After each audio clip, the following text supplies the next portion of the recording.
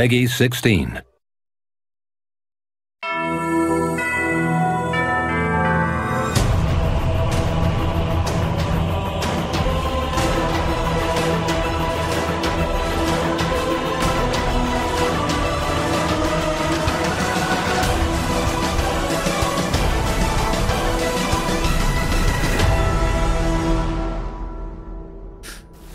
Ladies and gentlemen, hello and welcome to the 2021 Halo Championship Series. We're here. We made it. Halo is finally back, baby, and it's looking better than ever. I cannot wait to get into our tournament today and kick off our competitive season with the EU Open Qualifier. Of course, if we're not acquainted, I'm Shyway. I'll be hosting the action today. Thankfully, I am not alone. I've got some lovely casters here joining me. I'd like to welcome both Gaskin and Shurzy. Actually, I've also got Tony. We got the full 4 broadcasts on screen today. Boys, can I get a vibe check? How you guys doing? We got a brand new Halo game. Shurzy, let's start with you. Yeah, doing really, really well. I want to give a quick shout out to the ANZ region who played a little bit earlier today. Shout out to NutriBullet and the boys who managed to get the win, and of course Divine Mind who also finished second place. So they have already started us off, so congratulations to them on their victory, and I'm looking forward to sinking their teeth into some Europe now. Hell yeah, we've got a hell of a tournament ahead of us. We've got the bracket to just roll through today. Gaskin, how you feeling? I'm feeling pretty good. We've been waiting for this time for quite a while, haven't we? For Halo to come back, Infinite to finally be among us. We've been watching on. We've been saying, when's Infinite going to drop? They then drop it early. The surprise comes through. We've got the multiplayer beta. I mean, everything's starting to link up now, isn't it? The roadmap's there. I think everyone's delighted with how the game has started. And you know what? I'm excited. I'm excited to be here alongside such talented gentlemen such as yourselves. Hell yeah, it's all coming together. Tony, glad to have you on the broadcast. How you doing, my man? It feels really good to be here, man. Halo Infinite Beta launched last week. We have online open starting this weekend and the first Halo LAN next month. I feel confident saying Halo is back. Damn right. Tony, I love that you said it, by the way. Like, if we rewind about a week, where were we? We were waiting for the launch of Halo Infinite. It was supposed to come out December 8th. None of us had any idea it was going to come out early. All of a sudden, it's here. We've got qualifiers. We actually have time to prep for this tournament coming up later this year. We've got Raleigh coming up. We got our first Halo LAN. We haven't had a Halo LAN since 2020 January, right? It's been a long time now. Shurzy, take me back to the LAN days, man. Do you miss them? Oh yeah, for sure. I think traveling over to London and stuff was a real pleasure, going to see Wembley and even face it. We had Twickenham as well. But this year we're going to be heading over to Spain for a European LAN. So that's going to be a different thing. We're going over to Valencia, so I'll have to touch up on my Rosetta Stone. And of course, this is going to be the first foot down on the road to Raleigh as well. So with seeding points and all to play for today. So looking forward to it. Cassian, I have watched you commentate so many Halo 5 tournaments back in the LAN days. That was a big part of my passion, my come up into casting myself. Take me back, man. You gotta miss being up on that stage. Definitely. Halo 5 was where I started my casting career. It was where I was given that opportunity during those World Championships. And then, you know, it went from LAN to LAN. I got kind of more into the community as I had ever been as a player, and now into a caster. I met some of my idols as pro players, and then it all just stopped. And it's like, what do we do from home? I have to look at this camera instead of looking at people in the face. But once again, I'll be able to see people in the face. I'll be able to see some of my idols. I'll be able to see somebody who apparently say I'm their idol, but which is just completely wrong. Ignore that, by the way. I'm just a nice guy. But yeah, we've missed it, Shyway, and I can't wait for it. It's going to be great. I don't know about you, Gaskin. I'm going to be in line for the signatures. Tony, you can join me. We're going to get the Gaskin signature at the LAN when this when this happens. Tony, by the way, dude, whole new era in Halo. I'm so grateful to have you here with me. Have you been to a LAN before, my guy? Yes, I've actually been to a few in my day. Going all the way back from Halo 4. So I don't know if that... I love my Halo 4 tournaments. And you know, I competed myself. I went to DreamHack 2019, and that was an amazing experience. And man, I can't wait to go to Raleigh next month, man. And I want to feel that energy again, because we've been working on online tournaments, and it's great. Yeah. But the energy you get from being in person, it is unmatched. It truly is unmatched. You know what? It's a totally different vibe. Let's share in some of that energy. Let's watch the trailer for Raleigh coming up later this year.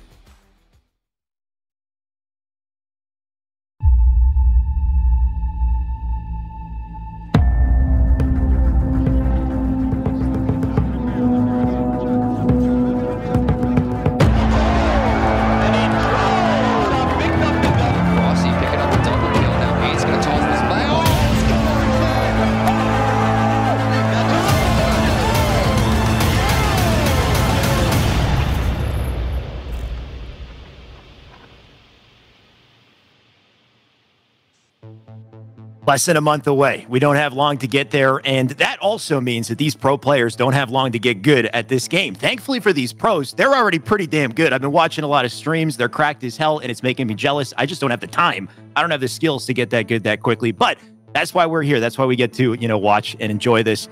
Let's talk a little bit more about these events, though, right? Because this is really just the beginning of a roadmap for an entire year. We got a full roadmap graphic we can show on screen. And my God, I mean, look at this. This is beautiful. We've never had this in Halo Esports before. All of our events planned out for a year, and we can see where we're going to go or where we want to go.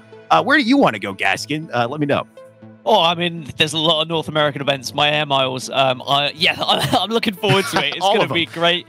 If I can get to every single one, sure. I mean, I'd love to go to Melbourne, but I know there's a lot of ANZ talent over there who certainly deserve to be commentating. We saw them, of course, earlier with the first ANZ tournament, but it's delightful. I think there's so many other esports that are looking at this roadmap saying, hey, why doesn't our esport have this? Well, you know what? You're welcome to come and join us. You can get involved in HCS as well. We will welcome you with open arms. I mean, if you're jealous now, just wait till we talk about the team skins. But before we get there, Shurzy, if you had your pick of the lot, where would you want to go? Where would I see you? I think I've never been over to the States, but I'm looking at Mexico City. That looks like a quite an enticing one, and I'll have my sombrero on ready to go. Love to see you, man. Mexico City. Tony, how about you? Well, I mean, I'm not going to lie to you. I love California. I've always wanted to visit. It just seems like my kind of vibe. However, that World Championship at the end of the road in Seattle. If the vibes are going to be at an all-time high during Anaheim and Raleigh, just imagine what they're going to be like at Seattle.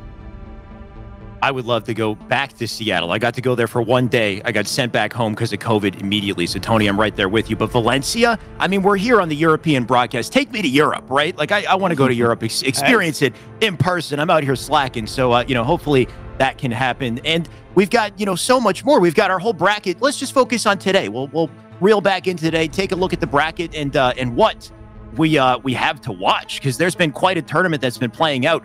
Of course, we've had our first day already complete. You can see the upper bracket on screen here. You've got Cartel that have just been kind of running through this bracket. They made it to COD players in the winter semifinals. We've also got OEX and Question Reality in the winter semis as well. As far as the schedule and how this will break down, we've got winner semifinal, the losers quarterfinal, the winners final, losers final, and then grand finals to close off the day. Let's take a look at the lower bracket as well. You can see how things are shaking up there. Interesting storylines in the lower bracket. Also, you've got the boys waiting on a team just in a second there. Mocket Esports and Navi, I think, is an interesting one, though. Navi already in the lower bracket. We'll be talking about that one in just a little bit. Of course, our open tournament today, just to break down the rules and how this goes. Gaskin, let me throw it to you. How exactly will this open tournament be working?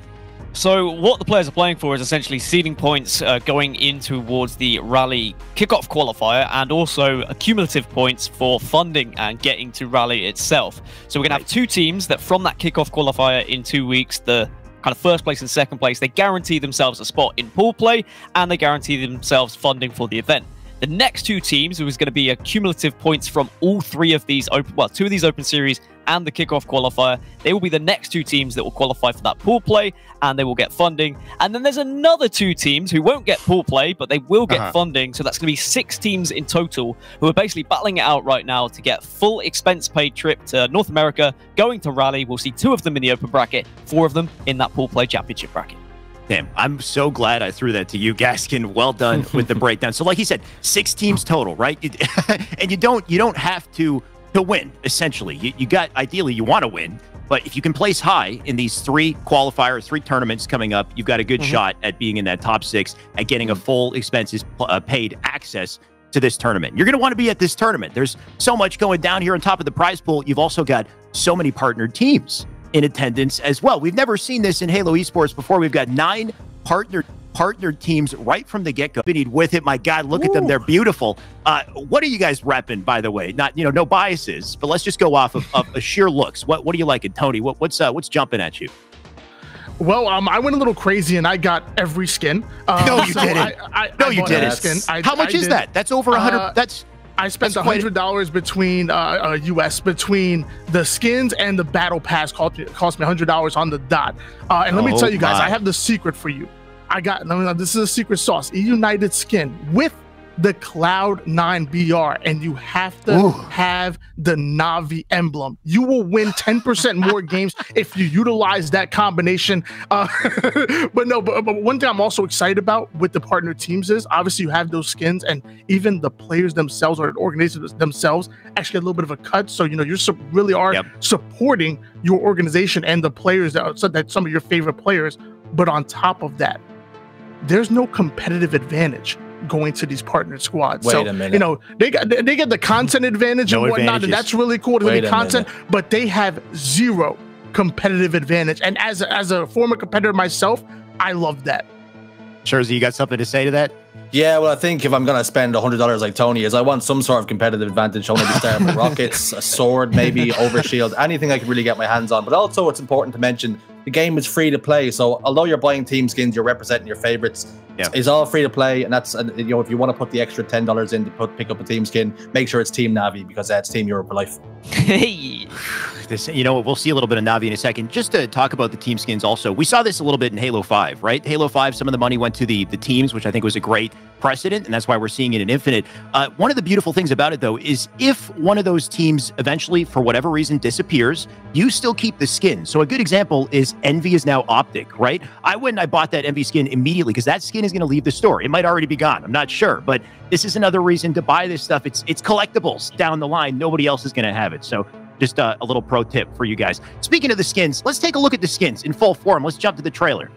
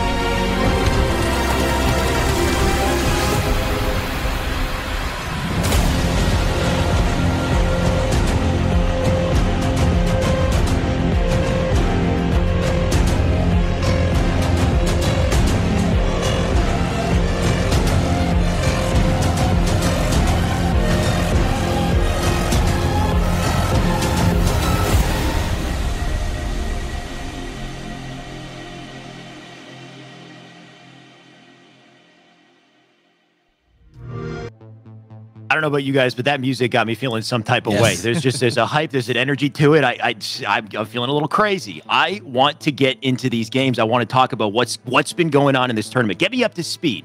Gaskin, where do we start? What happened on day one? Well, I guess the biggest story from day one was Na'Vi getting dropped down to the losers bracket. We talk about those partnered teams, right? We talk about the teams that have skins. The only European team that has skins in the game is Na'Vi. Foxy, Jimbo, Respectful, Kimbo, a powerhouse in the European community. But they were knocked down to the lower bracket by OEX, featuring the French gods like SLG. And this was maybe something that we knew could happen, but it was a 2-0. Of course, it's only best of 3. It's not best of 5. It doesn't give the teams the best of chance in that best of 3 situation, but it certainly was a statement from OEX. And since then, Na'Vi have had to battle it out still in that lower bracket. But they are still alive. They are still in the tournament, and I'm sure they'll be looking for some revenge. I mean, I took a look at the bracket. As far as I could tell, Na'Vi they're running through the bracket with their woes, right? They've been challenging every competitor, taking him out, and I think quite a few 2-0s as well, so they're still looking okay. Scherzi, I mean, with that kind of roster on paper, they're a top team. Do you doubt that they'll be back in the finals at this rate? I think, it could be a case of heavy is the head that wears the partnership, but I don't think that is the case. If you look at it, SLG and Fragger, they were top 2 in Halo 5 consistently throughout. They picked up Chick as well. So there's plenty of things there. It's not a massive surprise or a massive shock. This was always capable of happening. And it could have just come down to game types and maps that maybe Na'Vi weren't too adjusted to, with Jimbo being in the States and he flew home late. So it could be that they have some work to do. But, you know, listen, it's no disrespect to lose to SLG. He's a powerhouse. Gaskin, just to throw back to you, because I want to keep it with the European boys for just a second. Jimbo and team, he has accomplished, I think, more for Europe in competitive Halo than anyone in Europe so far. What was that team exactly? Take me back for a second. Or what? When we go all the way back to when he was competing with the likes of Snipe Drone, Moze, all the way back. Yeah, we've seen him. He finished top 6 in an American event way back. Was it Dallas? It was DreamHack Dallas, maybe it was. I don't know. It was top 6 for Europe, and it was the first time we'd seen a European team break into that top 6. Jimbo was featuring in that lineup, yes, and we have seen a few Europeans, you know, break through, show that they can compete at the highest level amongst the NA teams. And when you look at this Na'Vi roster, you're like, okay, yeah, they are the real deal. I do think that they could go on and, you know, upset a few teams in North America. But then OEX is staring at everyone else and, hey, don't forget about us. We can take down Na'Vi. Why aren't we a partner team? And that's what everyone needs to do right now. There are still organizations out there. There's still a chance to be a partner team one day. So put your best foot forward and ensure you take down teams like Na'Vi. So it's not just OEX, though, right? And Tony, now I'm going to direct this to you, because we have been casting the past few years together, and we've noticed this surge in French talent almost out of nowhere, right? You have OEX, but on the other side, you got Cartel, and you've got, you know, Shady and Legend, who these Twos kids, they're what, 16 years old? They're incredibly talented. Tony, can you talk a bit about just this you know, emerging French talent that we have in our scene? Yeah, I mean, when we first started casting the Legend, I feel like he was 16, and we've seen him grow up in front of our very eyes. He's 18 years old now, and I believe there's going to be this narrative. You know, you're looking at a squad like Na'Vi, who 3/4 of that roster placed top 8 both in 2018 and 2017 World Championship. That was a record creating. That was, you know, a world breaking right there for some of the regional, for some, I guess, outside of NA to step in and kind of make a name for themselves. And they're always looking up at that old roster, that Fab E roster. Then you have the boys. You have Cartel. Cartel just seemingly come out of nowhere, which at one point had Jimbo in their iteration, but they've been just running house in Halo 5 events and now doing the same thing. I think they only dropped maybe one map all of yesterday. So I kind of looking at that and maybe like a little rivalry, and I want to see how that kind of progresses, because who knows, maybe Cartel gets picked up by Fnatic and we see them going up against Na'Vi throughout this. I really want to see them go back and forward. It's been really impressive watching Legend and Shady really kind of grow up and come into their own, and what they've been able to accomplish in Halo 5 and now Halo Infinite as well. Right. So like you said, Cartel, that's Legend, Shady, Sika, and Snipe Drone, who's now joined the roster, I believe, instead of Jimbo. Cartel looking incredible. I'm always on the lookout for the next Shotzzy, for the next Bound, you know, the next Phenom, let's say. And I feel like we're in the right kind of, you know, lane looking at these boys. They're going to be up next in the next series as well, so we get to talk about them a little bit more. We've got Cartel going up against the COD Players, I believe, next. I cannot believe COD Players is the name of a team in Winners Semi. What's going on, Halo community? If COD, like, no bias, but if COD Players wins this, is Halo back anymore? Do we end, Shurzy, do we have to end the broadcast? What happens? So I think immediately I would, if the COD players do manage to go on and win, I will say, well, they had an easier bracket. I'll immediately try and downplay it, and you know, I'll scramble as quick as I possibly can. They did, listen, in all fairness, they did have one of the easier sides of the brackets. All the heavy hitters were sort of down the lower side. That's where Na'Vi and the likes of Cartel and stuff were. So they all had the battle. They went through an absolute war yesterday. So today is really their first tough test. If they can take a game off Cartel, I'll peek up and I'll start looking and paying attention to them then.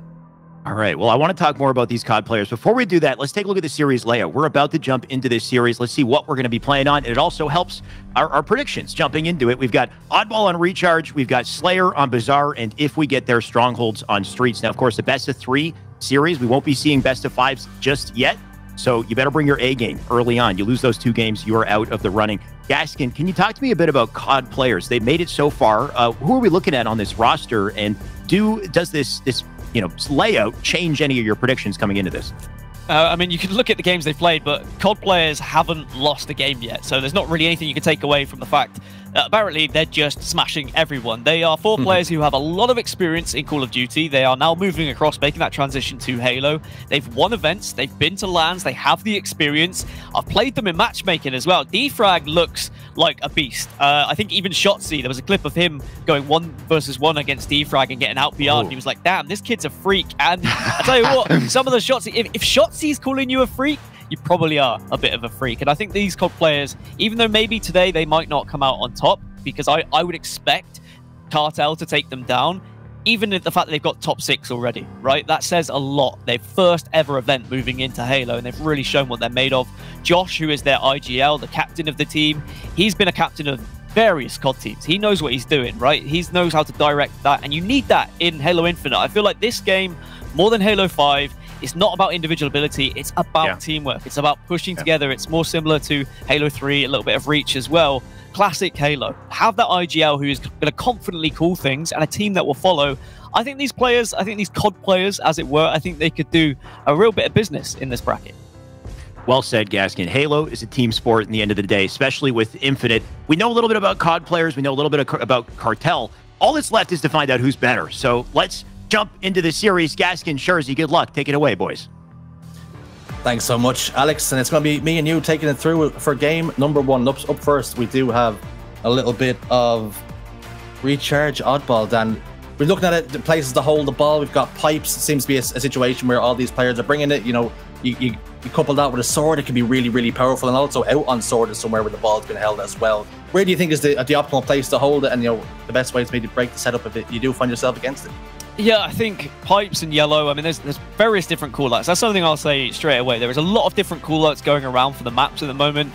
You might have seen on social media that Onset put out some callouts that he's been using and other pros have been using, but eventually we'll all kind of gel together, we'll find callouts. But yellow, or some people are calling it kind of blue BR or red BR, whichever side it is on, that's where the ball is typically held. Towards attic, towards pipes, you can hold sword and pipes, you can make it very difficult for the opposition team to break it down.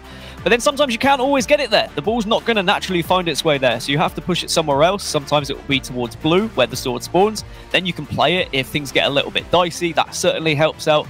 Or even at the very worst, you hold it at elevator. Even though elevator, I think, is probably the weakest place to hold it because there are so many different angles, so many different nades that can come from doorways. You certainly can get some ball time, and you can kind of throw it out the window again if things go a little bit south. So various different ways you can play oddball. We have seen throughout scrims, and we've seen throughout the broadcast, not broadcast yesterday, the games yesterday, they were off broadcast, that there is a lot of teams who struggle with certain game types. And I do think ball is one of those because you really have to know how to rotate it. You need to be having an IGL who's going to call that rotation, but also someone who's confident holding the ball to make that rotation as well. Even if you take a couple of shots here or there, doesn't matter too much as long as you get away and get to your team when they're spawning. And let's talk about it as well. Let's say you do get that perfect setup and then you get to 100 seconds and hold on a second.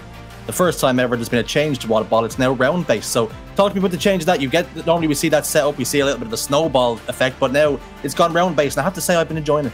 Yeah, I love the fact that oddball has moved to round base. So if you've played traditional Halo, you know how oddball works. You hold the oddball, you score points, and the first person to, 250 will win. However, now they've moved it to round base. So it's first to 100. If you get to 100, you win round 1. You have to win a best of 3 in those oddball rounds to ensure you then win that map. So it means that it resets. The problem with oddball is, as you say, you get snowball, you get people running out of control, you get people with a setup, and then people just give up. And also, think of all the anticlimactic moments we've had in Halo Esports where a team wins on oddball when it's just mathematically impossible to get back. Doesn't matter anymore. It's round-based. I love this change. I think it's great, and I think it's going to really create for some very exciting games here in Halo Infinite. And we could also talk about on recharge in particular, camouflage and its change as well. It's now down to 30 seconds. It used to be a minute 10. Will spawn up every 2 minutes, and now you can pocket it as well, so to use it at your own discretion. But do you think we'll see too many times where people insta burn it, or do you think it'll be a case of, how important can it be for a start, and will we see it being used almost immediately on pickup? I mean, I think the camouflage in Halo Infinite is very powerful. I think that's why it's 30 seconds, because it's very difficult to spot someone with the camo. It's not as easy as some of the other games. It's going to play a huge part. We're going to see people waiting on purpose for that camouflage to spawn, making a play to get it. In terms of actually slamming it into your chest straight away, it's a difficult one. Again, it's about confidence and knowing where everyone else is on the map, how many people are alive. If you can get away with holding it for a little bit, then that's great. Because it only lasts 30 seconds, you wait, you plan, and then you smack it in, and then you make your play and try and be a little bit of a sneaky beaver. But at times, once you've got down there and you've already put yourself in a vulnerable position, you're probably going to be exposed and probably getting shot. So at most points, you're probably going to try and burn it and then try and get away. So again, it just comes down to how vulnerable you are, where everyone else is on the map, and what information your teammates can give you. Also, are you wearing the same hoodie as me? I think this is probably a wardrobe malfunction that we didn't really plan for. I saw it was blue when we were in the opening thing, but I didn't realize it actually was the same head. That's not very kind of you, is it, really? I was trying to look... Well, I believe I told you first I was wearing this hoodie. Oh, you said you were wearing a Halo hoodie. Yeah. The Halo hoodie. Yeah, the Halo. Yeah, and then you decided... Sure. No. Anyway, you decided... You go on. You go on. Anyway, let's talk about the sandbox. And a lot of love people are giving this to the grapple and also, to the repulsor. But something that I've been finding very useful is actually the drop shield, especially on maps like Streets, dropping it down, securing those rockets, or even just securing lanes, being able to get some free damage down on people. How important can that be? I think the utility that we've seen on offer in all of the maps is so important, and we'll get back to the drop shield later because it's not featuring on this map. Instead, we're going to see things like grapple shot. We're going to see how that can actually influence a really quick push as well, getting in the face of your opponents. But here we are. We're back, Jersey. We've got Halo Infinite on our screens. We're in the winners bracket semis. We're underway, and straight away, Dave and the COD boys going to work, getting one dead, Sika and Snipe Drone, both falling at separate times. And there goes Josh as well, just to even the odds a little bit. It's a 2v2, as we do see Sika just coming back up off the respawn, and down does go Dave ultimately in the end. So it's a great start so far. A little bit tit for tat, nothing much said, but I wonder who did get away with the camouflage in the end. But ball hasn't been touched, hasn't been moved. These teams still duking it out, Dan. It looks like it is now going to be picked up. And to give you some background on these teams, we heard about the Cartel boys and how they dominated the end era of Halo 5. Back to wins. And now they've got Snipe Drone, replacing Jimbo, who previously was SLG. A slight language barrier issue, perhaps. The fact that Snipe Drone, is English and you alongside these French players, but I'm hoping that it won't matter too much. But right now, Cartel taking down a nice little sweep there and managing to just ensure they pick up the ball, but still not much time accumulated so far. Yeah, just 10 points to 1 at the moment, so there's been no snowball just of yet, but we do have the ball up on yellow pipes around the attic area as well, so definitely in a position for these teams to start racking up some points, as we've seen COD boys start to make some sort of a setup if they possibly can, as time starts to tick over in their favor up towards the attic, and they are just set up for the moment, so Cartel got to break this, and I believe we also have seen a lag out, so that's going to play into their hands. Yeah, so we'll see what happens with that admin rulings, of course, whether it's going to be a restart or whether they have to play on, but for now we'll assume they are playing on, and they can just hold this one in the attic, but there may be an invite. You might be able to get the boys back in for Cartel and get that fourth player back on track, but it's one of those where you do hold that ball in attic, you leave yourself a little bit vulnerable to grenades. You really have to put yourself in the right position so that you don't get absolutely spammed from the grenades off spawn. There's so much utility around these maps, and that's what I love about Infinite. There's always something to be picking up. 3 dead for the moment, though, as Cartel do go down. Still awaiting that teammate to see if he can join back in. Grapple hook picked up, though, on the side of the COD boys, and ball in hand. So time starting to tick over just so nicely.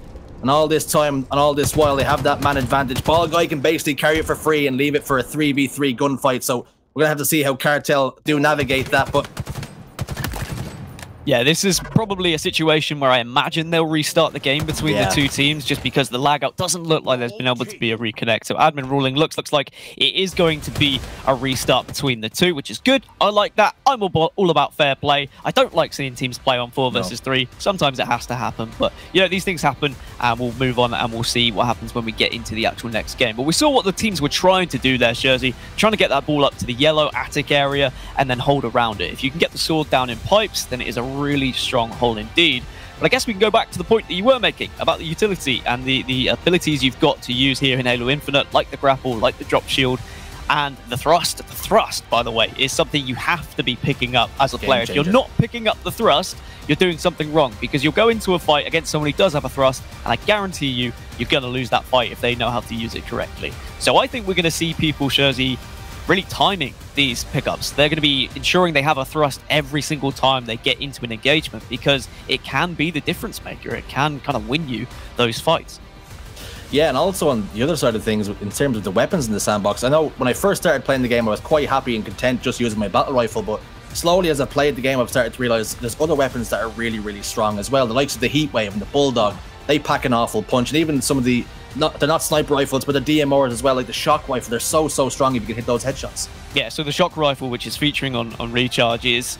I think we've seen some clips on Twitter of people just hitting those headshots consistently. It counts as a perfect when you do, and it can really swing the tide in your favor, like a sniper rifle, and it is scary. Even in Slayer as well, when it's like 49-49, we saw that yesterday in some of the North American broadcasts. You've got to hide because you don't want to get caught out by that headshot. You don't want to get caught out by that sniper. But I think you're completely right. The weapons that we've seen added, they're all strong. The weapon balance at the moment is really good. Any weapon you might find on the ground, I don't think there's really a dud there. I mean, even the Sidekick has its uses. It's something that we would have been used to using throughout the early access, as it were, the flighting, the testing, and it became a BR now in competitive settings. But that Sidekick can be picked up, and it can shred through shields at a close distance, and it has a quicker melee as well as the BR. So sometimes if you're in close quarters, it might be better to have the Sidekick than a battle rifle. And that actually goes the same to the Oddball as well, because if we're playing Oddball and Recharge, it does beat down a little bit faster than the battle rifle. So if someone comes swinging a BR at you and you melee at the same time, you may actually get the kill off before they get the second melee. And all these little things is what these players are slowly learning as we get into Halo Infinite. I mean, today is just a celebration, isn't it, Richie? Like, yes. Halo Infinite is here. We're seeing the best of the best compete against one another. We had a fantastic day yesterday of watching the Europeans get down to the last 8 now. And these should be, you know, the top EU teams battling it out. Very much a celebration. And if anything you're watching today is giving you somewhat of a competitive itch, be sure to head over to faceit.com, register up, get a few friends involved, and for anything competitive Halo, do head over to Twitter at HCS and at FaceitHalo as well. That'll be your guide to anything Halo esports related. But again, we're talking about the sandbox. We've seen also Bazaar CTF is going to be open. Something that we were talking with Wes Touch about is the Dynamo Nade. He's swearing by them. He's saying that they're extremely strong for clearing rooms like that tree room where you can throw them in and it gets those little ticks. And they're going to be quite strong as well in the sandbox. Yeah, I mean, I don't trust many things that Clutch says, but I guess that he's been, he's been playing the game for the last few years or whatever. He's been a key part of the development of this game, and he is swearing by Dynamo Grenades. He says they are essentially a power weapon. You have to pick them up. It gives you a lot of information when you throw them. You don't get, of course, the hit markers on grenades anymore, but there is tick damage that is actually audibly heard. So if you throw that into a building, if you hear that tick damage happening, you then know where certain players are, how many players are probably at times, and you can use that information to your advantage, whether that's I'm going to push them because they're weak, or I'm going to push in a different direction because I know there's certain players there. I think the Dynamo Grenades are a must pick up, and if you haven't been picking them up, just grab one, throw one, and watch it ride, because the power is incredible, and it really can change your game. Yeah, you'll hear that little sizzle, and like Dan says, if you throw it into a couple of players, you also get that chaining effect as well, which makes it even stronger. We're about to get underway again in Oddball. We'll be loading back up. It'll be interesting to see if it's going to be a full reset or if they'll play for the 10 or so seconds. I feel like it's going to be a full reset, Dan, but we'll get word on that either way. But it looked, though, from the start and strats at the very least, COD boys were well able to shoot.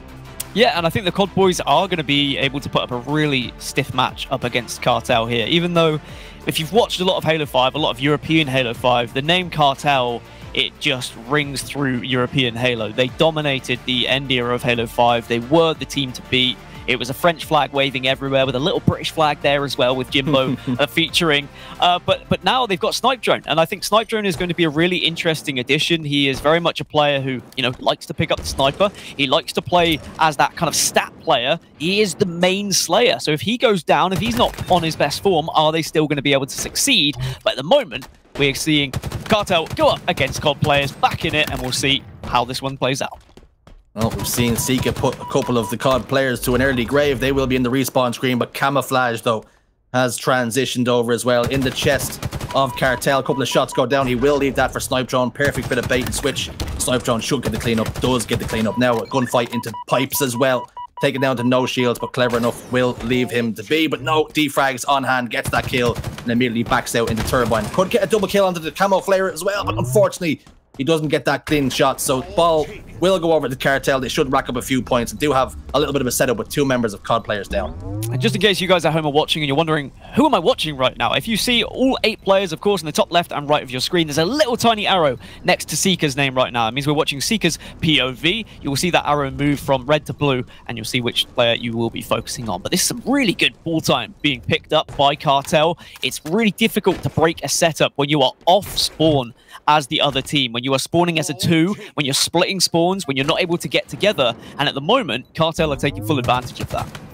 Yeah, we've seen just a few individual pushes on the way of COD players, so that's not going to be the recipe for success up against Cartel. When they have got that set up in pipes, they've got a player situated now over towards Turbine, and we transition over to Shady. He has got that shock rifle in hand as well. He'll be able to do a little bit of damage. He's a man that can find some faces if need be, but ball down in pipes for the moment as they recognize the numbers advantage just slightly in the favor as this battle goes down. Could it be big? 2 players go down, a big trade there, and Dave also hits the respawn screen with Legend getting the clean up, but that should be some ball time in the hands. But Seeker goes down. That should be now ball in hands time in the favor of Cartel once more, as they've already ticked over to 40 odd points, and still waiting to see if COD players can break this setup as Legend does ultimately get taken down. I like what I'm seeing though from Cartel. They keep pushing ahead of the ball. They're not desperating ball time, and they're ensuring that they're putting as much pressure on the COD players as possible off of their spawn. So it did get a little bit scrappy for a period there, but it still seems like Cartel out on top. 3 players down now for COD players, and they are really struggling to battle through the setup that Cartel have just been able to secure. But again, there's multiple people around the map right now. It is really split. I think COD players just need to kind of get together, decide on how they want to push, because otherwise they're going to play into Cartel's hands. You can see Shady was just watching from a distance, watching from the other side from Yellow, and you can get so much vision. You can give so much information to the rest of your team from that. But he's deciding, you know what, I want to get in the face of the other team. It does go down. It's that level of frustration that you can have, Dan, isn't it? When you're looking at the enemy team scoring points, you want to just get into the action as quick as you can. You don't wait for your teammates to get involved, and unfortunately, it means a solo push and you just get obliterated back to the respawn screen, and then your team has to then wait on you. So these players just need to get touch tight one another, get a plan together to attack this ball. And we're seeing the ball has gone down, but 57 seconds already in favor of Cartel, and still COD players yet to get a second there as another kill hits the kill feed. Shady and Seeker. Now it's 3 dead now momentarily as Legends the last man up against 2 now. The triple kill for the man Legend. Overkill wasn't to be seen, but he's got that ball and immediately heading back over towards bottom left for his team. Can he make it around the corner? Yes, he can. So that's more seconds, more insult to injuries. They just tick over to 75. 11-5 Legend at the moment after that triple as well, just confidently taking every single BR fight. But these COD players, they can shoot, they can hit their shots. Defrag doing just that. He's 7-5 at the moment, going +2. Just trying to do what he can, getting behind the team in Elevator right now. This elevated space that you might call A if you're playing Strongholds as well, does get beat down by Snipe Drone, who I think might have been holding an AR, which, you know what I think of ARs, but you know what, I'll let him off. It's day one. Let's not talk about it. It's day one. I'll let him off. But round 1 is going to go in favor of Cartel. It was pretty comfortable, if I'm honest, Richie, but we'll see what happens going into round 2 and 3 of Oddball. Well, with the way that one was, even that expert little rotation out of Cartel, rotating across Catwalk when they realized they'd lost a man in Turbine, and ultimately unable to get the job done there. But round 1 in the books goes over towards Cartel. Is there any signs of life for COD players there, or do you think it's going to be a quick 2-0? Well, this is the good thing about the new system and the fact it is round-based. I think COD players were on the back foot, and if we would continue like a normal Oddball game in Halo 5 and previous Halos, then we probably would have been in the situation that it would have snowballed out of control and COD players wouldn't have got back into it. Cartel had to set up, they had everything sorted, but now we move over, COD players in a new round, 15 seconds already on the board, and they've got a little bit of control. They've got the ball in the perfect place here in pipes, but they are being pushed. You've got to be careful, and just like that, 3 are dead, could be 4 here, and it is going to be 4. Actually, no, Dave manages to get the kill. Excuse me. 3 are down now for Cartel, so a huge kill from Dave. Ball down in pipes. 2 members down for Cartel as they're just awaiting to get back to full strength. They are getting some scrappy time here, though. He does fall, does Seeker. He was getting that scrappy time all the while. Managed to register 8 seconds as a whole, but they do have a little bit of a per man setup as they're waiting for the teammate Josh to spawn back up. But the 3v3 for the moment, but again, more individual pushes. But this time it's Cartel making that error. So Defrag just trying to do what he can. Snipe Drone in his sights, but look how he's checking all of these angles. He's listening to call-outs. He's trying to help his team.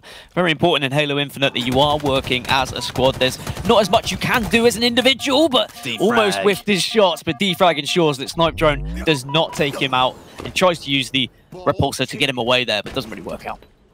Yeah, fortunately repulsed them into a wall. It didn't send them far enough and didn't throw off his aim too much either. So defrag will fall, but not before putting Snipe Drone in the grave. Sika, ball in hands now, all 4 members of Cartel still alive. 2 members down now for COD players coming up back up off spawns. You see them now over towards that long haul area. Excuse me, and we will see a camouflage again very shortly. Yeah, with camo coming up, it's going to be, you know, for the team who doesn't have the ball right now, which is the COD players, to try and grab that one, but it looks like they're not going to be able to get it because Cartel just have far too much control. They have eyes on so much, and they're just getting free ball time. There's not enough pressure coming out of the COD players. Dave will get one onto Shady at the very least, but can't do much more. Snipe Drone closes it out to get the kill. 2 down now for COD players, and it's slowly looking like this is more likely going to be a 2-0 in Oddball, unless we see an extreme turnaround. But Cartel, they've been holding the ball in the right areas. They've been ensuring that they drop the ball to someone, like off spawn. They've been pushing ahead of the ball to apply pressure. Just all the right boxes are being ticked by Cartel. 4 dead now as Cartel start to go through the gears. COD players struggling really hard just to get them off the ball, even for a moment. Sika, all this time, has had the ball in pipes. They've been unable to break this setup. Legend with the shock rifle. Will he peek once more? Challenge. Yes, he will. You can always, if you're looking at a French player and he's one shot, just know the challenge is coming. But unfortunately, they always seem to hit those shots. They do, especially when it's online. We'll see whether it changes when it goes to LAN. Hey, I'm not throwing shade. These players could all out-BR me. It doesn't matter if it's online or LAN. But, you know, we've been online for quite some time. I'm looking forward to LANs coming back into it. But you're right. They will always challenge. And that's not just because they're from France. It's because they hit their shots. These players are absolutely nuts. And the confidence is oozing through them right now. 80 points to 20. They are dominating this game against COD players, and now it just seems like they're playing with their food a little bit. Yep, Sika's got that ball again after it was played for a moment. He's brought it straight back up the pipes. He does get a kill as well, so we're seeing COD players down to 3 trying to navigate if they can, but they have even the score just for a moment. Legend goes down, the call will come exactly where they're pushing from as defrag loses his life to the hands of Sika. He's finally been able to use his gun again as he does have to drop that ball for a moment, but they have broken the setup for a moment, but now it's time to put some time on the board. Yeah, Josh trying to get the camouflage here, but is he going to be allowing too much time for Cartel to get that ball back? They only need 6 more seconds, so that can very easily be scrapped. He's got the camo, but look, the ball's been taken. 3, 2, and 1, and that's going to be game. That's going to be map 1 going in favor of Cartel, and it did look somewhat simple, Jersey. I have to be honest, once they had that set up, they were all in those right positions. They're cross-map BRs. They were pinching at the correct times as well. There just wasn't enough from COD players to be able to break that. I feel like COD players tried to challenge Cartel in too many long-distance BR fights, let themselves get a little bit too vulnerable, and then it was just about the cleanup crew coming through. But here's the statistics on your screen. Well, taking a look at the stats, well, we know exactly who had the ball for the longest. That was Sika, all alone in pipes for the longest time. He must have felt like he was alone on the map at times, but there was gunshots ringing out around recharge for him to keep him in that position, keep him nice and safe. But look at the KDA. We're seeing defrag perform as well as he possibly could, 14 and 14, but unfortunately, Cartel just on a different level. And look at the stats from Legend, 19 kills, 11 deaths, and the KDA to boot as well. I'd love to see his damage stats that we can flick over there slowly but surely. But Snipe Drone as well. It's something we haven't talked about is, of course, he is the English player and they are all full French. And during games, they do speak French, or they do speak English, excuse me, but out of game, they do speak the French. So I think Snipe Drone during the intermissions just charges himself up on a USB port. But look at that damage, 4,000, all well into the 4,000s, and Snipe Drone being an absolute turret as well. Yeah, impressive damage across the board. I think the COD players, they gave it a go in terms of like being able to try and outslay the other team. It's just they're not maybe as knowledgeable when it comes to actually doing the objective. I think that they will be feeling a little bit more comfortable when you go to Strongholds and when you go to Slayers, because that is more similar to what we've seen in Call of Duty, whereas Ball is just a little bit different. And I think traditional Halo players and players who've been playing Halo all their lives, they just have a little bit more knowledge when it comes to rotations, when it comes to holding that down. And I don't want to patronize the COD players, because it's not like they won't learn and they won't know what to do, but they're going up against people who literally dominated every single Halo 5 tournament for the last like 2 years or whatever it was. Like, they were just dumping on everyone. So this is not going to be an easy matchup for them. As we said, arguably their biggest test yet. Well, it's definitely their biggest test yet in this tournament, but their first real test. They've beaten some okay players in the bracket so far, but I think Cartel is just at a different level from everyone they've played in the bracket up to this point. I've seen enough evidence to suggest that they could definitely improve and be a threat going forward. If they just learn the fundamentals and some of the rotations and game types like oddball, they could definitely, you know, start to compete. And what a performance it's been so far. They're not out of it by any means. They still have a couple of games to go to get back into it. And with a Slayer, you know, anything can happen. But I've definitely seen enough here to say that they could be a threat going forward. They could be a threat, and I think in a Slayer, it's all to play for, because it will be more like familiar home territory, and there also is mistakes that might come out. The only game we've seen Cartel lose throughout this entire tournament was a Slayer. Bear in mind, it was on Streets. It's not going to be what they're playing now, but still, it does show that they are vulnerable. They're not unbeatable, right? They can actually be taken down, and I think you need to take that away if you're COD players. You look back, you say, right, it's a Slayer now. We can reset this series if we just have a solid game. So starting strats need to be on point. You need to be making sure you're all working together. Focus on what you want to achieve from that starting strat. Is it positioning? Is it going to be power weapons? Is it just picking up some grenades? That's really what's going to be a conversation from Josh, the IGL, to the rest of the team. Yeah, oddball in the books, 2-0 in favor of Cartel. They've got 1 foot now in the winners finals. It's all about COD players and can they get themselves back into it. But like you say, with it being a Slayer next, you know, don't have to worry about rotations. You don't have to worry about breaking setups. It's all about whose gun skill is better on the day, and they definitely can't be the ones to take this game and push it to a game 3. I'm just looking at what the next game. So it's Bizarre Slayer. So this is an interesting game type. I would say if I had to compare it to any other game type in a Slayer from Halo 5, because it's the most recent Halo, a little bit like Regret, in a way that when you kill 2 people, you have to immediately take that advantage and push to try and kill the other 2. You dominate the middle of the map, and then you try and force someone else to be kind of blocked in to one of the spawns and one of the sides of Bizarre. And then when you get 1 down, when you get 2 down, you push into that base, you kill all of them, and then you go back to the middle expecting a flip of spawns or maybe just the same place. You need someone who's going to give you that information. It was, again, something that we discussed with Clutch, because Clutch has been playing this game. He has been testing this game. He is one of the key influencers for why this game is so successful. So it's always good to get his opinion. I hate saying it because, you know, it's Clutch and he always bags on me, but, you know, I have to give him credit where his credit's due, and it was great to get his point of view from everything. And he even wanted his own call out on this map, Richie, but we're not giving it to him. He's not allowed it. No. He wanted Red Couch, the jump up into bar, to be called Top Clutch. Now, I'm definitely a member of the Halo community, and I would like to say that nobody should ever call that Top Clutch now. That will really irritate him. And to be fair, you know, he has put in a lot of hard work and a lot of hard graft, and he was able to talk us through some of the strong points. And it's a good point you mentioned about Regret, you know, going into spawns, taking out players, and then immediately rotating back. You want to keep flipping the map and keeping them on respawn and keep them flustered as well, because this is one of those maps that definitely could be one of those, you know, you spawn up into shots immediately. Yeah, and I think if you are on the back foot, if you are one of those teams who's caught in a spawn cycle where 2 of you are up, 2 of you are dead, 2 of you are up, 2 of you dead, you need to just hold. You need to find a position, almost hide away, and wait for all 4 of you to get back up.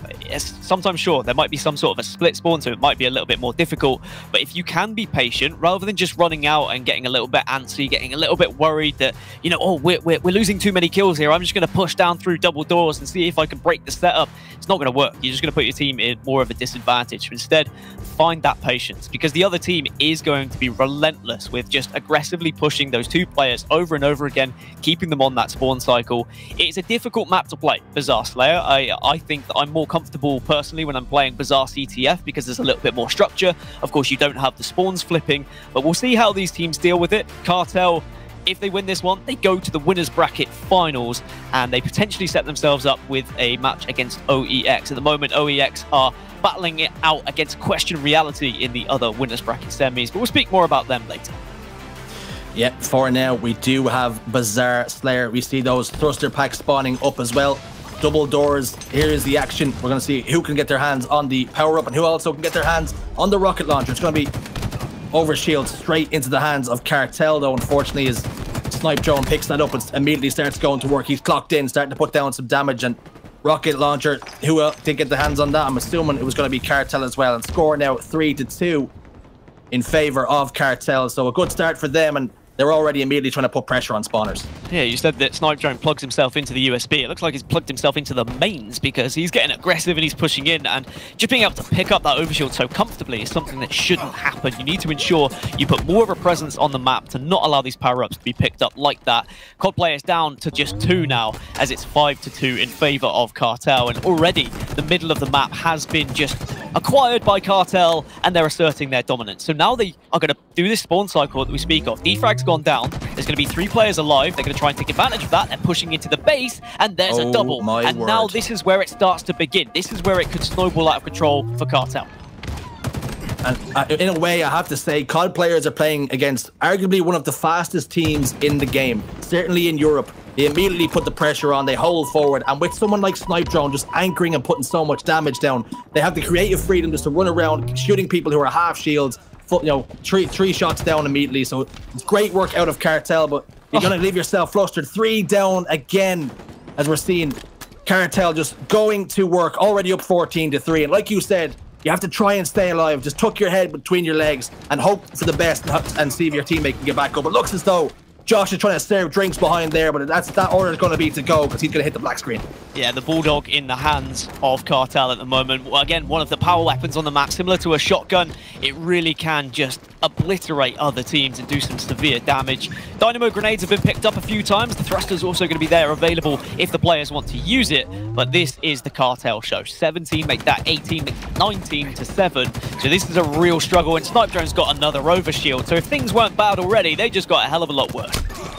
Is there anything more frustrating? Almost tauntingly, Snipedrone stands in front of him, pops that overshield, knowing that he can do nothing about it, and it won't be long before he heads to the black. And unfortunately, Legend picks up another kill on today. If this is going to be a little bit of a whitewash, it seems, for the moment. 22 kills to 8 now. They just need to try and slow these deaths down, COD players, but Cartel just won't allow it. Yeah, and it's one of those maps that can snowball out of control because of the dominance that you have in the middle of the map. Because if you're dominating the middle of the map, you're flipping those spawns, you're pushing and you're being aggressive on those spawns, you're then going to be rewarded with rockets. You're then going to be rewarded with the overshield, which then just adds to the snowball effect. And look how relentless Cartel are right now. They are rushing from one side of the map to the other. They're listening to callouts, they're finishing stuff off, and there's going to be another set of rockets for them as well. This is easy pickings at the moment. Yeah, rockets in the hands of Sika. It looks as though he did fall down, though, so they will have to be recovered by another member of Cartel, or if one of the COD players get their hands on it. No, rocket goes down, Snipedrones pick them up and immediately fires them towards the sewers as they were trying to act like a couple of rats scarpering away down bottom sewers. Unfortunately, they were picked off and picked apart. Dave loses that 1v1 to Legend as well. He's just not missing right now as the Frenchman. Legend just does not miss. I played him in matchmaking the other day, and even though we beat him, just gonna say, it was because it was objective and he had rubbish teammates. He went like 34-5, but still lost because his teammates were bad. But Legend is amazing. The shot that I'm seeing from some of these French players is actually terrifying. And I really think, this could be the year for European Halo. I think that we can finally push on. Now we're going to see 6 teams getting funding towards Rally. I would love to see a few more just push their way up into the North American kind of placements that we see. Top 8, top 6, because we really are seeing people focus on their Halo, and they want it this year. For a long time, we were dubbing this team, this Cartel roster, the European Splice. That's the way they play the game, rushing spawns immediately. And it looks as though they haven't taken their foot off the gas even for a moment here. 36 kills at 19. The world is their oyster right now. Well, at least COD players have been able to get some sort of mid-map control here, and they've forced at least 1 spawn onto Cartel. They were able to get 3 down, so Cartel backed off ever so slightly. But is it just a little bit too late at 36-19? It slows down ever so slightly because, look, Cartel recognized they don't have mid-map control, so they weren't pushing aimlessly into the middle of the map. Instead, they all waited, and they gathered together, and now they've been rewarded with 2 kills. This could be 3. Snipedrone does get taken down, but I think the damage was already done at the start of this game, Jersey. Yeah, indeed. Looking at the stats, we've seen Legend 16 kills, 4 assists, and only 6 deaths. What a performance he is having. But this is a bit of a baptism of fire for COD players. You don't lose, you learn. They can immediately be able to go back to the drawing board, look through maybe some of the review and the film and see exactly where some of these games went wrong and why they went wrong. And unfortunately for them here, they've been absolutely dominated, ran through by the Cartel team. And listen, they do this to some of the best teams in the world as well. So don't be hanging your head in any kind of shame as we see Sika does fall for the moment, and we're seeing Dynamo nades picked up, immediately thrown in towards that hut. Legend is positioned up there. Now they will start to tick up on him. Has he got taken down? Yes, he has, at the hands of Josh as well. So 2 kills, 1 trading off in favor. They go toe-to-toe, 1 for 1, but 44 kills, 28 now. The writing's on the wall. Yeah, there's a couple of times where I'm looking at COD players and I'm like, okay, maybe there's a comeback that could happen, but it's not going to happen. I hate to be, the bearer of bad news for any COD fans and hoping that they're going to progress to the winners bracket finals, 47-29. This is not going to be a comeback. This has just been one of the games that you will look back on as a Cartel fan and say, okay, they know how to play this map. They are aggressive. They work as a team. They got all the power-ups. They were getting the rockets. They had everything you could ever want. If you have that mid-map control, you get rewarded with so many goodies. Not just the rockets and overshield, but you get the thrust. You also get the dynamo grenades. You get so much to work with, and they made full advantage of it there.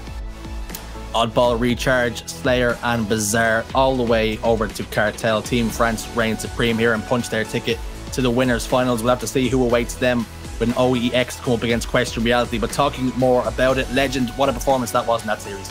Yeah, I think the statistics will say enough, but every time we were on board with Legend, he was hitting his shots. He got, 18 kills in that match, just the 9 deaths. So it didn't really matter when they started to die. Once they were kind of a 12, 15 kill lead, they knew it was just about ensuring they traded 1 for 1 every time they push in. I will give it to the COD players. At one point, it looked like it was going to be an even worse score line, but they seemed to get back together. They got off that spawn cycle, and they were able to get, 2 players down at times and gain a little bit of control. But unfortunately, it was just at the wrong times. It wasn't when the rockets were coming up. It wasn't when the overshield was coming up. Even when we saw Cartel on the back foot, they waited for, an overshield or a rocket spawn before they decided they were going to try and make their push. It's just those little things and the decision-making and the timing as to when you want to try and take map control that can really make the difference here in Halo Infinite. Yeah, so unfortunately for COD players, they do bow out here, but they're going to go down to the lower bracket, so their tournament not over just yet. They can see if they can battle back and maybe make it back to grand finals if things go their way. But unfortunately, Cartel do get the better of them here, and looking forward to it. The next game we've got Question Reality up against Cartel and whether they can punch their ticket to the winners finals as well. So it's going to be interesting to see what way that shakes out. We could have a battle for France. Yeah, I think that looking at that other winners bracket semi-final, if OEX do progress, there is a lot of stories there in that winners bracket final. But the lower bracket, dropping down to the lower bracket is going to be scary as it is. Speaking of scary, Shaway, I think, is just hovering above me somewhere, and I don't really know if I'm ready for it. And Tony's there as well. No. Boys, what a game. I had to get my act together quickly because that ended quick, right? All of a sudden it's over. I look away, I look back, and the series is done. But what a dominant performance. That was winners semifinals, and we had, I'm forgetting the score on the oddball game, but it was a dominant oddball game. And then a stake. I think it was an even stake for game 2, 50-30. I'm still just kind of reeling from the experience. Tony, how you doing, man? I'm doing well, man. We had the best seats in the house, and I'm be honest with you, I would have loved to have seen COD players come out and do some great things, because obviously they're good players. They're featuring a player in Josh who was formerly on Epsilon. He's a retired Call of Duty player, but he's a fantastic one at that. Tony, that's blasphemy. You can't be saying COD players have to do good. That's blasphemy. Get Tony off here. Come on, cut Tony. Tony's it's meant to be, anymore. right? That's $3. Tony's out of here. No more. Well, let me redeem myself. I will say I'm a big Cartel fan, and what Legend and Shady have been able to accomplish in their young careers, coming out of the twos community. Shai, I know you love that. Their ultra aggressive style. It's fun to watch, and I think it's even effective coming into fours as well. Hopefully I redeemed myself a little bit. Well, so I got to agree with you, Tony, in that, these COD players are very talented. The individual skill is clearly there. They wouldn't be in winter semifinals if they weren't very talented, but it's their fault for calling themselves COD players. And honestly, I'm kind of happy that they got beat as badly as they did, because there's no way COD players deserve to win a Halo tournament. Change your damn team name. Okay, and then we'll see you back next time. But it is a double elimination, by the way. They will be dropping to the lower bracket, so maybe they still got a shot. But just back to Cartel. Scherzi, I heard you say they are the European Splice. Tell me about that a little bit. So the way Splice like to play Halo 5 is immediately pushing spawners. They don't let people rest. You're playing strongholds. They keep a triple cap, and every time they know exactly where you're spawning, if it's on rig, they slay you out one side of the map, then they slay you out the other side. And that is exactly the same way Cartel play. Unrelenting pressure.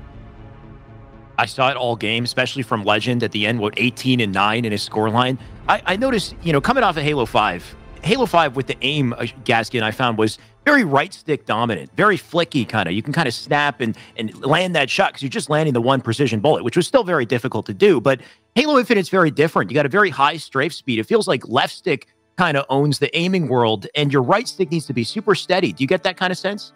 Absolutely, it's all about the strafe, and I think that a lot of players who are used to playing bumper jumper and jumping a lot are also being punished here because you're very vulnerable when you're jumping through the air. It's very easy to track that compared to someone who is strafing very quickly, and also with the way the bullet spread is, if you kind of stare at a wall and you jump and shoot, you will see all three of those bullets go up from low to high, and if you think about that as you are jumping, only one of those bullets is probably going to connect with the person that you're fighting against. The other two are probably going to go over their head. So a big recommendation from me would be don't jump as often as you might if you're a bumper jumper player. Instead, work on your movement, work on your strafe speed, because Shyway's completely right. It's more left stick dominant, it would seem, here in Halo Infinite.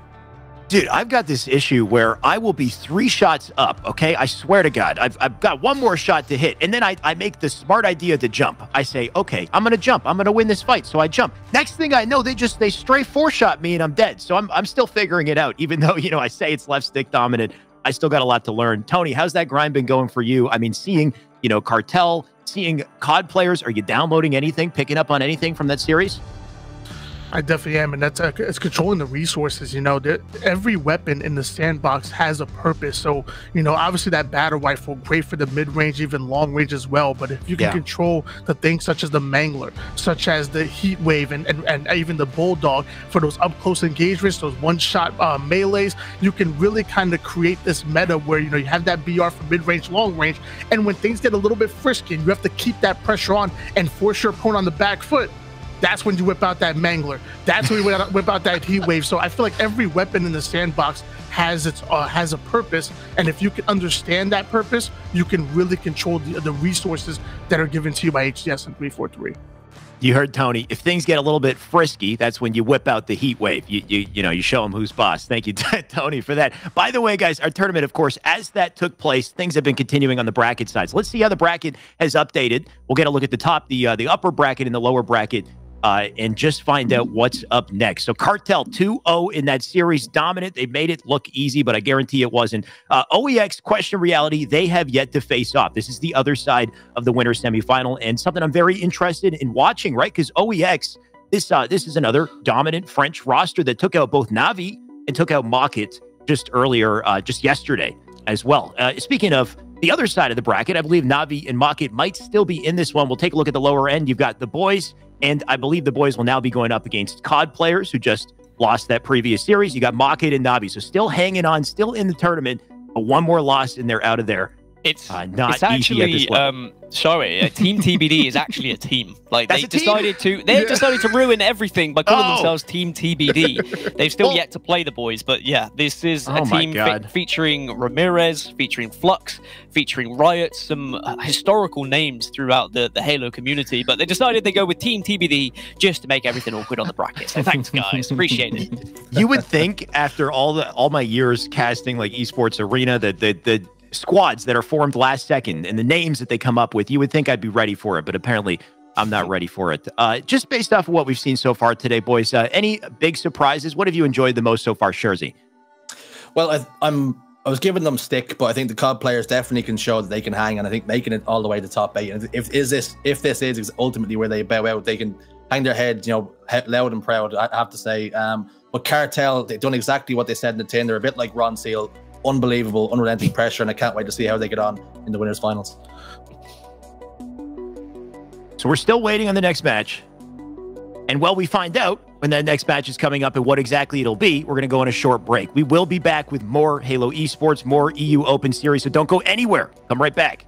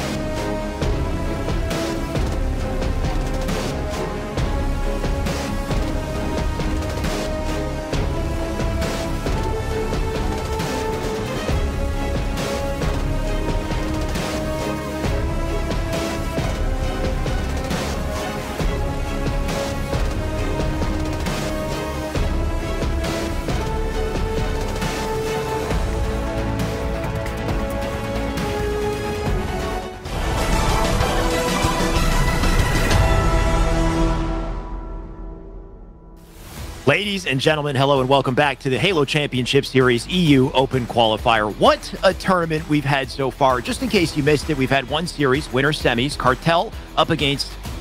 I always do this. Cartel up. Let's bring the 4 back in so they can remind me. It was the COD players. Cartel against the COD players. Cartel, they ran straight through. Dominant performance out of them. The COD players, they are going to be featured again very shortly. Before we jump into that next series, though, I want to run through some highlights. I want to talk about our favorite moments so far in the broadcast. Let's play some highlights up, and I'll start with you, Tony. Just off of that last series, we talked about it, how Cartel just ran through these boys with just incredible plays. Yeah, I'm going to be honest with you. I'm a big Cartel fan. These are my favorites going into this tournament, and nothing I've seen so far has changed my mind about that. Again, we talked about Shady and Legend, excuse me. I guess you put them together. We'll call them Lady. Their celebrity couple name is a Lady. But yeah, I mean, they're so good at 2s, and they've been able to translate that skill set into 4s with that ultra-aggressive play style, that in-your-face and forcing you on your back foot. It is so hard for you to gain any kind of a footing, any kind of reset when you have them flying at you every single life. I mean, we talked about it before the break, just the way that the BR has kind of changed from what we saw in Halo 5 with the Magnum. Gaskin, if you can, talk about that just a little bit again. Seeing Shady, seeing Legend just snap and get kills, it's not that easy. No, it isn't that easy. Sensitivity, a lot of people are dropping it a little bit lower than they might have had in Halo 5, and it is about your positioning. It's also about trusting your teammates. It's about having teammates that are going to support you, because you have to sometimes put yourself in a pretty vulnerable position to take a fight, and we're seeing a lot of players who are used to having a thrust to get out of jail free card, really exposing themselves and being punished for it. And whilst, yes, there is thrust that is available as a pickup, you're not always going to have it, so you don't always have that escape. So you need to have teammates who are going to give you that kind of solidity around you so that you can get into those exposed areas, so that you can take those fights. But also just the aim that we're seeing from these players is especially impressive, because the fact that, as you say, it's more left stick dominant usually, but they're still pulling things off with their right stick.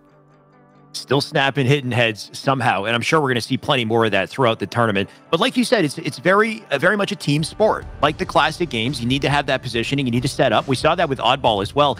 Interestingly, I find that teams tend to set up around the A stronghold and recharge. They were setting up in the yellow room. I don't know if you noticed that, Jersey. What do you think of that setup? Yeah, when we were talking to Wes, he said that's the place that everybody should basically set up, because you only really have a couple of locations that you have to watch for the ball carrier, and you can set up around it. You can have a guy's positioned attic and in Turbine as well, so it's a really strong position. And if you couple that with the sword, it's almost unbreakable.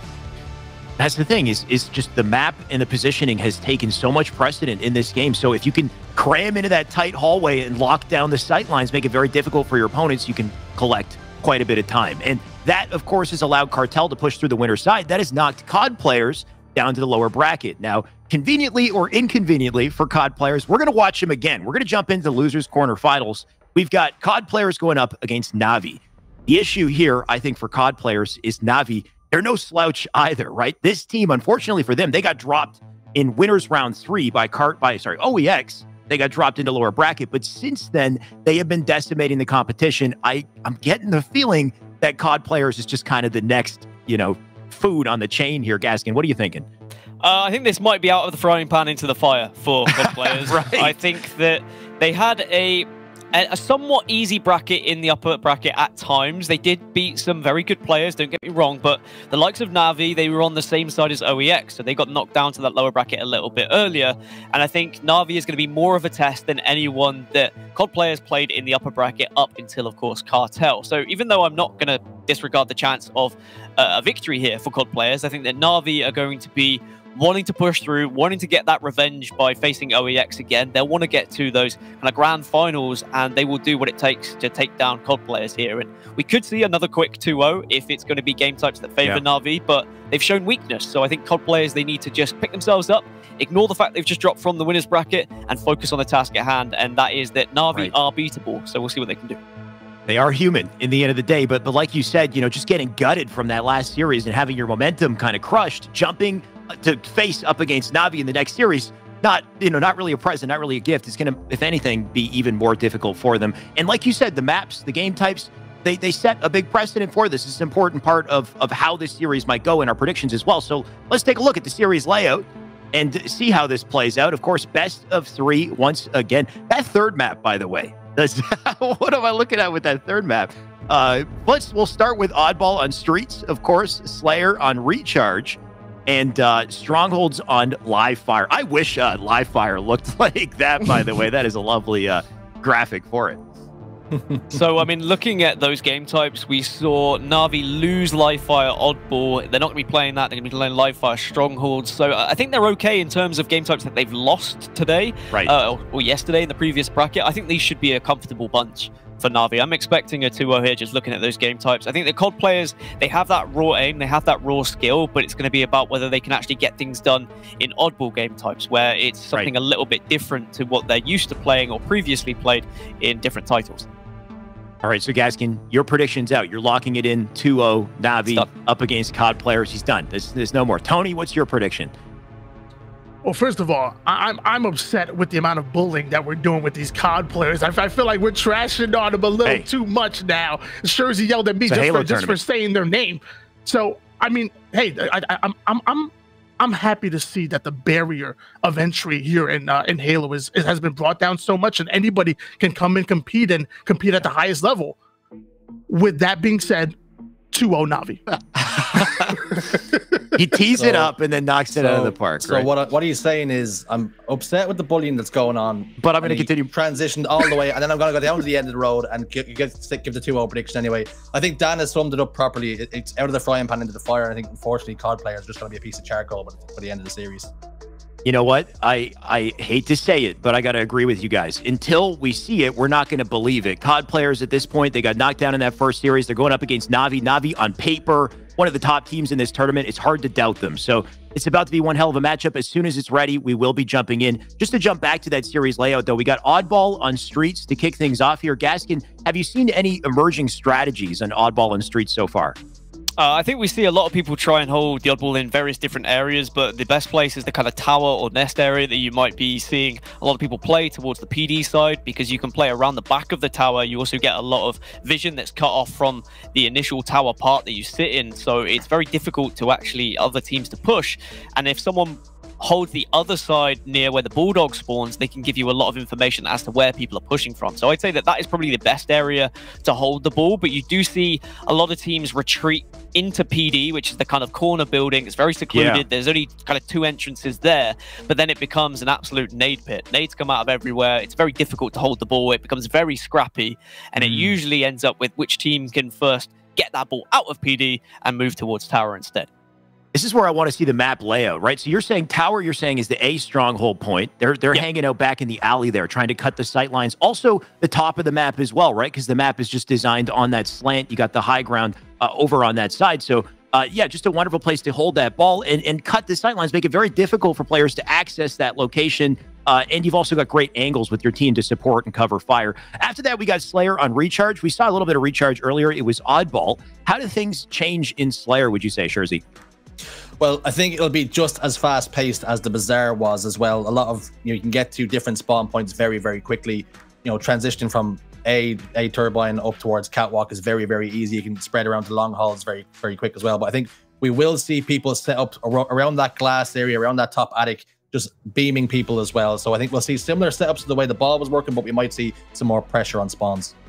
Right, like you said, that A catwalk, that position, so damn powerful, especially if you're kind of locked in that B section by the batteries. You've got literally just almost no cover. There's angles on multiple sides that can just melt you instantly, and I've been victim to that many times. So excited to see how that plays out and how teams can lock down those spawns. Of course, if we get there, we have a Strongholds on live fire as well. Tony, I'll throw it to you.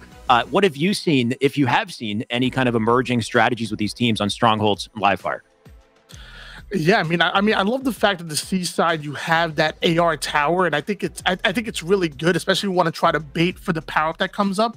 However, in my opinion, I really think A and B are the best setup, because you can plant somebody over towards Overlook who could watch the long haul setup and then watch anybody rotating over towards Commando, and then A and B just seem so close together that the moment a call out comes out, I feel like you could react to it instantly. Like I said, I love the fact that C has that tower and has really good sight lines across power up and even over towards Commando, but I just feel like it's so far away from B that whoever sits on tower is going to be kind of out of the play.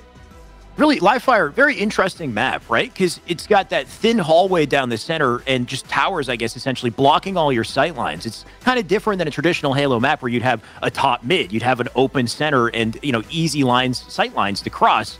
This way, especially for strongholds, like you said, you might have that tower, but you only have so much control on that tower. You only have so many sight lines you can kind of access. So like you said as well, I noticed that Seaside tends to be the anchor point for these teams because of the high ground, because of that nest and the commando spawn on the right-hand side. But teams tend to rotate. They tend to keep up with spawns and rotate if they need to, get to A sometimes, but most of the time they are trying to lock those players in that A spawn and, you know, shoot them as they come out, you know, trying to get to those caps and to take points. But one hell of a series layout. We have to get to Livefire Strongholds first to even see it. Just to kind of double back to our teams in this tournament, though, Na'Vi is one threat, but they are one of many threats in this tournament so far. Gaskin, can you speak a little bit to some of the teams that we can expect to see later? Yeah, so Team TBD took down the boys 2-1 in the lower bracket as well, so they'll progress and play the loser of whoever drops down from the winners bracket semis that we didn't see, the likelihood of OEX or Question Reality, so it might be Question Reality. I think Team TBD are definitely a squad we have to look out for. Even though they dropped down to the lower bracket very early, I think they have some huge players. They've got Ramirez, a great IGL, and then you've got Riot, massive Slayer, Flux as well. I think they're a team to look out for. Definitely a team to look out for. Thankfully, though, we don't have to look at them just yet. We've got our matchup ready to go. We've got Na'Vi about to play up against COD players. And we're about to jump into this as well. Tony, I'm going to grab you to join me to cast this one. I can't wait to get into this series. Yes, I mean, we get to watch our only partnered squad so far here in the tournament. Na'Vi, again, Jimbo, Kimbo, Respectful, and 2Foxy going up against COD players who are trying to make a name for themselves. They made it all the way over to the winners semifinals. Obviously got 0-2 and ended up over here, but you know what? They want to prove that they belong here. If they can take even a game off of Na'Vi, let alone a series, I think that will say wonders about this young squad. Tony, it's a whole new era in Halo esports, Halo Infinite, a new map, new game types, well, not really new game types, but updated game types, right? We're going to see some new rules coming into play, especially with Oddball on Streets here. You've got a round-based game type this time around, the first one to 100 points. But of course, so many goodies to take advantage of here. The Thrust already in play, likely. The Rockets down center map. So far, we're on board with V-Sport Josh, who's going to get that opening kill as well. And I love the fact that Josh is working a little 1-2 combo over with Frag. You know, one of the things I was actually kind of worried about as Kimbo ends up taking him down is that they would rely on their individual skills. COD players have that really fast reflex and that great individual skill, but I was worried how they would play around the shield system where, you know, you're going to want to play in twos, you're going to want to bait and switch, and you're going to want to change up your style. So I love the fact that they're playing in twos, but now we're on board Respectful, working over towards the B side of the map, and even has a Bulldog. Yeah, the fights, especially in comparison to COD, they're much longer, right? You can't just blast them with one shot. You expect to get the kill. That melee will do the trick instead. We'll jump on board with Defrag. He's going to be holding down the alley here. They already got the ball in hand here as well, so early time. Going to go to the boys in blue. They're going to look to rotate that ball out to the A stronghold, just like we had talked about previously. One of the ideal locations to keep this ball. You got high ground, you got sight lines as well, but you can see a three-man push coming up through that alley. Right now, Nolson doing what he can to just rotate this ball out to PD. He will get taken out, though. And with that advantage in numbers, it looks like the ball will be transferred over to Respectful and team. And now that was the setup that Gaskin was talking about. Here over towards the police station, you want to control all of these angles. You want to have someone sitting over towards top A, looking down over towards that Rocket Street, somebody over towards Bulldog, because that gun is absolutely crazy. As we're shooting this shotty in the hands of Respectful, he's going to be taking some heavy damage here, and he's not able to get away with his life. Tony, I heard if you bark, the Bulldog hits harder. So just next time they fire it, you know, you just be ready. Either way, that Bulldog's going to go down for now. Big trade over an alley just to you know, whittle their defenses a little bit. But as we say this, the points starting to collect here on red team, 8 and counting. They're going to rotate that over to alley. Back on board here with Respectful. Once again, holding down A, trying to lock down sight lines, and these boys in blue just spread across the map here, looking for a point of attack. Respectful going to snap, take one.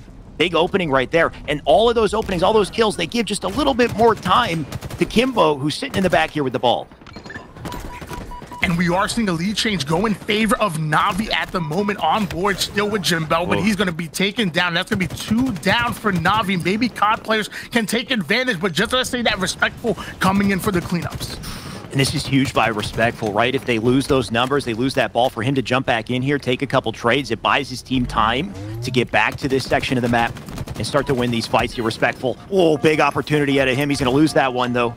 And all while the shields come back. I like the pre-nades just to deny the potential for a challenge. You can see right now, Nolson, he's got a double dilemma. He's got one directly up front, trying to cut the angles, but the melee going to come right up out front. And that gives Red the ball once again here, though looking dicey in the alley. COD players need to be careful and value their lives a little bit more here. When in a 4v4 situation, you cannot be the first player to go down. As the moment you do, you're giving the advantage to the opposite team, and then they're going to play their numbers, especially in a team as experienced as Na'Vi. I want to see COD players almost play it like it's search and destroy. Value every single life, especially when you have that setup locked in, as we're seeing the ball going to change hands. And I love watching Kimbo's point of view. He has such a smooth shot. It's very left hand dominated, but he will be taken down. Smooth shot, but gets overwhelmed just a little bit. I like the attempt, though, right? He knows he's down numbers, tries to rotate the ball just a little bit, focus on staying alive, getting a trade here. All in the meantime, COD players going to try their hand on the ball. They'll lose that one, though. Another pressure opportunity coming up through alley here. Good shots into Kimbo. Going to back Kimbo down, but once again, weak. You can see he's got Josh to the other side of the map. The Spanker now up as well, so point of contention. You got Jimbo just closing it off, but he's down for the count. Full shielded teammate can dive in, pick up those rockets. So COD players, they got some artillery. Can they do something with it?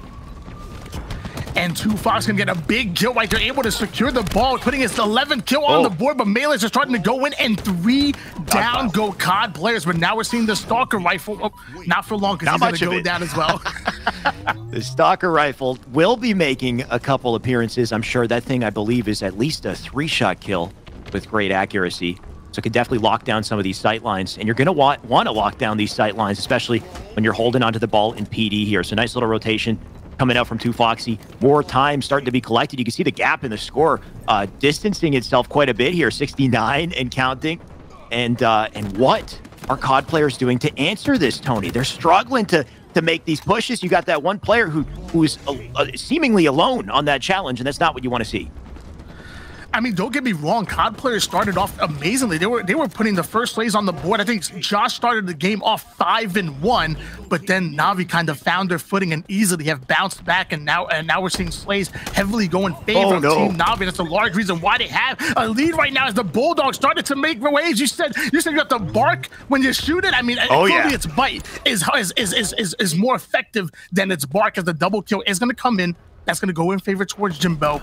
And that might be it. With 9 seconds left, it looks like Na'Vi going to be taking round number 1. You know what? I really think it comes down to that play from Respectful, though. Just rotating through, getting the huge flank. 2 slays as well. He picks up the ball, gets the extra time. Next thing you know, they win round 1 confidently. We saw a couple things in this round already, Tony. We saw that A-size setup. We saw the scavenging, the control of the weapons as well, which is so massive. So once again, Rockets up center. How will they play it? It looks like Jimbo wants to control over this B Street, but he is going to be taking a little bit of damage from behind. Luckily, he's able to wrap around and get a great weak side flank. Excellent nade coming in. That's going to take down Defrag, and now he's right behind enemy lines. Beautiful flank coming out of Jimbo, and a great collapse. 4 down go COD players. And just like that, rinse and repeat. They got the slays. Where will they rotate the ball now? Right now, they don't have that high ground, right? The spawns are open over on PD, and you can see they're aware of it too. Jimbo just waiting on spawners. So this time they've rotated the ball over to C. Low map, but still they can make this work, especially if they're ready for the attack incoming here. Nades into the doorway, Shoddy in the back pocket. Plenty of opportunity for this man to make a play. Kimbo going to play it slow for now. Teammates now pushing up, though. This is the time to collapse, or at least stay back, collect that ball time. Well, yeah, with another 3 down going in favor of Na'Vi, they know all you have to do is set up. When you have this setup locked in, I talked about it before, when you have it locked in, at that point, your only objective is to put down more damage and take as little damage as possible. Stay alive, force the enemy team not to be able to push up, get the slays when you need to, but Na'Vi just really locking this down 27-0 as Kimbo and Dave are going to be trading off kills. Jimbo gets a big kill off the screen, and just like that, 3 down once again, go COD players. Man, Na'Vi just they're not shaken, right? COD players had a 2-pronged attack right there. They sent 2 on the right side, 2 on the left at the same time. You thought that would have worked, But all while that happens, Na'Vi, they prevail. They just managed to stay alive here and hold on to the ball where it is. You can see that ball's now rotating out through. D-Frag going to do what he can to get the coverage on it. Big assist. Going to dive into Ali here as well. He wants a piece of the melee, but just slightly out of range, and that's going to hurt him. These trays will continue until somebody can get an opportunity for the ball here. And let's be serious, Alex. I mean, what did we expect? Again, this is 3/4 of that world-renowned FAB-E roster. I mean, they're destined for greatness, as Josh is going to be able to take down 2 Foxy. Now we're going to switch gears over towards Respectful, trying to make his way over towards Rockets, able to get it and get out of dodge. Now, notice with Rockets, when you pick it up, it has a little bit of delay before you're able to shoot it, and you're seeing that he wasn't able to take advantage, but it is going to swap hands over towards Kimbo.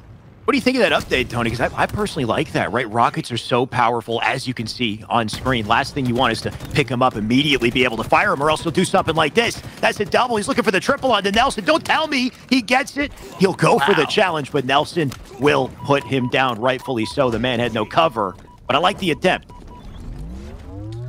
And notice, I mean, obviously the Slays are, they're pretty close right now. You have 8 out of Jimbo, 6 out of Kimbo, and Respectful piece. They're pretty close to COD players, but what you're really seeing is that objective efficiency. The moment the Slays start to go in for Na'Vi, they don't hesitate to hop onto that objective, to lock in their setup and make things as difficult as possible for COD players, where even after COD players are able to get Slays, it seems like it takes them a while to get their footing here, as Respectful is really starting to go off, but he's finally going to go down, switching gears over towards Nelson, who's not able to win his individual gunfight. And while all this is happening, the ball has swapped hands. Have that ball being traded left and right, but you got to love the presence of thrust in this map, especially in that section of the map when everything's so tight. You got these close corridors. Being able to just jump left and right, dodge nades, can be so satisfying, leads to some big plays here. But of course, right now the game plan, just hold on to the position, hold on to the setup. You can see he's got D-Frag on his right side. He's got 2 players on the left to hold down C and allow him to collect time. This is the most time we've seen collected at a COD player so far. The best setup we've seen out of them so far, though I might be speaking too soon. Pressure coming in from 2 here. Snaps onto Kimbo for 1, and that's going to leave 2 Foxy stuck in that red room with limited options here. Well, they're in a 2v2 situation, but once again, Na'Vi actually going to lose that individual gunfight. Do not count COD players out just yet. They have a setup of their own, but just as I say that, 2 down, go to Boys in Blue. Respectful with a hot double in the feed. He's back in our POV. Nelson's hiding in the door, though. And you got to watch out for this man. He does still die, though, so great team help coming in there last second. Ball now collected. Looks like they might have a chance to rotate this out to PD, which would be ideal. All well he does that, though. Challenge coming in from the front door C here. You can tell he wants a piece of it. Also managing ball time at the same time here, so Respectful. Just juggling the options. Got a teammate in the back of the base to clean that one up. He's got teammates out front. Look at this escort as he rotates the ball. Na'Vi playing this cleanly.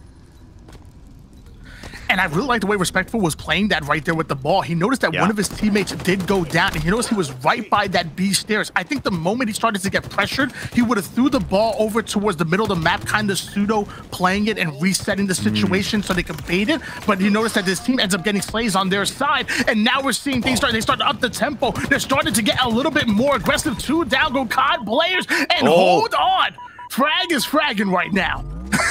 These boys are getting kills. They're moving quick. I don't know if you saw that, Tony. I think earlier that player went for a melee and then weapon switch into sprint so he could get around the corner instantly. Little things you can do to cancel animations, move quickly. These players will pull out just to get that slight competitive edge. And this is, of course, huge for D-Frag and team. They're going to need this time here. 45 and counting, and to hold on to it in PD. Pressure coming out from A side. He's got the sightlines locked down, but not ready for a player right in the front door. But another 2 down go COD players as we're switching gears over towards Respectful, who he's going to go down as well. Back-to-back kills going in favor of Nelson and Dave. And now we're seeing Slays go. But another player going down. Assault rifle in the hands of Jimbo. You know I love me some AR action. Jimbo, show me what you got. The assault rifle is so powerful, but so is the rest of the sandbox. You got to be so careful and play the assault rifle in the right scenario. Unfortunately for Jimbo, just getting crossed up from multiple angles. What's better than the assault rifle? The rockets, though, Tony. We'll see if this man can put it to work. So far, just needs a target. He's going to cross-map it. A little risky, right? Doesn't get the kill for it. And, you know, maybe a bit of a wasted opportunity with those rockets. At the very least, thankfully, they do have some form of coverage here. Flank coming in. 2 Foxy just putting that man down. He'll rotate back to center. So unfortunate for COD players a little bit. That's going to disrupt their setup. Well, you know, give him a break, you know. Like in Call of Duty, the closest they have is the noob tube, which can really go distance. You know, he doesn't know. You got to value those rocket pods. We'll give him a little bit of break on that one as one down. Does go COD players. That might be the initial kill that Na'Vi needs to take advantage of this on board with Kimbo. Playing a little bit slow, just waiting for it. Oh, and the overextender ends up coming in and taking down Kimbo. This might be exactly what COD players need to mount a comeback. I don't know. That overextender was by himself, though, Tony, right? The moment he jumps in, he disrupts the setup for a split second. But if his teammates aren't there, ready to cross immediately, then what's it for, right? Shoddy in the back pocket here of 2Foxy as well. Gonna make things perfect for the rotation. Picks up another on the B Sport. Gonna snap into center. No way he's using Shoddy. That distance, the BR will do the trick for the double. And look as he just brings out the bag already. Tony, the man's mean. Teabag's already coming in. I don't think that man liked that flavor right there. Nah. As we're on board respectful with the ball. We call that Earl Grey. And it looks like that's gonna be it. The game number one, heavily going in favor of Na'Vi, but I will say, COD players, they showed some light, especially in round number 2, where they showed us that, hey, they can slay out and maybe they can hold a setup of their own. Maybe they can bounce back in Slayer. Their biggest opportunity was that setup on Seaside, right? They had the setup in the subway station. They had players watching both right, left side. Things were looking good. But something that we noticed time and time again from Jimbo and team is their coordination, their ability to disrupt and break setups, and then to rotate, create their own opportunities. I think Respectful had one of the biggest plays in the game there was when he picked up the ball at C, rotated it, but recognized that he was in a crucial middle position in his team and couldn't just hold the ball. Needed to also lend covering fire and pick up a couple kills along the way. So having that flexibility as a teammate, recognizing your position, your role on a dime, and being able to manage all of it, I think is what's allowed Na'Vi to hold on to the lead confidently, even with COD players showing a little bit of life in round 2. And to be honest with you, I mean, the one thing I really enjoyed about watching Na'Vi's point of view is that, you know, it wasn't like there was anything, you know, crazy flashy. You know, we're used to watching Halo 5. People are thrust sliding and zooming all over the place. What you saw is just good fundamental Halos. Get your slays, get your setup, and lock it in. You don't need to go after that crazy triple kill, overkill, or do anything crazy. What you need is just good fundamentals, and that's exactly what you saw executed by Team Na'Vi. Tony, I personally don't mind if they want to go for the triple, if they want to go for, you know, like it would be hype. So you know, don't tell them to go for the triple. I want to see it. We saw it earlier, actually, right? We had the double with the Rockets, and who was it? I think it might have been Respectful. I can't remember, but he jumped out into the street. He had no cover, and he's fighting the man who's up on the head glitch out on the B stronghold. This is it right here. It's Kimbo. Look at the confidence out of this man. Like, you love to see it, right? When you're getting kills like that, you say, screw it. I'm going to get this 4-shot. I'll cross him, even if I don't have the advantage. Yeah, I mean, they also afforded themselves, I think, a 37-0 lead at that point. So if you afford yourself enough of a gap, hey, go in for the crazies. But again, like I said, it was really the fundamentals. It was really the ability to know exactly where you want to be and exactly what you want to accomplish. And it's all about execution from there. I can tell that Na'Vi have been scrimming. They know exactly the setup that they want. And it's all about just getting into place and letting the dominoes fall where they may. Yeah, I mean, you make it sound easy, Tony, but when we get on the sticks, it don't work like that, does it? It's difficult when you're actually in the game trying to micromanage the situation and very quickly prioritize the right targets and be efficient, which is something I've recognized is so much more important in Infinite, similar to the classic games. You got to be so efficient. You got to be so smart with your decision-making, because any slight mistake and you're dead. That's it, right? You're out of position. You got very limited options, very limited tools to escape. So we saw some great efficiency out of Na'Vi. I expect to see it continue on Slayer. Recharge. Tony, any keys to success jumping into this one? What do you think? Well, you know what? I think COD players, if there's a chance that they are going to win a game or at least create some momentum, I think it's going to be on Slayer. I feel like they win their individual gunfights. I mean, when they get into them, I feel like they have the ability to win those pivotal battles, and that's what it's all about with Slayer. The one thing you have to be worried about with Na'Vi is not only are setups popular in oddball game types, but also if Na'Vi get into a setup in Slayer, you have to isolate 1 or 2 players as you go to break it. And I think COD players are in a perfect position to match that. I mean, they play game types like Search and Destroy, like Control, where it's all about breaking a setup and winning their individual gunfight. So I think if there's any chance that COD players come out with a win and create some momentum, it's going to be right here, right now. I mean, I'm with you on, the fact that there is a chance they could potentially do it. But Tony, I mean, we're talking about Na'Vi. We're talking about the coordination, the teamwork coming out of these boys. On top of that, we got a grapple on this map. We got a repulsor on this map. We got a shock rifle. We got a camo. We got a lot of goodies to fight over here. And I can only imagine they will be the source of some high-tier play. So let's see how these boys opt to play around these resources, especially off this opening strat. We're going to jump on board with Jimbo. Jimbo going to try to hold 2 angles at once here. He's got one in yellow. Camo was up, and I think it's been picked up by a blue player. We see Respectful and Jimbo working a little 1-2 combo over here towards the outside of the base. Shots are starting to ring out. Frag trying to stay alive. Excellent kill on Respectful, and the double kill coming out of Defrag of Tart. My gosh, I talked about it before. I said COD players have that ability to win these pivotal battles. They have that individual gun skill. Now it's time to prove it. Individual slaying power is there for sure. On top of that, they got some resources to work with. You can see the repulsor coming into play here. The man wanted to use it, and it can be so difficult to pull off, right? You're committed to a pretty long animation if you're out of range, and understanding that perfect range can be difficult because sometimes you do get that perfect pushback. Sometimes you get nothing. Of course, all will I say that the sword is in play too in the back pocket of Jimbo. We did momentarily see a 3-1 start for COD players, but just like that, Na'Vi able to bounce back and steal away this lead. Jimbo now taking some heavy pressure here over towards the outside, ends up going down to one shot. He's gonna let to back down and try to play his life. Luckily, has a teammate there that's gonna cover his back, but Josh is hitting his shots on the other end. Jimbo just skating right now. Look at this man very carefully navigate the map. Are you kidding? He'll get right up into the face of one for the sword. And this is where the equipment in the sandbox starts to come together, right? Repulsor up. No way! He dives in with the sprint to connect that. And Jimbo right now making big plays for the team. He's also set up for his teammates to work around him. And we do see 2 teammates actually electing to rotate over toward the long haul side. Meanwhile, Jimbo getting ready for that camouflage a bit early. I'm liking the way Na'Vi are playing this right now. Respectful off the screen ends up getting a big kill. That's going to be the initial kill they need to create some kind of offense coming out of Na'Vi. They're playing so well. And look at the lead. The scoreboard does reflect this. Na'Vi on a bit of a run. Respectful with a bit of a flank, though he does get killed. Camo, though, all while that happens in the hands of Jimbo. Jimbo's still popping off. Still got the sword. Still getting kills here, too. That's a double and a spree for this man. Spawner's up on Seaside. Jimbo intimately aware of it. Just going to sneak attack his way through. Perfect opportunity. Look at this. Nothing these boys on COD players can do. That's another double for Jimbo. He's not done yet, Tony. He's looking at spawns, too.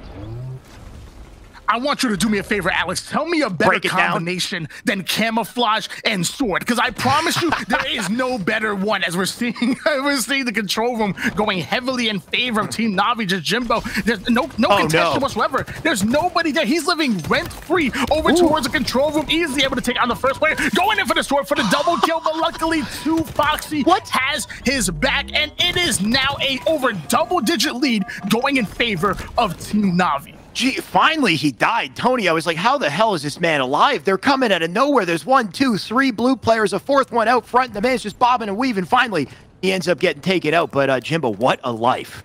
And what an opportunity it's allowed for his team. Now 22-10. Shock rifle coming into play here in the hands of Respectful. He'll snap and miss that first one. Got to get out of dodge here, and misses the jump just slightly. I talked about this with Clutch earlier. It takes some time to get used to the maps, right? You can miss ever so slightly with some of these jumps, and that is your death because of it. Back on board here with Frag. Frag catching the backside of 2 Foxy right there. Excellent kill. Come at him. Now he's going to go and challenge the player over towards Attic, which is going to be Jimbo, forcing him to back down. Meanwhile, Respectful actually taking down this player that was watching the Whirlpool side. He's well aware of it. Communication coming in. Must have had the UAV activated.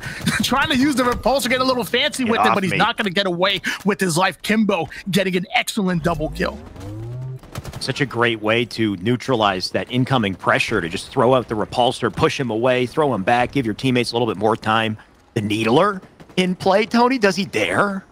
I haven't seen much Needler just yet in competitive, and not quite sure how much of an impact it can play, but Kimbo, if he's feeling himself, I wouldn't be surprised if this man pulls something off here. All while that happens, we've got DV, who's trying to make the rotation just to hold on to top ground here. Not ready for the incoming Needler, though, but the double melee will do the trick. Oh, don't get me wrong. I mean, the kneel, he's not using kneeler for kills. He's ready. He's ready for when they win. He's gonna drop the Walshy type teabag with the kneelers. Fear the pink mist. 12-3 coming out of Jimbo right now. He is absolutely going off. Respectful gonna get a big kill off the screen as well. And now we're seeing two Foxy and Jimbo work a little 1-2 combo over towards the attic side, waiting for a flank. We have another two players going over towards Maintenance Bay. They're about to collapse in as Kimbo Respectful end up getting the first two kills. And here comes the collapse. 3 down. Make that a full squad wipe going in favor of Team Na'Vi. Tony, the game's been out for what, 5 days? And they've got perfect spawn collapses on lock. They had 2 on one side, 2 on the other, just going to lock them into yellow with no options. And that's going to give them a favorable trade once again. Now 38-21. You start to wonder if a comeback is even possible. 3 members of blue, they're trapped over on C. Quick little rotation out of Kimbo. He's going to back out of this situation, hold on to the advantages. They got insight on where all these players are. That's going to be useful, especially if you got a buddy directly beside you to help. Not ready for the chow behind, though. And Nelson, nice little flank there just to disrupt the setup. But is it enough? Well, I mean, luckily for COD players, you know, it's still early within the day that they're going to be done here. Maybe they can hop into a Challengers Circuit tournament or something after this. I'm not sure, but it looks like this is all Na'Vi right now. It's 15 kills coming out of Jimbo as we're actually on board with them right now, holding down Maintenance Bay. He does have a few teammates wrapping over towards Long Haul, and now we're seeing the entire COD players rotate towards Control Base as Camouflage is coming up. And 2 Foxys, well aware of it, gonna actually get caught off guard. Big kill by Frag, but Kimbo coming in for the cleanup. And now B-Sport Josh, a little bit too late, not gonna be able to know exactly where that Camouflage player went. I mean, Defrag will pick up that kill, but in the end, it just becomes a trade, right? At this point, they can't afford a single trade. All the pressure, all the power against them here. 47 and counting, just 3 to close the game. I mean, at this point, it's looking like a matter of time. Can he pick up one, though? Jimbo will take him. And Jimbo with the camo once again. So just to add insult to injury, they are dropping like flies for a spectacular 50-28. Tony, I mean, we saw dominance there. I thought for a second COD players had a little bit of life, like we said in Oddball, but man, was that snuffed out in Game 2. And sadly, COD players will be going home a little bit early, but I mean, big ups to them for making it all the way to the winners bracket semifinals and making it over to day 2. I mean, that's huge, and I bet you any money that they're going to be hitting the drawing boards, doing that film review. And if we see COD players next week, this will not be the same COD players that we saw today. They will be even better than they were this weekend. So I want to see COD players really. No one needs to hang their head low. I mean, again, they did one heck of a job, in my opinion. Let's keep with this scoreboard just for a little bit, though. Well, if we have some control, I'd like to see the Slays the Deaths once again, though. But Jimbo, I mean, popping off that game, Tony. It says apparently his accuracy is 40%. I disagree.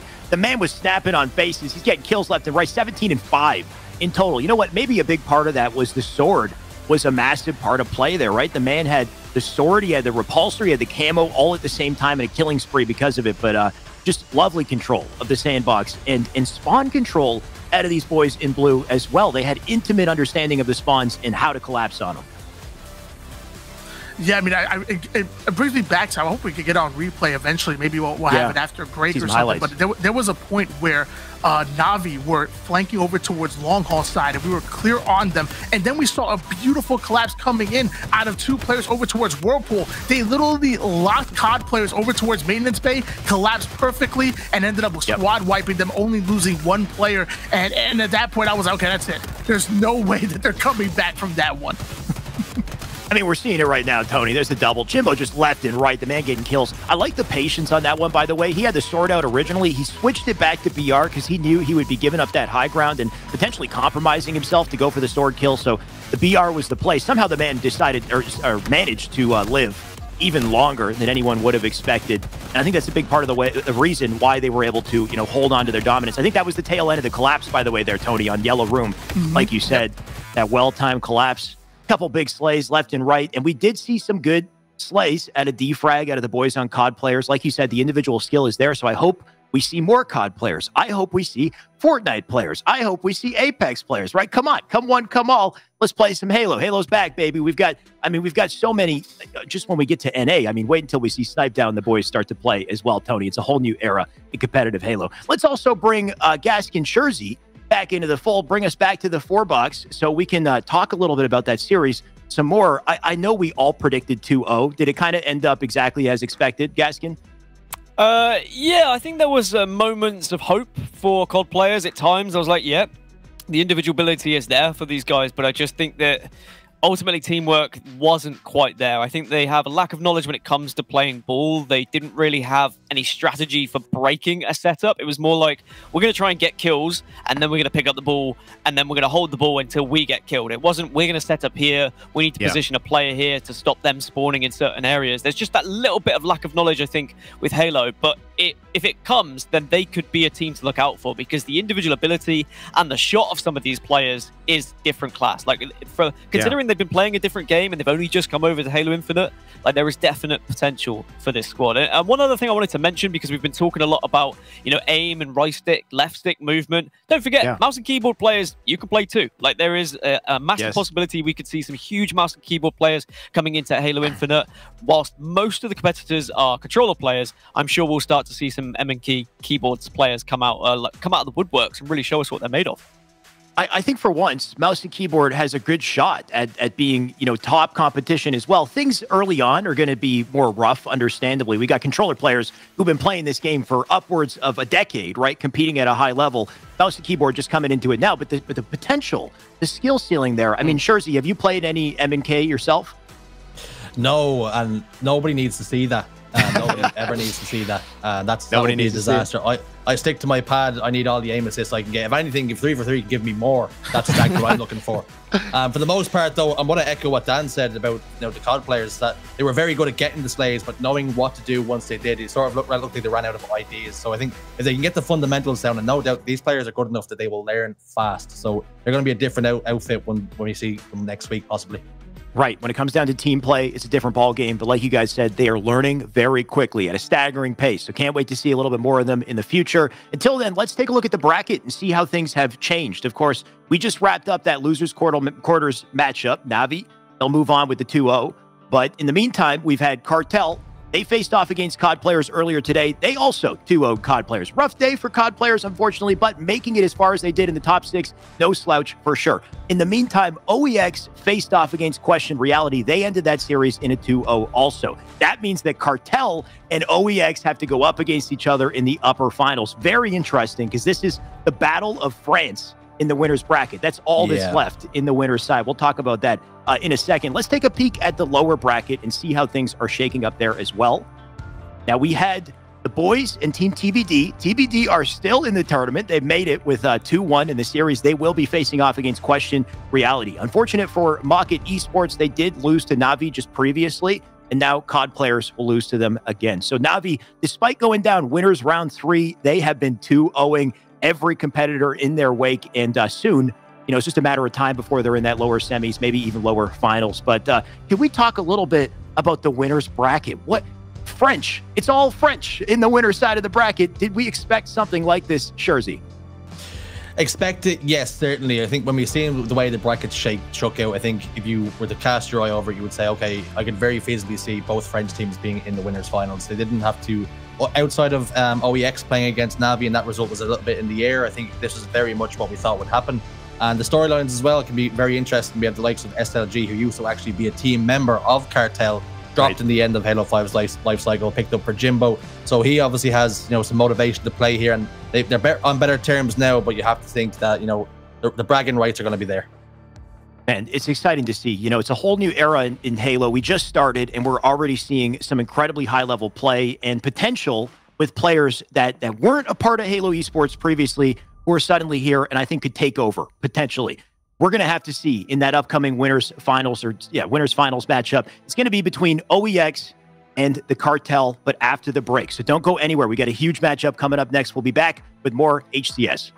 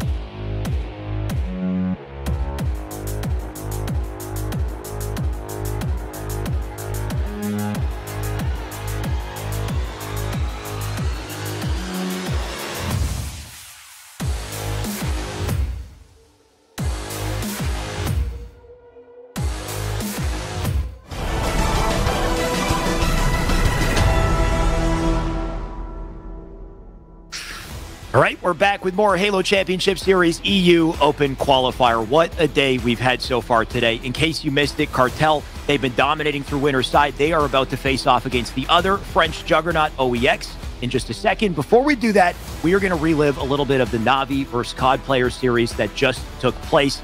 And I'm going to welcome back our casters to the table. Once again, we got Gaskin, we got Shurzy, and Tony joining me. And I'm Shyway, by the way, in case we're not acquainted. Boys, we got to relive some highlights from that last series with Na'Vi versus COD players. I'll just start with you, Gaskin. Just take me through that series a little bit. I think Na'Vi showed their experience with Halo a little bit more here, and even though, you know, we were kind of making jokes about COD players and coming to a new game, I think they really shined in this tournament. Top 6 is a fantastic achievement. In these games, though, they just lacked a little bit of structure. When it came to knowledge, they didn't really necessarily know what to do once they had set up with the ball. They weren't comfortable breaking setups either. Na'Vi just had that kind of plan A, B, and C, whereas I do think for the COD players, it was just plan A, and that was kill, try and get the ball, and then see what happens afterwards. Tony, we just had the privilege of casting this one together. Did you have any big highlights that popped up for you in this last series? I mean, I just talked about it before. I just talked about Na'Vi's ability to just execute. You knew that they wanted to set up every single map, and they got their slays, they got into their setup, and they held it. It was just such good, disciplined Halo. And to be honest with you, I'm gonna rewatch some of this, and I want to implement some of this into my gameplay because I'm definitely not disciplined. I will fly out there and go in for the challenge and lose every gunfight. Meanwhile, Na'Vi are playing what, in my opinion, what's perfect Halo. You know what? It's that H5 kid mentality, Tony. Don't worry, I got it too. But Shurzy, I mean, just after watching that series with Na'Vi, of course, they got knocked down to lower bracket early on yesterday, but now they're back with a force. Do you think that that puts them in a good position to go up against these French juggernaut rosters we have on the winner's side? Well, I think the evidence would definitely show that on an individual level, we have players like Jimbo who made that second game. That was pretty much the Jimbo show. Camouflage, sword, holding down control. There was a little bit of hesitancy when he was thinking about rotating into Turbine, but he backed himself off, realizing if I go in there, I'm a little bit more open, a little bit more exposed. And that's great Halo IQ to back down. I can control this whole side of the map with this sword and with the camouflage as well. So great play out of Jimbo. I think they're fit and firing and ready to go. They're looking good. We'll see if it's good enough to face off against these two teams that we're about to watch. So we'll jump over to the winners finals side of things here. We got OEX up against Cartel, two very dominant French rosters right now. Gaskin, can you introduce me to these teams, please? Don't forget the sprinkle of England as well from Snipe Drone playing in Cartel. Us English people will take anything, by the way. He will three amazing French players featuring some of the fantastic Halo 5 gods that we saw, featuring the likes of Legend, and also with Snipe Drone, who is the newest addition to this squad. I do worry about the language barrier. They are calling out in English. Does that hurt them ever so slightly? Doesn't look like it so far. Going up against OEX, which again is a full French roster, but features SLG, who was a previous teammate of Cartel. So I think this is going to be a little bit of rivalry between these two. There's a lot of history and also a lot of experience. And Shurzy, I mean, we were watching scrims between these two, weren't we? And it was pretty close, but one team did come out on top. Yeah, out on top. Yeah, well, Cartel actually won the scrims 4-2 with you've seen OEX winning both Strongholds game. Unfortunately for them, with the way the game types worked out, there's no Strongholds game types here. So does that play into the hands of Cartel? Perhaps just a little bit. There was a close Slayer in there, a 50-49 on Bazaar as well. So these two teams are neck and neck, and it will play out a little bit differently when it comes to a live event, when there's a little bit of money on the line, with there's some seeding points as well. So when you're under the lights, you're on the Halo stream, you might play a little bit differently.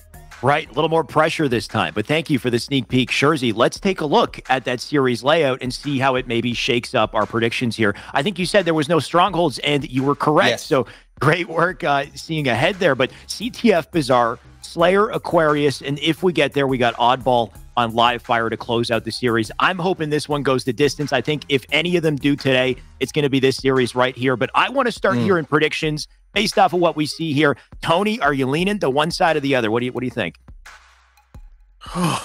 This is going to be a tough one. Put the pressure on you. OEX is made up of 3/4 of that roster that placed top 12 in 2017 Halo World Championship. So, and they really had one of the hardest roads to get to this point. So I really want to lean towards them. But you know me, Alex. I go with my heart, and my heart is telling me that there's some new kids on the block. New blood. and that's Cartel. Their speed, their aggression is unmatched. I'm going Cartel. I think it's going to go to game 3. We're going to see a 2-1, but I'm going Cartel all the way.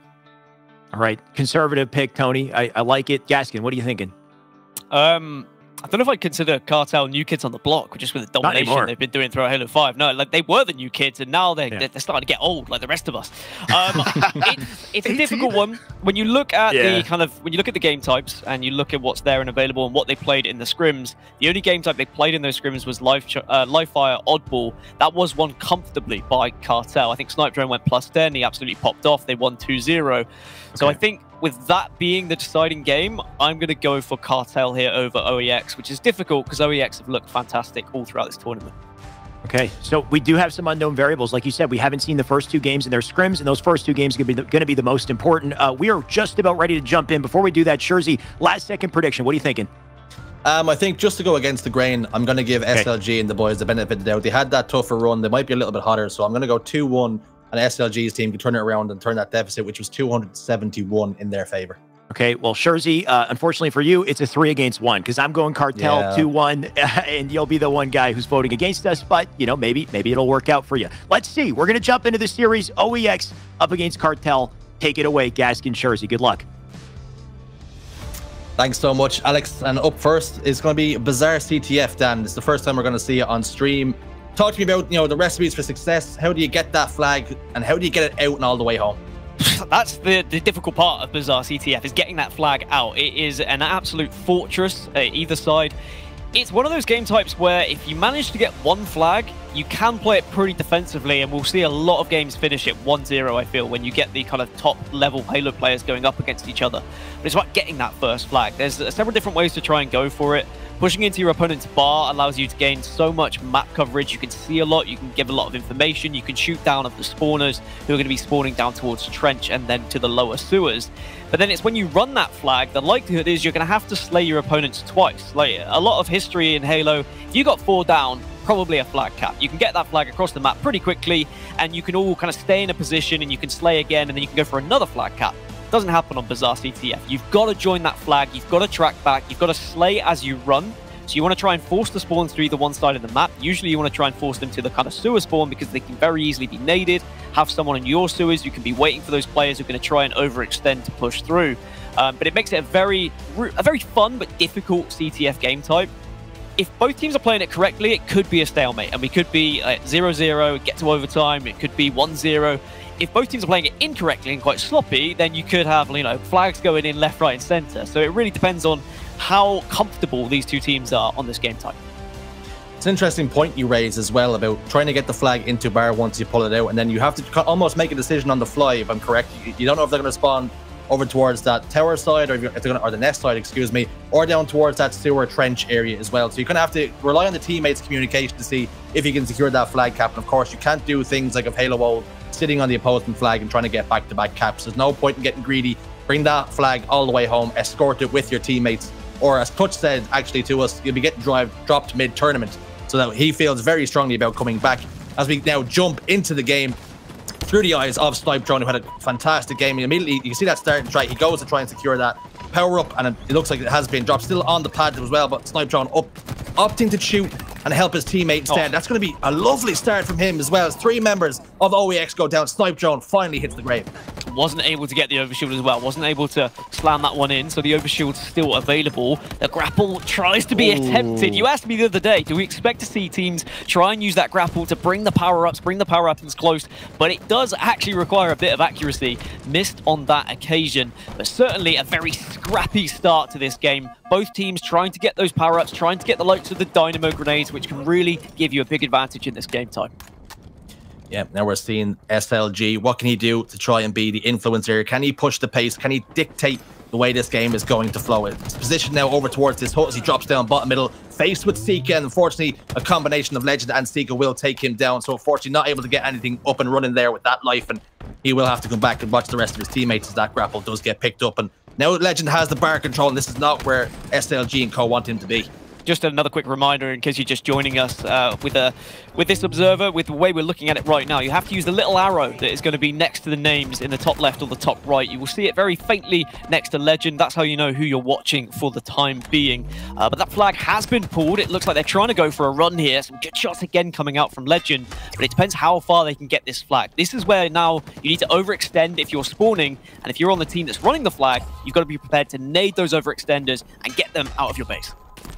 Unfortunately, we are seeing two members of OEX going down. Urix and SLG have faded away and will not be able to stop this. This is going to be as clean a run as you're ever likely to see. Straight into bar, straight through double doors, and then all the way over top middle as well. So nobody in position to stop that. And that just goes to show how strong Cartel have been, with another two members of OEX going down. They're on the ropes here. I think what was impressive from that flag run was the fact that Cartel all pushed in as a unit. There was 2 or 3 of them on the flag. They slayed together, then they ran it, and they all moved collectively across the map, being prepared for whoever was going to face them. And the one remaining player went back to the base and did a full sweep to check no one was there, killed the overextenders, and it was a really solid flag run. And now, if I'm correct in thinking it's difficult to score flags on this map, I think OEX might struggle to get back into this game now with 9 minutes still remaining. But Cartel being Cartel, they're going to push for more. There is no chance they are going to sit back. Yep, you mentioned, you know, if you can set up a little bit defensively, almost park the bus, but I think the situation is, that's not how Cartel play. They wouldn't know how to do it. 2 members go down for the moment, though. Nurix is waiting to spawn back up. He has just gotten up now, a full complement of the side of OEX. SLG trying to push that tree now, fortunately back down with a couple of nades as well, and how he could use those dynamos to see if he can clear the hook, but unfortunately he does drop down out on that balcony. Rockets though come through. Stark gets that kill. Snipe drone will fall, but double doors action going down. Thrust pack as well in control of Sika. He's trying to play defense. It looks as though they've gotten the job done and they've withstand that tide. If there's one place you don't want to just be aimlessly pushing, it's double doors, because it is just filled with grenades and you just walk into a very unpleasant situation. But again, just the shots coming out that we're seeing from Sika, it does eventually fall, as both teams will now try and gain control of the middle of the map as they look towards the next power-up spawning shortly. And at the moment, I would say that Cartel are in enough control that they shouldn't be too worried here. No, not too worried at all, but 4 dead for OEX. They're a team that definitely have to be worried. Flag out on the move again, heading towards those double doors. Fragger sees the flag on the move and is going to try and cut it off the pass if he possibly can. Expect to see some nades land at the feet very quickly. Gunshots will do the job as well, but I like this here from Snipe Drone. Standing, waiting to take the fight, knowing if he tries to run that flag, he's going to pay the price of his life. Oh, just tunnel vision there from Chick, looking at the flag, not even considering the power-up, and there was Snipe Drone waiting in the wings, helps his teammates, they continue to run the flag, and now Snipe Drone can just dominate the middle with this extra shield he's able to pick up. It should be another comfortable flag cap if Snipe Drone can get one more kill, but it looks like he's struggling to find the players here. Here's Chick though, and it looks like, yep, okay, that's going to be a kill. Nice assisting from the team, and I think that Cartel look on top form right now.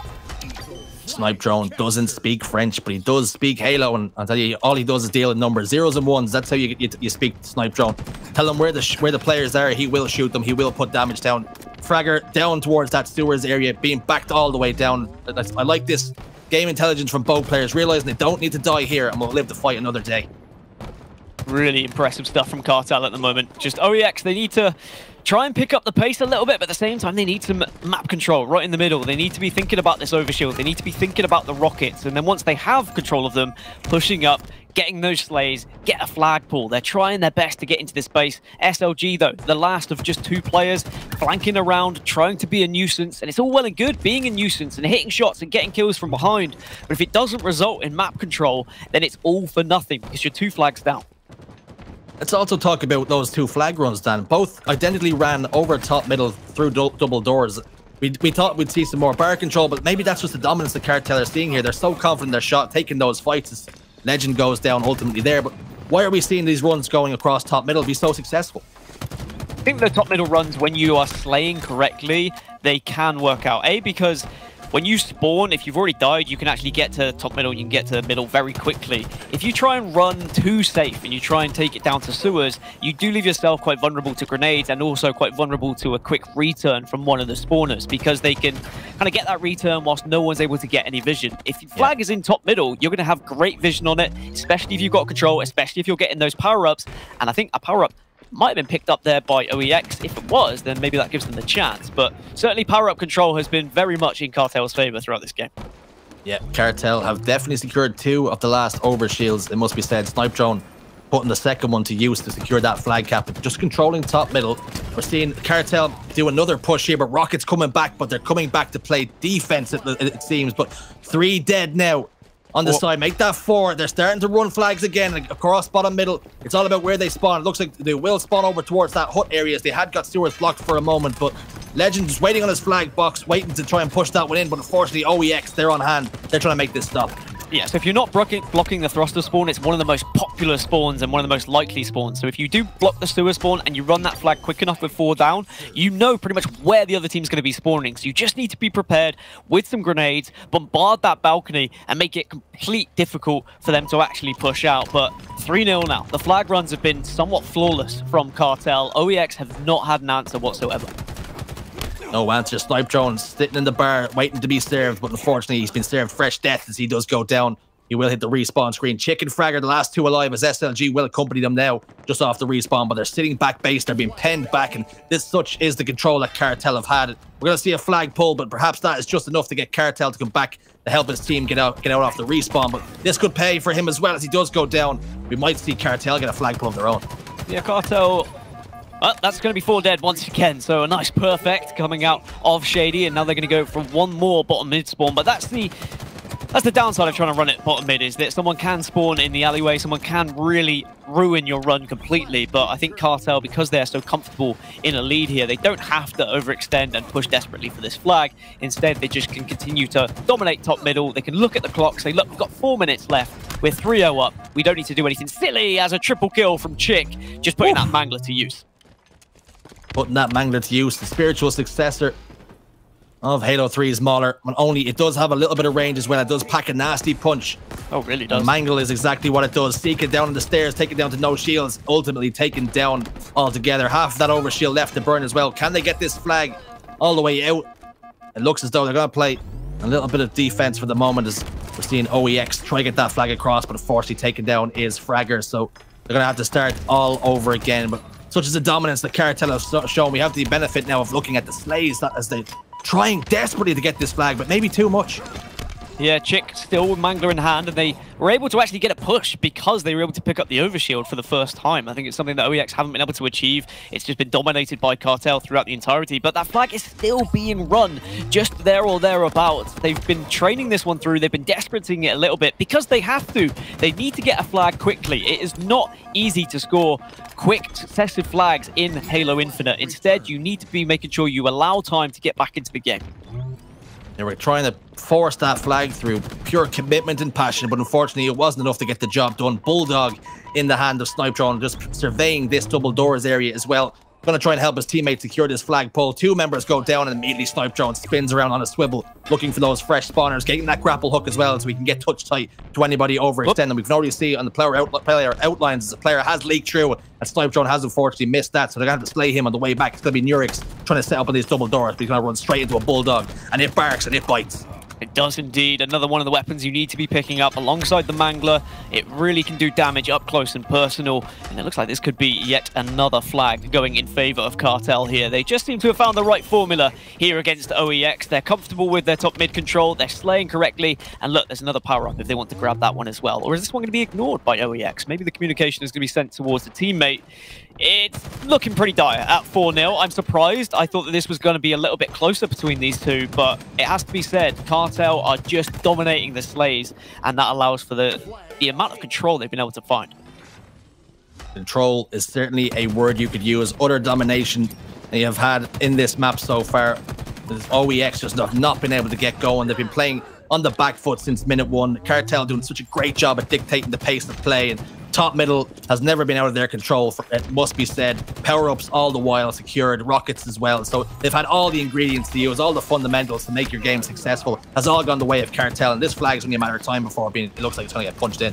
They've thrown in all the ingredients to the mixing bowl, and they have baked a pretty heavy cake that OEX will not want to go anywhere near, because this has been a one-sided affair that was definitely against the grain. When we looked at the statistics, when we looked at these two teams, how they've been performing in this tournament, everything led to this is going to be a close series. This is going to be a close game.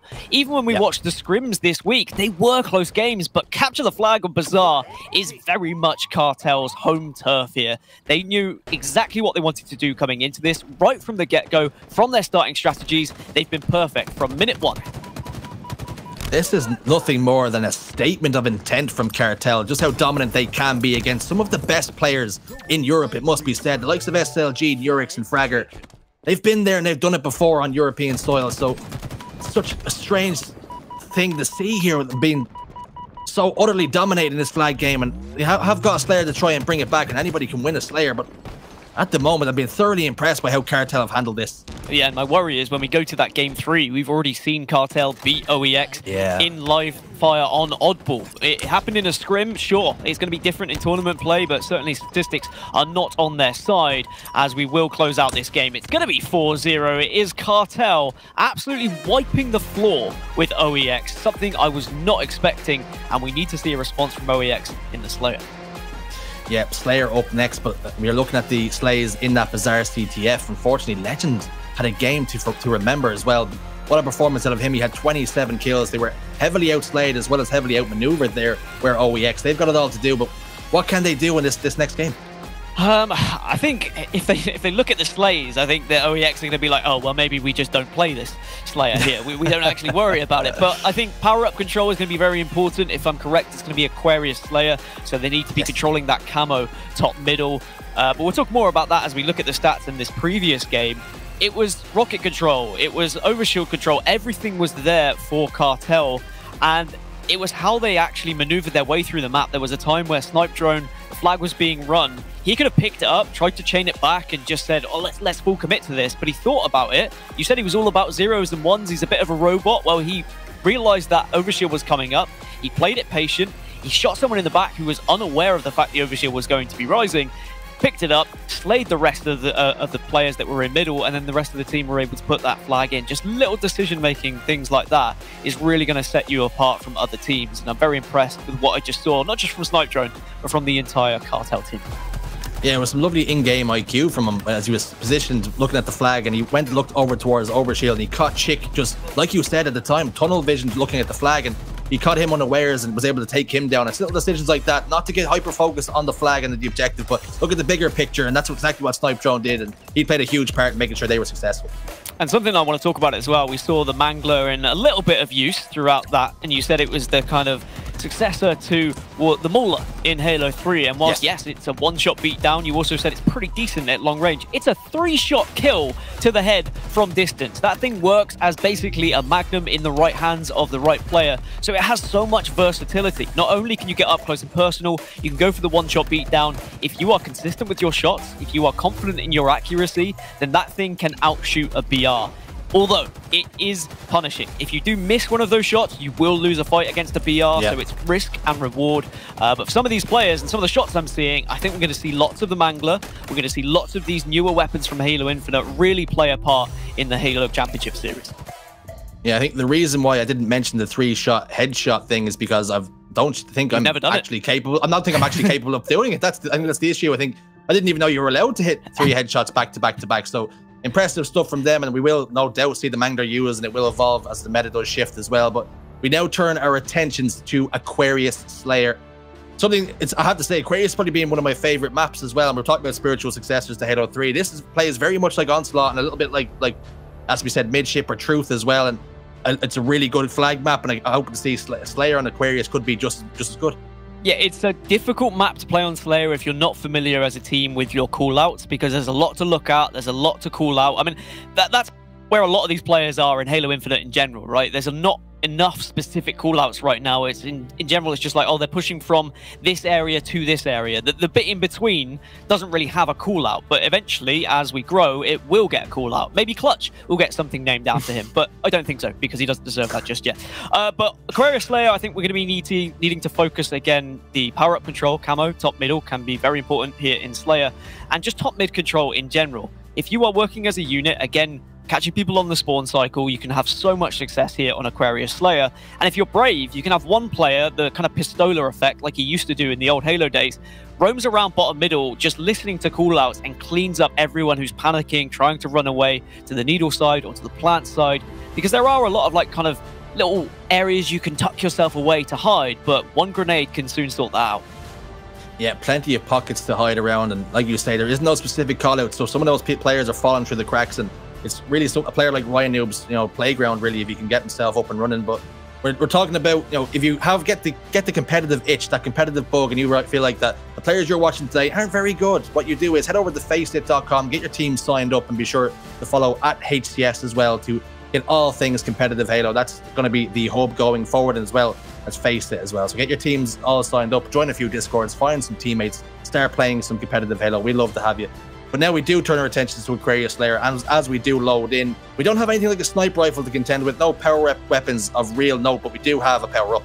And of course, there's a heat wave as well on this map. And yes, that thing, I think I will call it a power weapon. And we've got some dynamo grenades, which I think I might call that a power weapon as well, because they can hit hard. But the heat wave, as long as you're using it in the correct way, you're using it vertically, not horizontally. I had to think about that one because I had to just line myself up.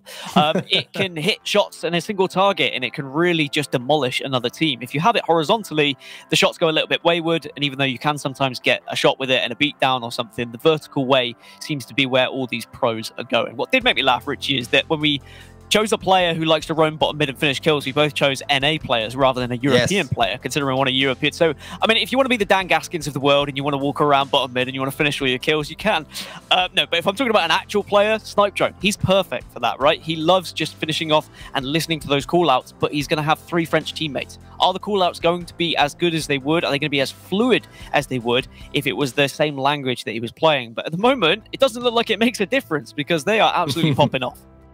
Yeah, he doesn't have to listen to too much when everybody he's fighting is either one shot or he makes them so for the rest of his teammates. But now turning our attentions to OEX, SLG and the boys, they went down so heavily in that first game, and no doubt that's put their nose a little bit out of a joint, and they're going to want to bounce back. So he has to do it here, or they're going down to the losers bracket. They're already, they're already at that kind of point where they're probably thinking about the losers bracket, and they're probably thinking about Na'Vi rubbing their hands together at the potential chance of getting a rematch, because even though they would have been on that high after the winners bracket run they've had up to this point, they've just been knocked off that high horse they've been sitting on firmly. They have been pushed off so far that they probably are going to be dropping to the lower bracket before we even realize, because this has not been a game. That Bazaar CTF was not a game that was close whatsoever. There's not even any positives I can look at what OEX did. It was all about Cartel, but they need to change their fortunes here in this Slayer. They need to respond to Cartel in a way that Cartel say, oh, okay, no, they are here to play. We need to worry about what could happen in map 3 if we lose this Slayer. If Cartel, however, off the start, off the rip, they manage to go 5-10 kills up, I think the heads might start to drop with OEX, and they'll already start to be thinking about that losers bracket.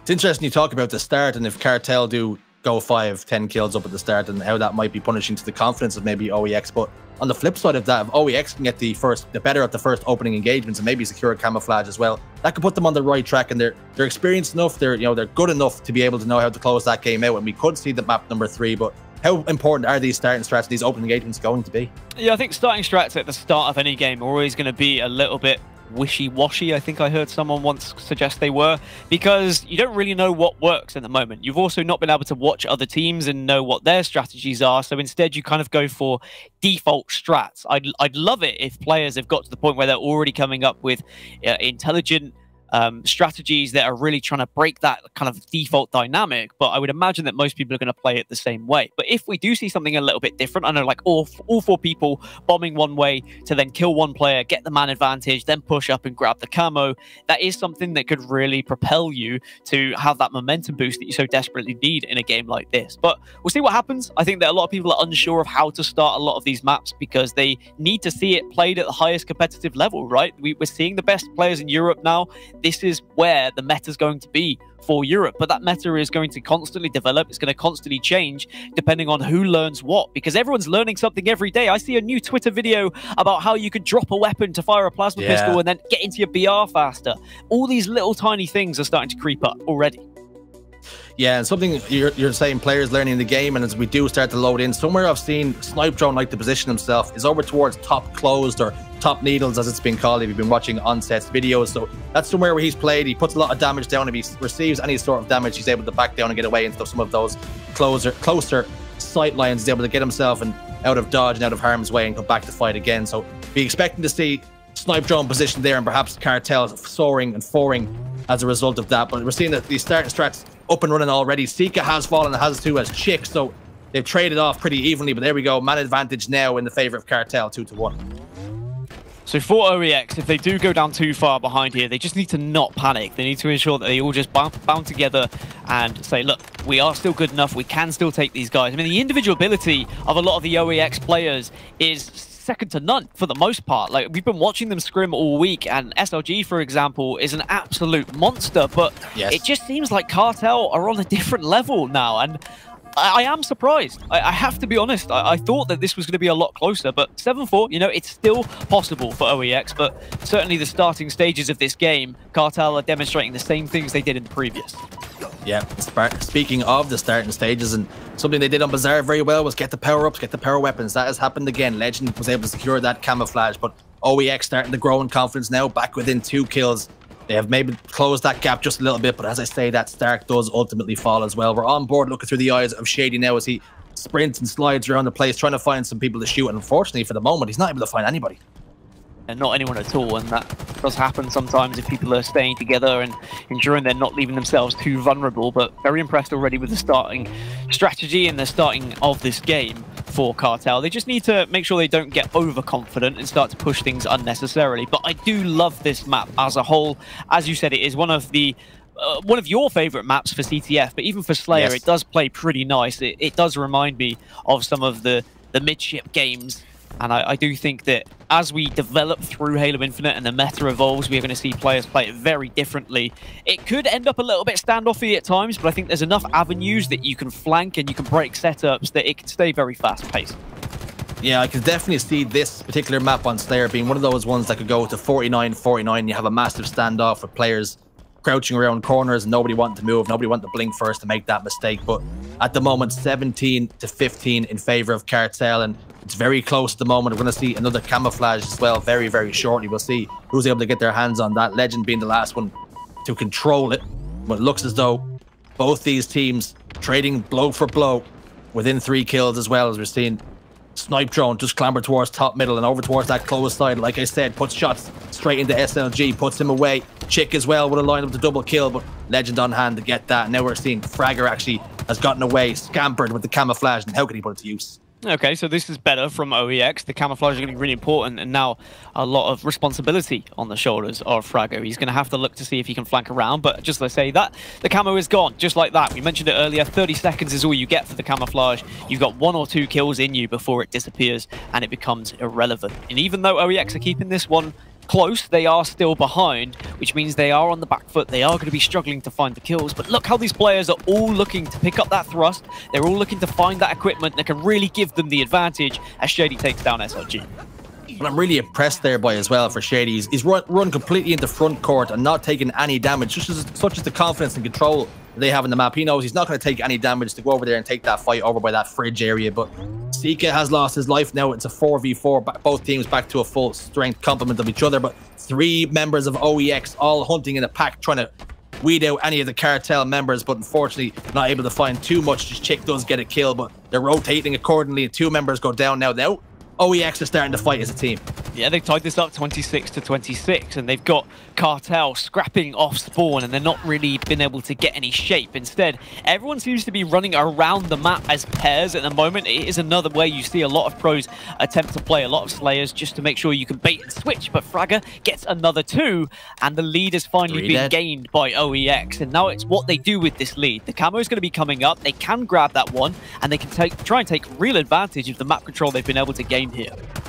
Camo up, and they do grab it indeed. Dan, as Nurex puts it to work immediately, taking down Snipe Drone. Should be a double kill, is a double kill. 3 dead now momentarily as Legend, the last man alive. They need to try and find him as quickly as he possibly can to try and dictate where the spawns are going to be. It looks as though he has been able to play his life long enough for his team to spawn back up, and now they're starting to collapse now on this yellow base. They're all set up over there And we're seeing the camo player in Yorick starting to make moves. Takes down Legend once more. That's 2 members down as well. I see the claps coming through very quickly. Yeah, it's also good sometimes just to keep them in that base, try and force the spawn so that you know where they're coming from, and you can just watch those angles, you can watch those doorways, you can pre-nade, and you can make it very difficult to push out. But now a 4-kill advantage here for OEX. This is what they needed. This is the momentum shift that they so desperately required in what is only a best of 3. A winners bracket final, only best of 3, so there's no room for error. But here's the boy, here's the baby, here's the heat wave I was talking about. Vertical does hit a couple of shots here or there, but there's going to be the bank shot to get the final kill onto Snipe Drone, and now it's still going to be a 4-kill lead.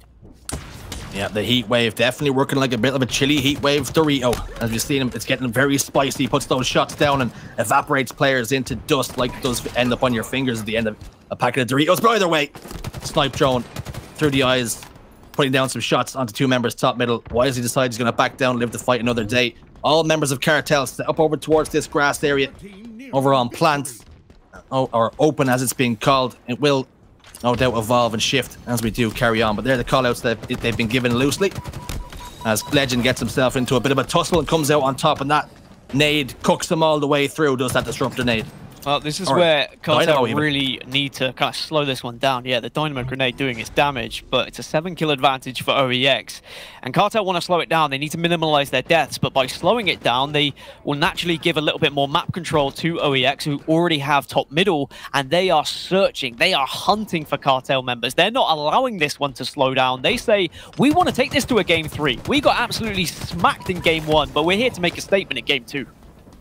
Make a statement they are. You just need 2 more kills to close this out, and they will push us to a game 3 of Live Fire Oddball. They've gotten 1 secured in the bag, just need 1 more, and they know exactly where Cartel are positioned, and they're starting to collapse on that now if they can. Chick puts a couple of shots down, as does Snipe Drone, as they trade damage back and forth. Legends isolated all alone. He is taken down. That will be game, set, and match there. 1-1 in the series. We're going to Live Fire Oddball. We are going to a game 3, and I'm impressed from OEX, because after that start, they went down by about 4 or 5, and I was starting to thinking, okay, this is going to be more of the same.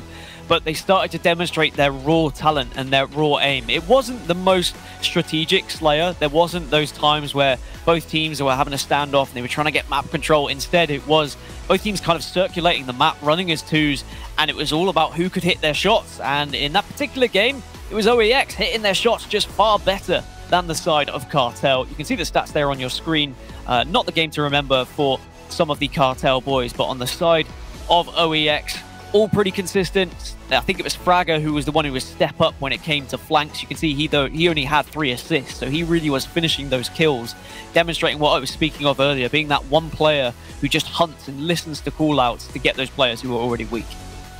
Yep, Fragger coming out on top in terms of MVP of that game, but no doubt complimented by his teammates. He did manage to get himself 15 kills, only having 10 deaths as well, 56% accuracy as you can see there, but also shooting quite a lot, making sure his damage was there. As you can see, like Dan said, Chick and SLG actually doing more damage than them, but he was going around finding those players, getting those flank routes, and doing exactly what we said. Flanking around bottom middle, just being a little bit unpredictable, a little bit unorthodox, finding those angles and ultimately getting those kills. But now we do head over to Live Fire Oddball. Dan, you spoke about in scrim results. It was 2-0, 200-71 was the score, so they managed to beat them rather convincingly. Did Cartel on OEX next time, or last time. So let's talk about what can OEX do to turn their fortunes around here. Yeah, they did it last time, so let's talk about the next time, which is right now. This is where, you know, it goes 2 ways when you look at scrim results. We can look at it and say, hey, they got battered 2-0, Snipe Drone went +10. This is going to be an easy game for Cartel, but OEX would have learned a lot from that. They would have learned how Cartel are going to approach this game. They could have analyzed it, watched it back, which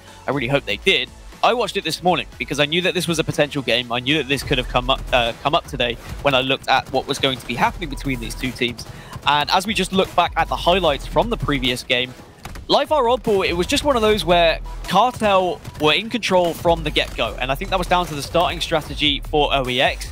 Too many of them were looking at the ball from the start. They went bottom middle, they were throwing their nades, whereas Cartel, they were focusing on grabbing power-ups. They were grabbing power weapons, and they were putting themselves in the power positions so that when the power-up did come up, they were there to grab it. And they were rotating the ball so effectively as well, were Cartel. I think that's going to be one of the extreme things we're going to be seeing throughout Halo Infinite, throughout Oddball in general, who can rotate it better, who can recognize when a team is spawning somewhat near them and when they're going to be a threat. If they are, you rotate towards your teammates. And Livefire is a great map to actually demonstrate oddball rotations, because there's several different ways you can hold it. There is several different routes you can take to rotate it. It all comes down to the ball carrier being confident to listen to the IGL and rotate it at the right times. And Livefire as well, it's particularly oddball and strongholds that it can play, like, you don't really want to play your position to try and get kills most of the time. You're playing for information. When you see an enemy player, you want to call them out for your teammates and try and stay alive as long as you can until the cavalry arrives ultimately, because you don't want to be going down, because you give the enemy team the free reins on that side of the map. So what you want to be doing is playing for information, backing down and hoping your teammates come and help you out. Or if you're playing with you watch you die. Oh, yeah. You run over, you try and like rescue the team, and you pick up the ball and you say, oh, that Scherzy's died again.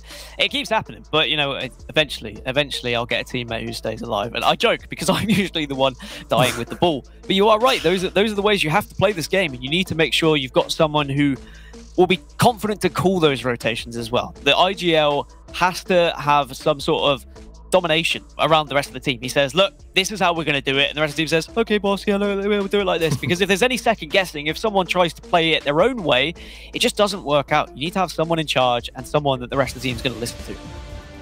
Well, speaking of IGLs, your in-game leaders for OEX, that's going to be SLG. He's going to be the man that dictates where his team's set up, and they do listen and respect his decisions when it comes that way. We're seeing Sniper Rifle there on the pad. We don't see it utilized too much on oddball. It's very hard to get set up and really for a Sniper Rifle to find those angles as well. So we're seeing them do a similar start and start again, nading bottom middle, but Heatwave ultimately in the hands now of the boys on OEX as Chick picks that up, secures it, and 2 kills going in their favor as well. So that should be oddball on the move and in their possession.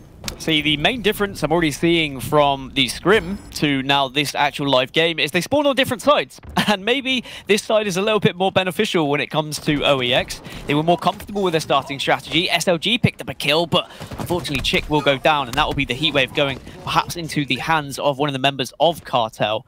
Looks like one of the players may have disconnected from Cartel, so we'll see what happens on that side. But certainly to start, OEX looked a lot more comfortable here than they did in the scrim. Yeah, I think ultimately we will see a reset of all things there, but it's an interesting point you raised about positions in which they spawned, and we've seen Chick go bottom middle to secure that Heatwave, and he did die this time, and that could be a very good little bit of information that he has next time to know, okay, well, they're not going to push me bottom middle. I can get that Heatwave and start to move somewhere else. Yeah, I think the Heatwave is something you have to have in your back pocket. Someone needs to be ready to pick that weapon up and go to town, because it's all well and good being confident in your BR, all well and good having someone who knows how to hit shots with a sniper, but the Heatwave can literally 1v3 another team if you use it correctly. And even with the best BR in the world, you're not really going to see someone achieve that with just BR shots alone. Sure, with maybe grenades alongside it, you might get someone really clutching up, but the Heatwave really can provide that extra little bit of a clutch factor that your team might need. And that could be, you know, a 1v3 that allows you to pick up that 1 extra second of ball time that allows you to actually win the round. So there is all these different things you have to take into consideration when it comes to the guns and the weapons that you're using. I saw someone in Twitch chat earlier saying, oh, you know, Halo only has 2 weapons that you actually use. And I think in previous Halos, I might agree. But in Halo Infinite, there are so many weapons at your disposal that do a job, and a serious job at that. Yeah, in particular, we were talking about the Heatwave, giving it all the props as well. But on Livefire, let's talk about where to hold the ball. Where's the most place I can set up to I'm going to get the most time? We're seeing people rotated towards base. We're seeing people rotated towards tower. Where is the optimal place that you would find to pick up that ball, bring it there, and it's going to be as safe as possible? Optimal place, without a doubt, is going to be back tower. A tower in general, you can set up a lot better. You can spawn everyone towards base. You can spawn everyone towards the power-up side, towards the dummies, and you just get so much vision. You almost get free shots sometimes when people are spawning towards those the power-up side. So if you can hold the ball there, it's great. Yes, you're going to be a little bit vulnerable to some of the best grenaders in the world, but if you position yourself correctly and if you're quick, hot thinking, you can get out of the way, and you've got the option to throw the ball off the map if things go south. However, we do see a lot of ball work happening in the base, and that's mainly because it gets scrappy. And when you are panicking, you grab that ball from bottom mid, it's easier to get the ball into the house, the base, the garage, whatever you want to call it, than it is to actually get it up to the tower when you can sometimes get shot in the back. So it ends up being just a real scrap and a back and forth of teams holding the ball in the garage, dying, then the other team picks it up, dying, and it's about which team can quickly rotate it from garage to tower when the other team is spawning over towards the kind of green area. When you do manage to achieve that, you could spawn trap them, you can get them caught bottom middle, and then you can start to rack up some serious oddball time. Yeah, that's interesting you do say that about the oddball, but also we've gotten an update on the floor. Navi have won their game and they will be progressing as well, so it's good to see them. They did take down TBD 2-0, so they will be in the lower finals while we wait. Not team TBD this time. It's going to be actually to be determined. As This actually is a TBD. This actually is a TBD. So We're waiting for... As an update for you guys who don't know who Team TBD are, that is Ramirez, it's Flux, it's Riot, it's some real powerhouse hitters of European Halo who have teamed with the likes of Navi, the likes of Foxy, the likes of Jimbo. But in this occasion, it looks like Navi were able to get the better of Team TBD and they won't progress any further. But Navi will be waiting in that top 3 position for the loser of whoever comes out of this winners bracket final. At the moment, I don't know which way it's going to go. I was fairly confident it was going to be Cartel, Richie, because Cartel were looking on top of the world and Bizarre CTF, but then OEX looked like a different team as we went into Game 2. We need to see that OEX in Game 3. Otherwise, if we see the OEX from Game 1, they'll definitely be dropping into losers bracket. And something that OEX can maybe stand in some sort of confidence is that they know if they... Okay, listen, if we do win this game, we've beaten Navi before, we beat them 2-0 earlier in the tournament, so there's no reason why we can't do it again and have another crack at Cartel. The other side of that thing is Cartel haven't played Navi yet, so it really is going to be a mixed bag, and we're getting confirmation there. You can see Bizarre CTF with a commanding, demanding lead, 4-0 for Cartel. Aquarius Slayer played a little bit differently. OEX recovered very, very well, 50-42. So we do head into Oddball Live Fire. It's going to be a little bit of a mixed bag to see who can get set up nice and early. That heat wave is going to be used, and we are going to jump straight into that game as well. But also something we haven't spoke about is the power up as well, Dan. That's going to be there. That's going to play a part. Yeah, it really does, and you have to focus it, you have to be ready for it. However, if you can kind of set up in a position where you can watch it, you can almost bait it, and you can encourage the other team to push up on it, and as soon as they do go for it, they are going to be vulnerable when they start trying to slap it into their chest. I think that rotations are everything here with the ball. I think that also split spawns are very common. This was something we were speaking to the likes of Onset, the likes of Clutch, who we'll see later on the North American show.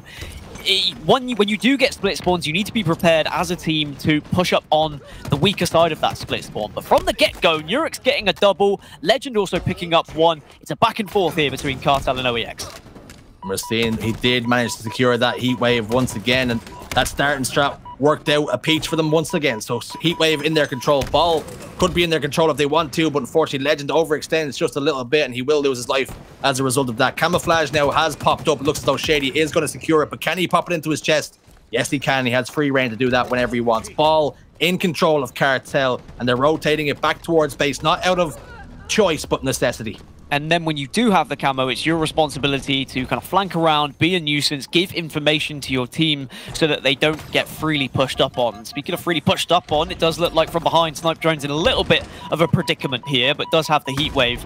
And now the sniper also in the hands, and that's what you want the sniper. Jersey, you were saying we don't see it utilized too often because it's not for long range on this map. It's for short range, it's for no scopes, it's for beating down afterwards, it's for hitting those flick shots and really providing that extra firepower to your team. Well, I'm going to apologize now because sniper rifle does not work like that for me. I think you have to actually land those body shots. The one man that can do that is Norwin, the man SLG, hitting the boomsticks, finding those body shots, putting those players down to no shields. And because of that, they've got some early control. But Ball did go over towards Cartel, and they've got the early score in 20-10. They're picking up some more points all the while. SLG and Fragger, the last 2 men alive, up against 3 members of Cartel. So they're going to have to wait for their teammates before they make a coordinated push. A lot of people will want that sniper rifle on a tower, looking across top middle, but you just leave yourself too vulnerable to BR shots from across the map. I much preferred it used as a kind of close range weapon, and it really can hit hard and change things in your favor. But a nice bit of ball control here for Cartel at the moment, holding it in this garage area. It's not the kind of ultimate setup that I would go for, but certainly if you play it correctly, you can pick up a lot of ball time. But it looks like they tried to rotate it around towards tower, but were cut off before they got there. Now they are out towards this power-up side, over towards Dummies, one of the least advantageous places to be. You see Snipe Drone trying to get up towards that camouflage again. Ball out in no man's land as well. Look, this is exactly what Dan spoke about. When you try and rotate it over towards tower, you get back down immediately, but they're already up by 45 seconds or so now, Dan, so they're playing it quite well, and Shady hitting those shots on the Fragger, and SLG wants a piece as well, but unfortunately Nurix gets the finish there, and Shady's not going to have what he wants. Yeah, and just another reminder that in Halo Infinite, it's now round-based oddball, so it's first to 100, but it's also a best of 3 when it comes to those rounds. So even if we see one team dominating, they get to 100, it all resets, you spawn again, and it's almost like a refresh beginning. And it just means there isn't too much snowball games. No one just can kind of shut another team out of control. But saying that, there's some good nades that are coming in from both teams, but it looks like Cartel again still come out on top here in Garage. Yeah, not playing for information, the ball carrier there. Unfortunately, he overextended just a touch and lost his life to Shady, it would seem. And then also SLG, as a result of that, tried to play a little bit defense, tried to pick up the slack, but his shields just hadn't regenerated from the fight beforehand. And he goes down as well, and goes down with the camouflage. How costly could that be for OEX, as Legend has the ball in his hand, back base, 9 kills and 4 deaths for Legend. He's playing quite well as well. Heatwave now in possession of the player. Sika, he gets taken down. 3 members now up for OEX, and they're making that push up against 2 members of Cartel. Nice shots from Snipe Drone. Just needs to survive here. It's a 2 versus 2. He needs to be a nuisance, and that's perfect. Bait and switch. Just shows his back, gets away, using the sprint, which gives you a little bit of a speed advantage over just moving, and allowed the rest of his team to get some shots on for free. But OEX did secure the garage. They did secure the ball. They started to get a little bit of ball time, but is it too late? 91 seconds on the clock already for Cartel. They could get scrappy here, and they just have to kind of desperate the ball, and eventually they'll probably be rewarded for it. Yeah, you think the call out here has got to be focused on Slays, and Sika's done just that. He's got the ball in his hands, and that will take us all the way home to a 1-0 lead for Cartel.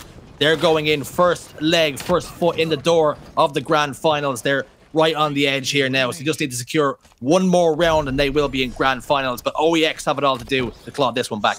Playing quite similarly to what happened in the scrims. OEX just not able to get enough ball control, and Cartel perfectly avoiding the spawns of OEX, recognizing where they're going to be pushing from and being ready every single moment. Sniper once again in the hands of one of the members of Cartel, but gets taken down. And now it's a little bit scrappy here. SLG moving towards the camo, which spawns in 5 seconds. But I think this is probably going to go to Cartel as Legend pushes up and ahead of it. Yeah, Fragger goes down. That will put his team down a man as they try and make this push. And that man again, Sika, has his hands on the ball, scoring points for his team while the rest of them scrap and hurry around the place. But Heatwave and Camo in the hands of Snipe Drone. And he's going face first into 3, and that might have been a little bit of a misplay on his part, but he didn't have the information, perhaps, that he would have needed to make that push. Mangler, though, 2 headshots. Player down to no shield. The cleanup as well. Great plays there out of SLG. So he's going to try and play defense with that Mangler, faced with Snipe Drone as well. Shots go down, wins that battle as well, and SLG is cooking. This is what you need from SLG. If he can start doing this, winning all these individual fights, he'll give so much confidence to the rest of the OEX squad. He's utilizing the Mangler to full effect, getting those 2 shots, and then he's more confident in his BR shot, so he whips that out for the final headshot. Great stuff from SLG, but meanwhile, the rest of the team did go down. The ball, though, is still in the hands of Nurix. Eventually will fall, but he does play it. That's one of the other areas on the map you can hold the ball. You can hold it towards green because you can play it, but you do leave yourself very vulnerable to grenades. Fragger in that last life just got his first kill of the game as well, so we will not see any gooses. There was a loose goose watch, but unfortunately, or fortunately if you are going to be Fragger, you got that kill when he needed it most. The ball now in the hands of OEX, and they desperately do need to get time and do need to win this round, or they will be heading down to face Navi once more. So 45 seconds. They've got a little bit of a poor setup here, and they are trying to rotate that ball towards tower. Nobody's been successful thus far. Yeah, they don't really know how to get to tower. You saw that he was trying to move that way, but then there was a couple of spawners from Cartel, so he had to just double back on himself, and now he's stuck in between a rock and a hard place down bottom middle. Yeah. Not really a solid setup, but all the meanwhile, at least they were gathering time there. 54 seconds is still nothing to shake a stick at. Camouflage again, and Heatwave in the hands of Snipe Drone. Can he do a better job of it this time? That's a great start. 1 kill in the bag already. Throws that ball out, recognizing Sniper Rifle also in his hand.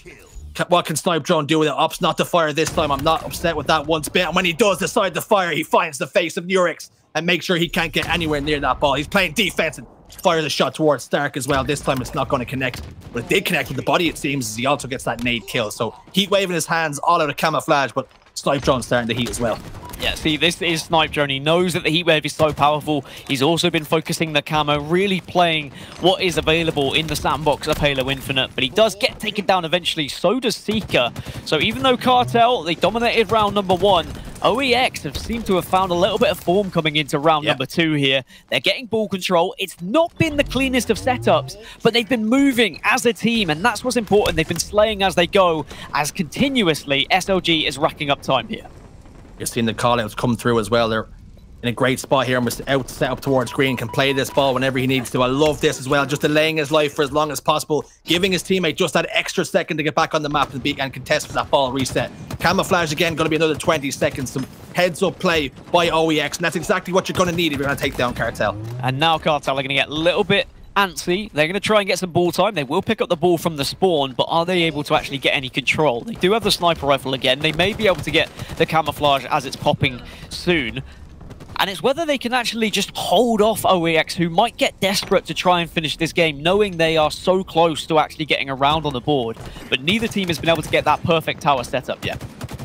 Yep, I think if you're OEX, if you're SLG, this is the time where your in-game leader needs to step up and say, listen, let's play for Slays. Don't worry about the ball just yet, because if we start desperating things, trying to get those 20 seconds, we might end up going 2 down and getting eliminated. So we're seeing Slays come through as Legend and Shady have fallen down. SLG, the only member of OEX who's hitting the ground. So 3 members up against 3 for the moment. But as I say that, Urix also falls. That's going to stop that push and add to the frustrations as Cartel keep mounting more points. It's an awkward situation when you're the last remaining player and you want to push in, you want to stop the ball time, but you have to be patient. You have to wait for the rest of the team as SLG gets taken down once more. And this time is starting to tick over now for Cartel. And what was once a very significant gap is now a very minimal one. And Cartel with a chance here to push towards the grand finals with this ball hold if they can continue to slay out. Splash damage, that nade is going to connect onto Snipe Drone as he tries to stay alive in this window area, putting shots down on Chick, who was unaware he was there. That information has to come through. That cannot happen to Chick if they're going to get control of this ball. As he drops down towards these tunnels area, just trying to clear it and making sure, but they 4 dead once more, Dan, and that push that they needed to get, it's not happening, it's not coming through, and now we're seeing Cartel within 9 seconds. Yeah, and Seeker's just hovering from left to right here. He knows he might need to move one way or the other, might need to go towards green, depending on where the push comes through. But the push seems to be top middle. Fragger is taken down, so now OEX are just a 3. And all the meanwhile, this time is still being gathered up by Cartel. They're only 12 points away from being in the grand final.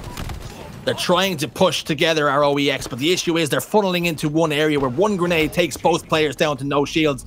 It's food and drink for Cartel. They're going to keep on scoring points, but finally, OEX have gotten their hands on that ball. They're rotating over towards green. 2 members down for Cartel. Still 2 members as Legend trades up for Shady as one comes onto the map and one leaves. So as that green setup just needs 5 seconds, but unfortunately a clutch kill comes through as Snipe Drone takes down that ball carrier, and Urix also falls as well. It's a 2v2 and ball has reset. We're seeing desperation plays as they try and descend on that ball to get those last 4 seconds of ball time.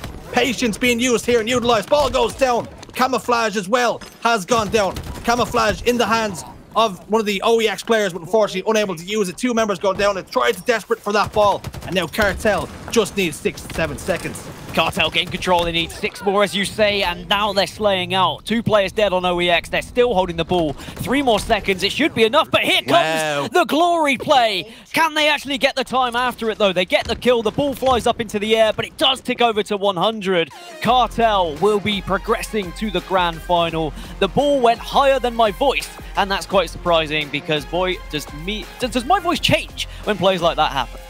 Yeah, he dropped down and it looked as though he was after getting himself a Shoryuken as he was set into the clouds, and if that could have been the moment to win the game, but unfortunately there was another player on hand just holding that other side of the door for a free kill and get those points. But OEX, it was right there, it was in their hands, quite literally in their hands, but unfortunately they got taken down by Cartel, just desperating it a little bit. And when they look back at that, how differently they could have played those last few seconds. Yeah, I think they thought they had the ball off the spawn. Yeah. They weren't sure where Snipe Drone was, but he was waiting above them, just watching down that hole, saying, yeah, if you grab this ball, you're going to be in serious trouble. But it was Snipe Drone who managed to get that kill on the ball carrier at the end as well. A massive play from him. I saw him spawn up, and I was wondering how he was going to approach it, because if he had been saw, if he had been caught out, he would not have got anywhere near that ball, and the round would have definitely gone to OEX. But OEX dropped to the lower bracket. It is Cartel who carry on and march through to the grand final. and they will await the winner of OEX and Na'Vi, which is going to be our next lower bracket matchup. But looking at those stats, I mean,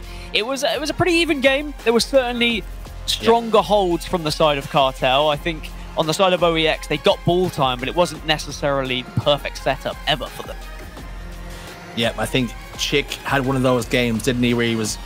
It can be so hard when you're playing a game, when you have something like 8 kills, you have so little kills. Every life that you spawn up, you want to make amends for the deaths that you've put in. You want to do more and more, and ultimately what happens is you make even worse decisions. Your misery is compounded, and unfortunately he had one of those games to forget, and he was one ultimately who played the ball at the end, which might have been the right decision at the time, but the way it all shook out, it meant that Cartel secured the victory.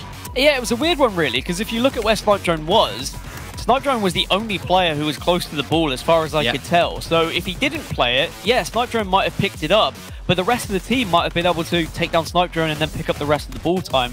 But, you know, in a split-second decision like that, someone's made the call or he's made the call, and you can understand the reasoning because it resets, and the rest of the team should be there to watch it. I think the mistake that OEX made is after they played it, they got a little bit too desperate to grab that ball bottom middle rather than baiting it out and, you know, likely just grenading. I thought we were going to have a standoff. I thought we were going to have teams on either side just throwing grenades at one another. Yeah.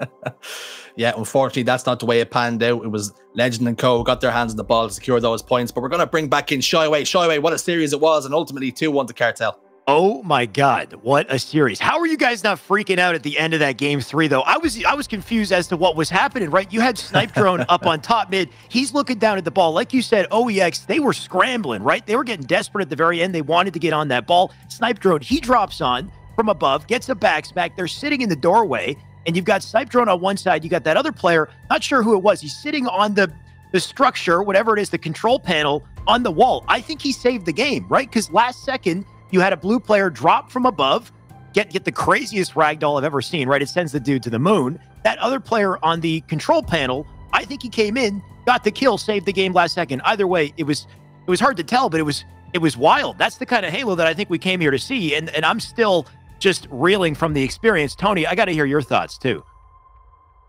It was literally insane. I mean, at one point, OEX were up 79-14. They were up 79-14, and I'm over here in the chat. I'm like, oh my gosh, are Cartel gonna end up losing this? Are they getting knocked down into the finals? I'm like, I'm changing my notes. Like, I don't know what to do here. I was scrambling, and then the comeback was absolutely incredible. Wow, the fact that Cartel were able to have the mental fortitude to bounce back and obviously the firepower to win those slays, get their setup, and to hold it out until the very end. You know, at one point I picked up my phone and called the authorities because OEX were literally robbed of that win. They were legitimately robbed. Unbelievable. What a series. You know what? All 4 of us in our predictions, we thought this would go the distance, and boy, did it ever, right? 4-0 in that bizarre CTF. We definitely got to talk about that, which was pretty wild. 50-42, Aquarius Slayer. We hadn't seen any Aquarius yet today, so a treat to get to watch it. And then 2-1 Oddball. Actually, pretty sure it was a 2-0, to be honest. It was almost even closer considering the play that OEX was making to flip things around last second there, but either way, the series did come to a close. Cartel, they reign supreme. They are sitting in Winterside Grand Finals. That shakes up the bracket quite a bit. Let's take a look at the bracket and see how everything's changed at this point. Cartel, they have been a force the entire tournament on the winner's side, and rightfully so. They have earned their spot, Winterside Grand Finals. OEX, going down in that series 2-1, they will drop into the lower bracket. As far as I'm aware, let's take a peek in that lower bracket, because I think we might only have one other team. No, wait. We do only have one. So it was Team TBD faced off against Na'Vi in the background as that series was taking place. Team TBD, unfortunately, their tournament life is over. Na'Vi are looking good as hell, though. 2-0 in every single lower bracket series that we can see on screen. They have yet to face OEX, and they have to face OEX again, right? Previously, Na'Vi OEX played off winners round 3. And how did that one go? Gaskin, I think you might have been in the chat watching it.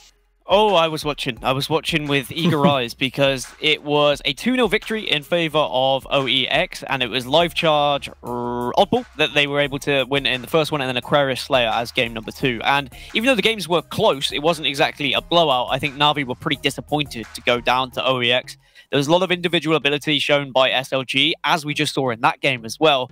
And I'm not saying the rest of the team don't match SLG's ability, but certainly SLG seems to have that little extra bit of a level compared to the rest of his team. If they can reach that level as well, this OEX team could be unstoppable, because SLG, I think, is one of the best players in Europe right now, but he needs to do the same thing here against Na'Vi to ensure they get another crack against Cartel. I'm definitely seeing... Sorry, go ahead, Jersey. No, I think it's fair to say that SLG has the capability to take over a game and take over a series. And we've seen him play in moments there as well, and almost be able to come out on clutch. And it's no disrespect to the rest of his teammates; they will get there. They haven't had the game time. Some of them have been working. The game only dropped last week. Let's face it. So Chick is going to put in the time. He's been working pretty hard. So I think that team is going to be there or thereabouts come finals or worlds.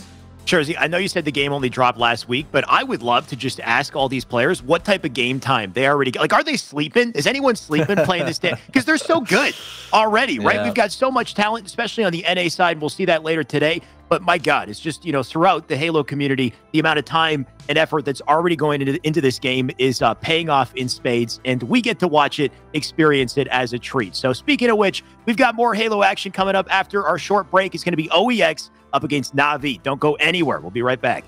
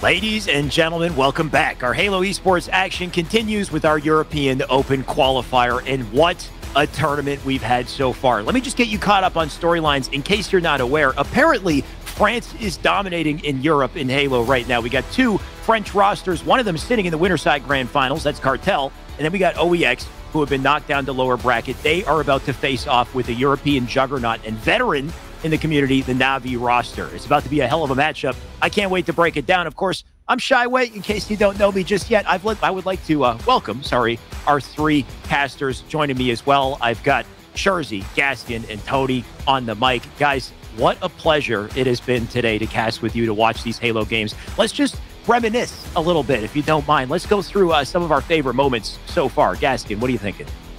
I think just watching that winners bracket final unfold and seeing two of the most powerful teams in Europe from the start of Halo Infinite go toe-to-toe in what was a different game every time. We saw Bizarre capture the flag, which was bizarre. It was an absolute domination by Cartel. Yeah. OEX didn't even come close, but then it just seemed like OEX came to life after this game. But they definitely need to work on their Bizarre capture the flag.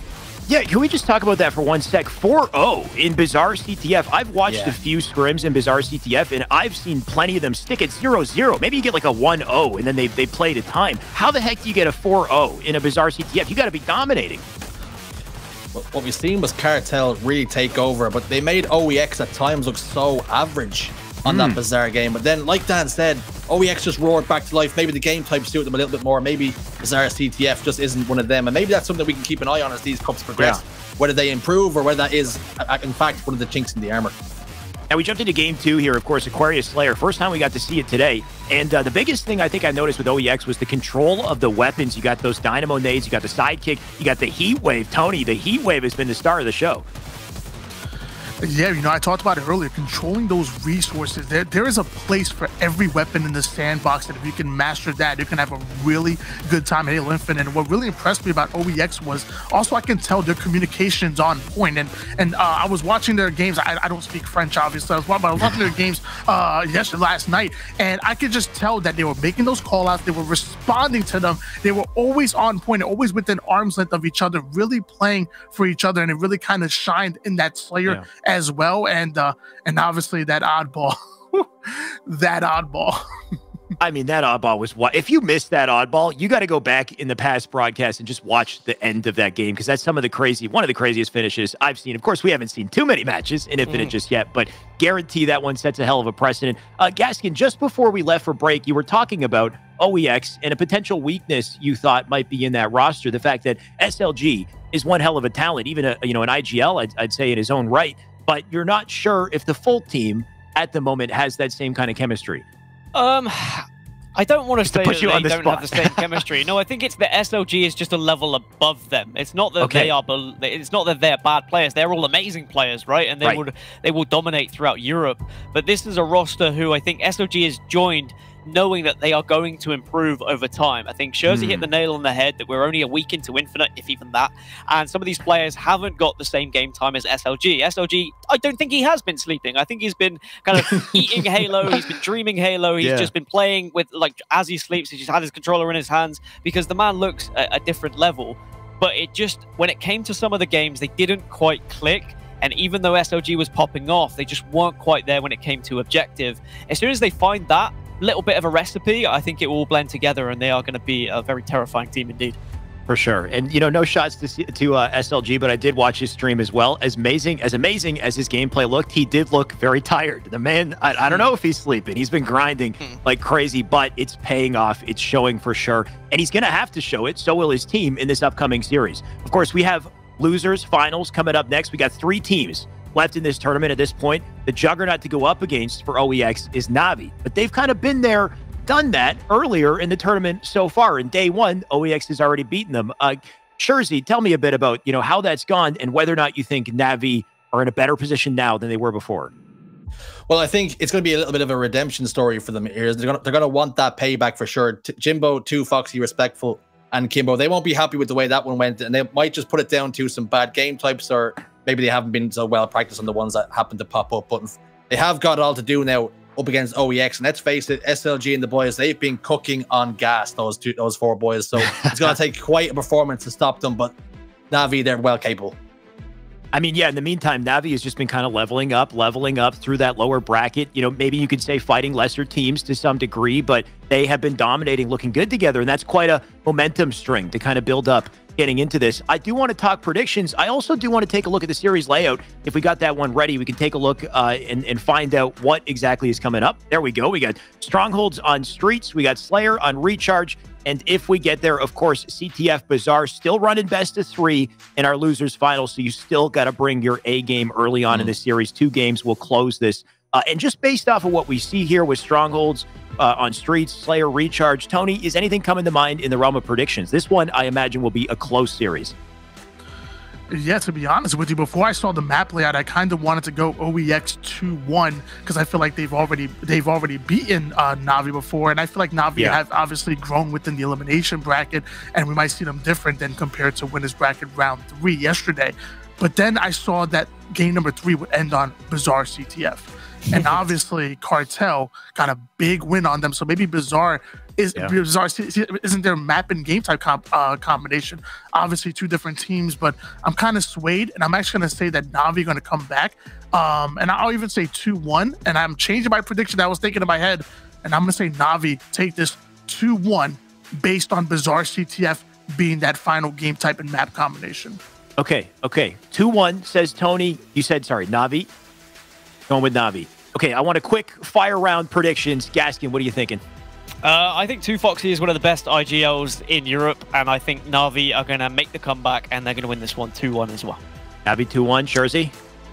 Last time I predicted OEX to go 2-1 against Cartel. I feel like they might not want to go to Bazaar CTF, and they're well capable of getting a 2-0, but so I think it might just be a 2-0 for OEX.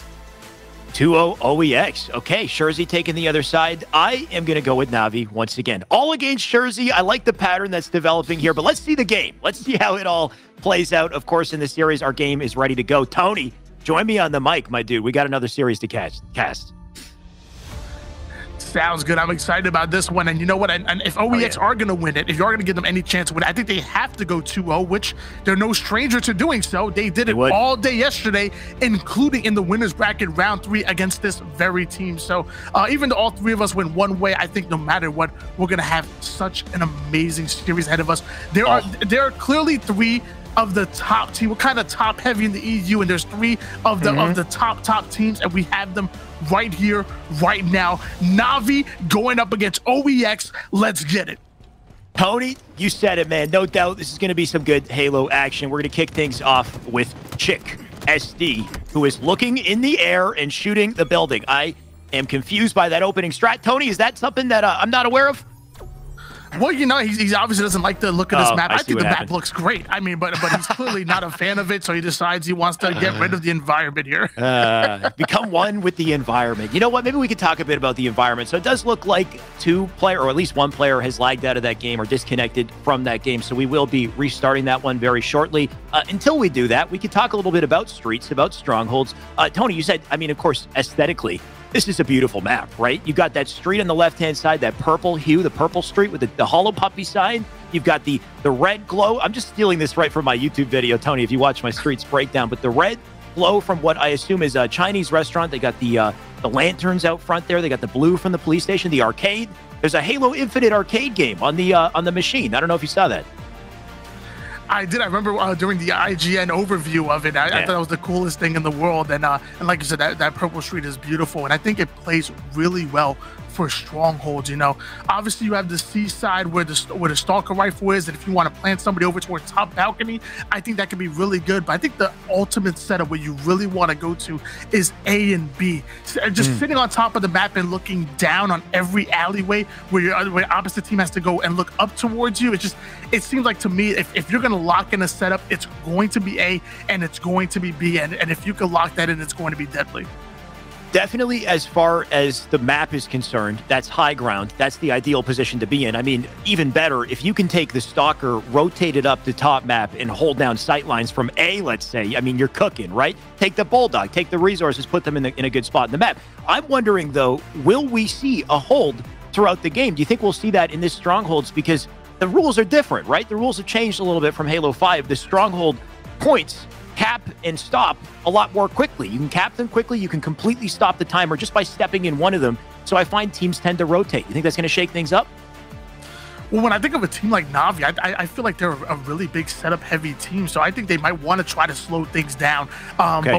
But you know what, OEX, I feel like that's a team that really wants to get into the face of their opponent and put them on their back foot. So I would not be surprised if SLG and friends really want to play that rotation game and just kind of keep Na'Vi off balance. I think this is going to be an interesting game and kind of tell us and really kind of set the flow for the rest of the series, because this is going to be that setup-heavy team like Na'Vi, or will SLG and friends get the best of them by just out-rotating and keeping that aggression on? It's about to set the pace for sure, Tony, and good to finally have us back in the match. Hopefully all players are here to stay this time, because we got a team cross coming out right from the head glitch to start, and I believe 3 dead already. To kick things off with this game, a B and an A Stronghold setup. And Tony, this is exactly what we talked about. Let's see if they can make a play off it. On board with Kimbo right now is going to try to make his way over towards the B side, holding down B stairs. Excellent shots, force that player to back down, but the Rockets coming out of nowhere are going to put him down. And here come OEX. OEX right up in the B Stronghold. Going to be a nice quick capture to flip things around here. He's got Fragger out front to help with the rotation, but you can see he's lost them at this point. So Nervic's just going to hold things down, play it slow for now, hold on to his life. You can see all while that happens. Nice little perch up here on the ledge on PD. Great way to control the position and also to just lock down the sightlines. Look at the nades and melees coming in, almost managing to land the trade on the second player, but great efficiency out of the damage there. Tufoxy now watching the cutoff from A to B, and there is going to be a player going towards him. You might get first shot, and B going to heavily go in favor of Team Na'Vi. And now they have a momentary trip cap. Meanwhile, OEX going to try to make their way over towards A. A player trying to sneak over towards the B house, but he's going to be shut down immediately. And Slays once again going in favor of OEX. Can they take advantage? Na'Vi very quick to take control. In the meantime, Jimbo does have the Stalker. He's got the Thrust in the back pocket as well. So a lot to work with and to get out of dicey situations if he needs to. Of course, even with a Thrust, if you've got 3 reticles trained on you, very difficult to live. So Jimbo out of the picture for now. You got Chick and team going to hold things down. Actually dive right up into C. They want to get into the fray here. Fragger going to be the first one to do so. But he's playing his life carefully, backing up if he needs to, hopefully staying alive with the escape as well. Really interesting play by Fragger right there. You know, he tries to make his way over towards bottom C, and there was 3 players in that C base, gets the kill, then sneaks right out, comes right back in and gets the double kill. I'm loving the way he's playing. I was worried he's going to push into multiple players, but he gets his kill, gets out, and keeps on fragging. Man was moving and grooving for sure. That rocket, though, does sit down center map. You can see the blue players. They're going to dive in, try to pick it up, use it to mount the challenge. In the meantime, the rotation out of Na'Vi, straight up to B to avoid that potential challenge on C side. So great move and great rotations out of these boys. They're moving together. All while that happens, Chick is trying to get in from below here. Does open up fire onto Respectful, so they do have info. That caller likely coming through. Kimbo looking for him, too. He's in a rough spot here. Got a double dilemma. Not sure where to attack, but as long as he can draw attention, he can help his teammates push up and hopefully take advantage of the A Stronghold here. But look at how Kimbo is playing this so carefully on the ledge. Doesn't get the trade, though.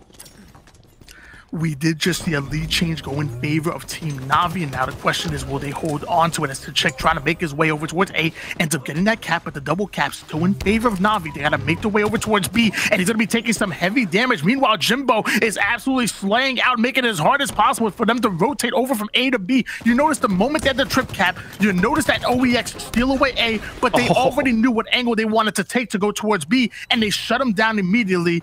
But here come OEX once again. Na'Vi's so quick to react, like you said. Fragger, he's been tagged up just a little bit, gonna make the rotation kind of rough here. Does have a teammate already in B to get that started. 2 players in red in C, though, and you can see Fragger, he wants a piece of it. Challenges up on Kimbo, does get the kill. Getting tagged up from behind, though. Can he stay alive? Bait out for his teammates to join him. He's got one right up the driveway. All while that happens, Jimbo is actually Tufoxy has been making work to defend the C side. This is a perfect opportunity, too. He can get right up in behind. Doesn't quite get the kill in time. That C is still partway captured, and that might be an opportunity for the blue team. Both of these teams are so evenly matched as we're seeing a big kills go in favor of OEX, and that's going to allow them to steal away B, but the out-rotate from Na'Vi all the way, making their way towards A, but the shutdown comes in, and now we're seeing the double cap staying towards OEX. No team wanted to give an inch, let alone a mile. Yeah, those rockets came in the feed, though, right? Chick got a double with the rockets. That set the spawns back to C, so the entirety of Na'Vi, they're stuck in the back of the map here, and the pressure is on. That's a double out of Fragger, looking for a little more. The man getting greedy with it, but he does put that damage in, gets the info, hopefully, on a flanker coming up from above here in C. Massive play, honestly, out of Na'Vi. Tell me he turns it into a double here. Oh, still looking for it. He'll chase this man down. Respectful wants all of this. Can he get the kill? He does. And honestly, that's enough for the defense on the C, and the fact that he lived is wild. And the first team to pass the 100-point threshold is actually going to be OEX, but Respectful and Friends trying to get a little disrespectful here as Frank goes in for the challenge over towards Kimbo, but he's going to shut him down immediately. 11 kills coming out of Respectful. The man is going off. We have to hop on board with him. You got to love how close this is, Tony. 107, 101 here, just neck and neck. Red side control on top map. Once again, temporary trip cap, but a little bit of presence on C just to slow down the point total. Oh, well, I say that. I mean, look at Jimbo just making plays. Another double for him. He'll reset C. That's going to double up the time on the score here. All well, the blue players spawn up on top map to try to slow things down here. Jimbo, he's got a bead on the spawners. Just going to hold the angle. Teammate holding off in Arcade as well. So great little setup. What can they do to lock things down, especially with the rockets about to be in play? It looks like Jimbo was in perfect position to try to make a play for those rockets, and he has the thrust. Meanwhile, Nurex is actually taking heavy damage over towards B, still able to steal it away, and now going to try to get this place onto A. There's going to be a little bit of a weak side flank, but if he can get behind enemy lines, it can pay dividends. It's SLG dropping the hammer in the form of the rockets, looking for that second player, though. SLG with a big play, right? Jimbo was set up for those rockets, but now SLG, he somehow pulled away with both the rockets and the shoddy. Difficult combo.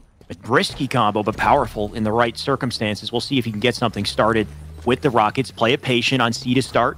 They do have control in A and B, so that'll take the attention of the red team as they try to do something. Looks like B will be the first point of control here. Rocket in. Can't do a little bit more, though, right? He'll drop that shotgun down. That might be potential for Na'Vi to pick it up. Yeah, you have to take care of those resources, and luckily he was able to waste the rockets, but the Bulldog is most likely going to change hands to somebody on the Na'Vi roster, and there it is. Kimbo now going to just watch B. The setup is here. Setup is locked, and if Na'Vi can get another round of slays, we might see them push over towards the trip cap or simply work the spawns. Is Jimbo going to lose that individual gunfight? SLG now has an opening to work his way over towards A, and we've seen how good SLG is with the Stalker rifle. He has one in his back pocket. Man, Na'Vi have an answer, but OEX, they just answer right back. SLG, like you said, he's got the Stalker rifle in hand. Still learning the weapon names here. All I know is this thing is deadly, Tony. 3 shots, it'll rip a face off. He'll hold down the line of sight for now. Shoddy's still in play, though. Still in the hands of Jimbo. Jimbo's got a thrust as well, so perfect for the movement here. Not ready for the player behind him, though. That Shoddy will transfer hands. All the members of Blue, they're going to push up into B while this happens. And a great opportunity for Nervix and team to clean up a couple kills and get the stronghold back. Slays heavily going in favor of OEX, but here comes the out-rotation coming out of Kimbo, and Jimbo having his back over towards the B hut. I'm liking this position out of him, but somebody actually might have slipped right past him. Jimbo ends up getting the melee, but not able to get away with his life. 3-on-3 situation, and Kimbo's trying to hunt down that one-shot player. Kimbo tries to get into Blue. Can't turn in time to stop that, though. SLG. Now he's got the angle onto PD. Teammate with him. Look at the 3-man push up to A. Great vantage point here to help out as well. Shots into Jimbo. Player flanking through to clean up that kill. It's the perfect little pinch on this player. Not much Jimbo can do in a situation like that. Nice little reset on the A cap. And control of top ground. The timing of this is crucial too. Look at rockets up. They've got perfect position to lock things down. Can they make a play off this? Kimbo, in the meantime, is trying to hold things down with a shotgun. That it is, but his information has been given, so he's going to try to relocate himself now, working his way back towards the right back to where the B Street goes in with the Bulldog, but not able to stay alive. Rockets just too strong, and I mean, in a fight with Rockets versus Bulldog, you already know who's going to win. SLG now making his way over towards Bulldog Street. You got to love the patience, though, with the Rockets, right? In a situation, close quarters like that, you can't just spam the rocket out. You got to wait for your opportunity. Last thing you want is to go down with them. So thankfully, he played that correctly. And because of that, he can now rotate to B. Great opportunity here as well. Still a rocket in the chamber. Plants one in, doesn't get the kill. He's going to get his feet right up into Cap B, but not enough to stop the boys on Na'Vi completely. Do they have teammates for it? Instead, you got Jimbo just locking it down. And that's what Jimbo does best. He just understands the flow of Halo. You notice how there was 2 Na'Vi players working their way over towards the A side of the base, and Jimbo was well aware that both of those players have now changed direction. So he gets in, gets aggressive, puts the pressure on, and a beautiful collapse coming out of Na'Vi. But I'm telling you, Jimbo's awareness is on another level, and it was largely the reason why they were able to pull off that collapse. But OEX, once again, trying to make a way. Tony, could we have a closer game of Strongholds? My dude, we're 203 to 197. Every single play leads to a lead change on either side here, and you love to see it. Who is going to pull away, though, in these points, these last 50 points? Respectful just trying to hold things down on top A. Does get that kill assist for the player over in C. Met one in the alley, one shot trying to get out of fray here. Players just dropping left and right. It's getting scrappy as we get down to the wire here, Tony. Let me tell you something, Alex. North America better watch out. There are some serious contenders coming out of all of these regions. Not, EU, out of Latin America as well, even out of ANZ. I'm telling you, everybody has seemingly leveled up. And now that they, and Bachelor said it best, now that they've had the infrastructure that they have in right now, EU is just going to keep getting better and better. Watch out, North America. I mean, for me and you, Tony, it's just a treat, right? We get a higher level Halo to cast, so I can't complain, especially when we're on board with 2 Foxy. Stalker in hand. Unfortunately for him, he's got a flanker behind him, tries to do something, can't do it. Reset coming in. Big plays coming out of SLG to stop the Cap, and can he get more? The man is bobbing and weaving. Look at this man just jiggle peek his way. He is dancing out here, Tony. They can't get a piece of him. Oh, he's clean. SLG getting the big kill on Respectful, now going to take over B, and now the setup is locked in at the moment. A and B heavily in favor of OEX, and once again, just looking for another round of slays where they can push him for the trip cap. 2 Foxy taking heavy damage over towards bottom C, and they're looking for any kind of way to make it out so they can push together and maybe overrun this OEX setup here. But he was in the corner. Big kill once again by SLG and OEX. My God, last second there, they lock it down. They cut down the rotation and give these boys no chance, no opportunity to rotate through and make a play. Tony, how you doing, my man? Welcome back to the broadcast. What a series, though. What a game to start the series, right? That was down to the wire the whole way through. I think I didn't get to see the final tally there, but it had to have been at least 225 coming out of Na'Vi to defend that. OEX, though, they fight through. They had the end game locked down. My gosh, both of these teams so evenly matched. And I need to go back and watch the winners bracket round 3 because I need to watch it again because I want to see exactly how OEX were able to dominate in that 2-0. Because in my opinion, look at the board. There's no way this is going to be a 2-0. This is 100% going to a game 3. I don't care who you're rooting for. This is going to a game 3. It's looking like it, but if you look at that scoreboard, I mean, the slay is definitely overwhelming in the favor of Na'Vi? No. So I guess so did Na'Vi? I see the colors are mixed up here, Tony, and I'm getting confused. Either way, we do, of course, have SLG in team with their win, and a big part of that being because of the advantage in slays. You got 24, 19, 20, and I believe 15 out of Chick. So Fragger and Chick popping off in the slays category, and the damage, I assume, as well. And, of course, that's going to be so important in your potential in these games. We saw so many resources in play as well, right? The Bulldog Shoddy, the Rockets, the Stalker Rifle, the Thrust, that controlling them, of course, really kind of sets the momentum and allows you to hold on to that control once you've got it. Yeah, I believe it was Gaskin that's kind of pointed out before, previously Halo's kind of been like, a 2-weapon or 1-equipment kind of game, but sure. in Halo Infinite Sandbox, you can really take advantage of some of these items that are given to you, and if you can control that thrust, if you can control that Stalker Rifle, dare I say the Bulldog for those close quarter engagements, you will be successful, and my gosh. And it was kind of easy to get lost in the game. I mean, Na'Vi had a bit of control, but man, OEX, just every time Na'Vi created some distance in the scoreboard, OEX just kept bouncing back, and eventually they were just too much for Na'Vi to overtake. I think even a perfect example was Respectful just chasing that kill right there. They're so difficult to kill, right? They survive much longer than you'd ever want them to. I think it was also SLG, right? Just bobbing and weaving in that red room. right? He was hitting him with the jiggle peek where he just kind of bounced out with the strafe, which is so powerful in Infinite, by the way. Because of that strafe speed, you can peek around ledges and kind of tease that gunfight a little bit more effectively, and it's very difficult to fire back if players are efficient with it. And man, did we get to see that in Game 1, Tony, but of course, only the start of our series, a best of 3 overall, but like you said, I would not be surprised if this one goes the distance.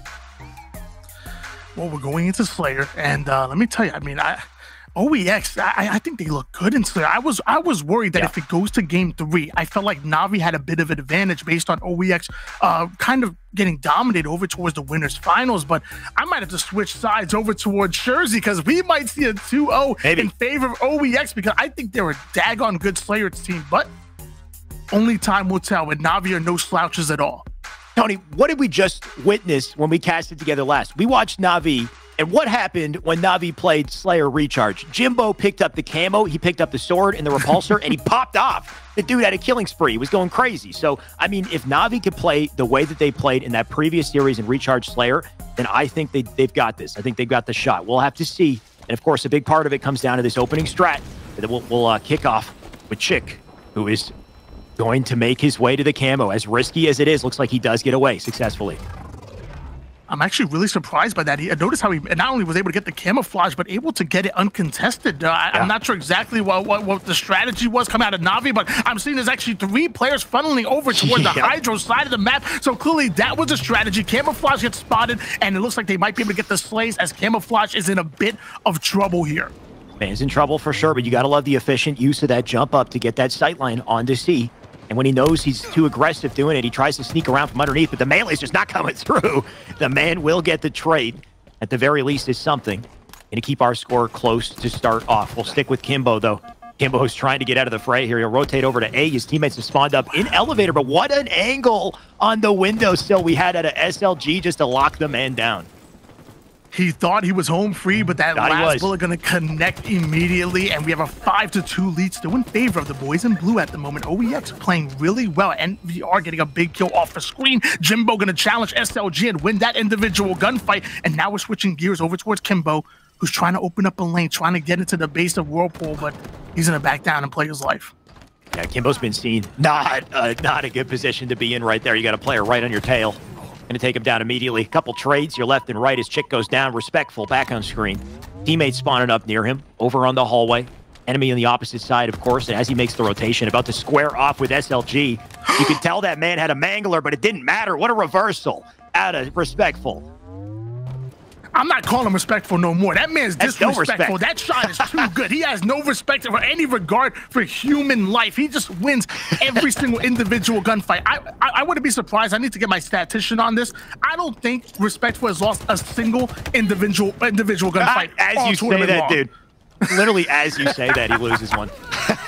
Whoops. You had to tell your statistician to update the stat sheet, Tony. I don't know. Either way, he died with the sword and with the repulsor, so a sweet little combo if somebody does go pick that up. In the meantime, Chick does have a mangler. He can put together quite a bit with it. What's even more important, though, is Nervix with the camo and a sneaky play into yellow. Tell me he gets out of dodge, though. The man's in a rough spot. Teammate here to lock down the angle. He's got 2 teammates to hold it. Gotta love the positioning. And no hit markers on those nades to let the enemy team know exactly where he is. The man will live to see another day. But this is exactly what I was talking about earlier with OEX. I feel like they have this unselfish gameplay. They're always within arm's length of each other. The communication's always on point. When I was watching them last night, it wasn't even just about making call-outs. It was, I can tell that they were small talk. I can tell that they were listening and responding to each other. The communication and the unselfishness out of OEX is really the reason why they're so dominant, as we're seeing a double-digit lead in favor of OEX. I mean, the efficiency is undeniable, for sure. As we say that, though, we do have a hot flank coming out from Kimbo. Big opportunity here for the boys on Na'Vi. Although that happens, though, a second flank for a trade out of Nervix. Kimbo going to hold on to his life. Does know spawners, could be up in elevator. Going to lock things down from yellow. Shock rifle in hand. I have yet to see this thing make plays, Tony, and I'm hoping we see it soon. So close. But we are seeing the lead start to be eat up over here by Na'Vi. Now it's only a 5-kill game. Meanwhile, Chick going for the challenge on Jimbo. That is not the player that you want to challenge here. And they're just, I'm telling you, OEX are just letting Na'Vi back into the game. 2Foxy going for the challenge of his own, earning himself a killing spree. And Camouflage is coming up, Alex. This is important. 2Foxy's been popping off in the feed. He's about to get a little more if he can stay alive, pick up this camo. But of course, in a risky position, can he escape in time? He's trying. No, he's trying to sit on it still, and that's the thing. Why? Like in my opinion, why would you go out there so early? Right? Wouldn't you want to be in a position where you're hiding, then you slide and pick it up so that they don't see you waiting on it? Bit of a risky play. Instead, the camo is now traded hands to SLG, who is carefully playing his life. Looks like he will get away with it too. So potential for the boys in blue as SLG will mount the challenge on Jimbo, first victim. Kimbo lying in wait. And Kimbo getting eaten up too. He actually wins that fight though. Huge clutch. Is that enough though? I don't know, man. I need a recount of those shots. Those were looking good coming out of SLG, but good. Kimbo coming in for that reversal here. Meanwhile, Fragger wants to make his way right behind Respectful. Ends up getting the shots at him, but Kimbo coming in for the bait and switch. My gosh, Na'Vi are looking good, and they have made a comeback. I mean, just like game one, we're looking at a nail-bitingly close game two, Tony, and I can't complain about it. 28-26 here on the board. We're back on board with Respectful. Got a bit of a square off with SLG. SLG opts to back down from that one. Respectful does have a sword in the back pocket. Could put this to use, unless there's two directly in front of him to take him down. Thankfully, the damage leads to a trade. Can they pick up any more? Nervix right now doing what he can to just hold the angle to make sure his teammates don't get collected. But they do by Jimbo, who gets that sneaky pick. Daddy doesn't. The spawners are coming up over towards control room. So now Jimbo's not going to be by himself here in long haul for much longer. Meanwhile, Kimbo getting a big slay off the screen, not able to get away with his life as OEX going to hunt him down. Kimbo going to come in for the cleanup right back at him. Back and forth action. My.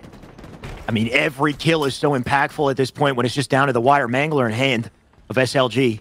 Can he put something together? Center room right now. Teammates opposite side map, so he is actually behind enemy lines.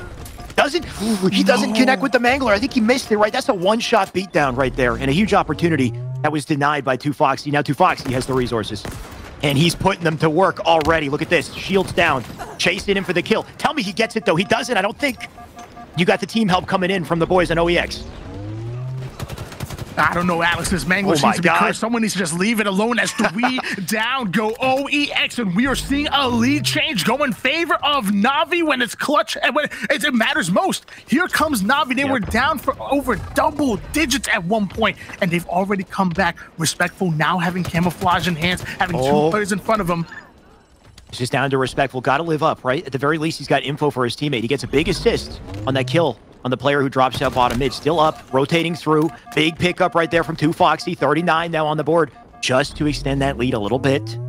What else can they do with it? Spawners likely up in the long haul here. You can see they're waiting on it. Pressure already in that yellow hall, though. They're going straight through center map, picking up kills along the way. Just a 1-kill game at this point, Tony. That it is, and we're back on board here with SLG. If there's any chance for them to come back in this game, somebody on the backs of this Mangler here, getting right behind enemy lines. 2 down go Na'Vi, but the nades are starting to come in. The Mangler's coming out, and that's going to be another fresh 2 down going for out of Na'Vi. OEX are looking good, and they have a 2-kill lead with only 7 kills left. They might be able to hold on to it. Tony, I gotta say, nothing hits headshots harder than the Mangler. That thing looks so sweet when you snap on the head and just clothesline the dude, and I expect to see a little more. 44-41, when the moment is crucial. Shields down, kill in onto Kimbo, make it 45. Man's looking for more. Tell me he's got it. Teammate will pick that up, but he's still bobbing and weaving here. 46-41. Can they make a comeback in the last seconds here? Na'Vi, they're falling apart. Let me tell you something. OEX may only have 10 kills, but he has 14 assists, and we are seeing the effectiveness that he has on the map. You have to account for SLG at all times, and I'm loving what we're seeing. But Jimbo and Kimbo now going to try to work a little 1-2 combo over towards the A side of the map. Maybe they can pull off a bait and switch and break into the setup. Meanwhile, Respectful and 2Foxy are working in twos on the opposite side, but they're taking some heavy damage here. Respectful trying to get sneaky, but he's going to go down to 1 shot, Alex. That was a big live, though. He stayed up. His teammates in position to get the cross here, so now 45-47. They can't afford mistakes. 1 player on bottom mid, too. He got the kill, though. They tied the game off this, Tony. Are you kidding? 2 players out directly above. Can he turn the tides on this one? They got to pinch this man before he gets the kill. He trades it. 48 all. Not in a good position here, Jimbo. He's going to try to rotate out. Sword still up. Doesn't want a piece. He's got to get in these fights, right? They don't have any timing to work with. 2 kills left on each side. Okay, he will go back for the sword now. What kind of resources are we working with here, Tony? We got 3 grapples for Jimbo. We got 2 in the hallway. And all the boys on the opposite side of the map here, they got info.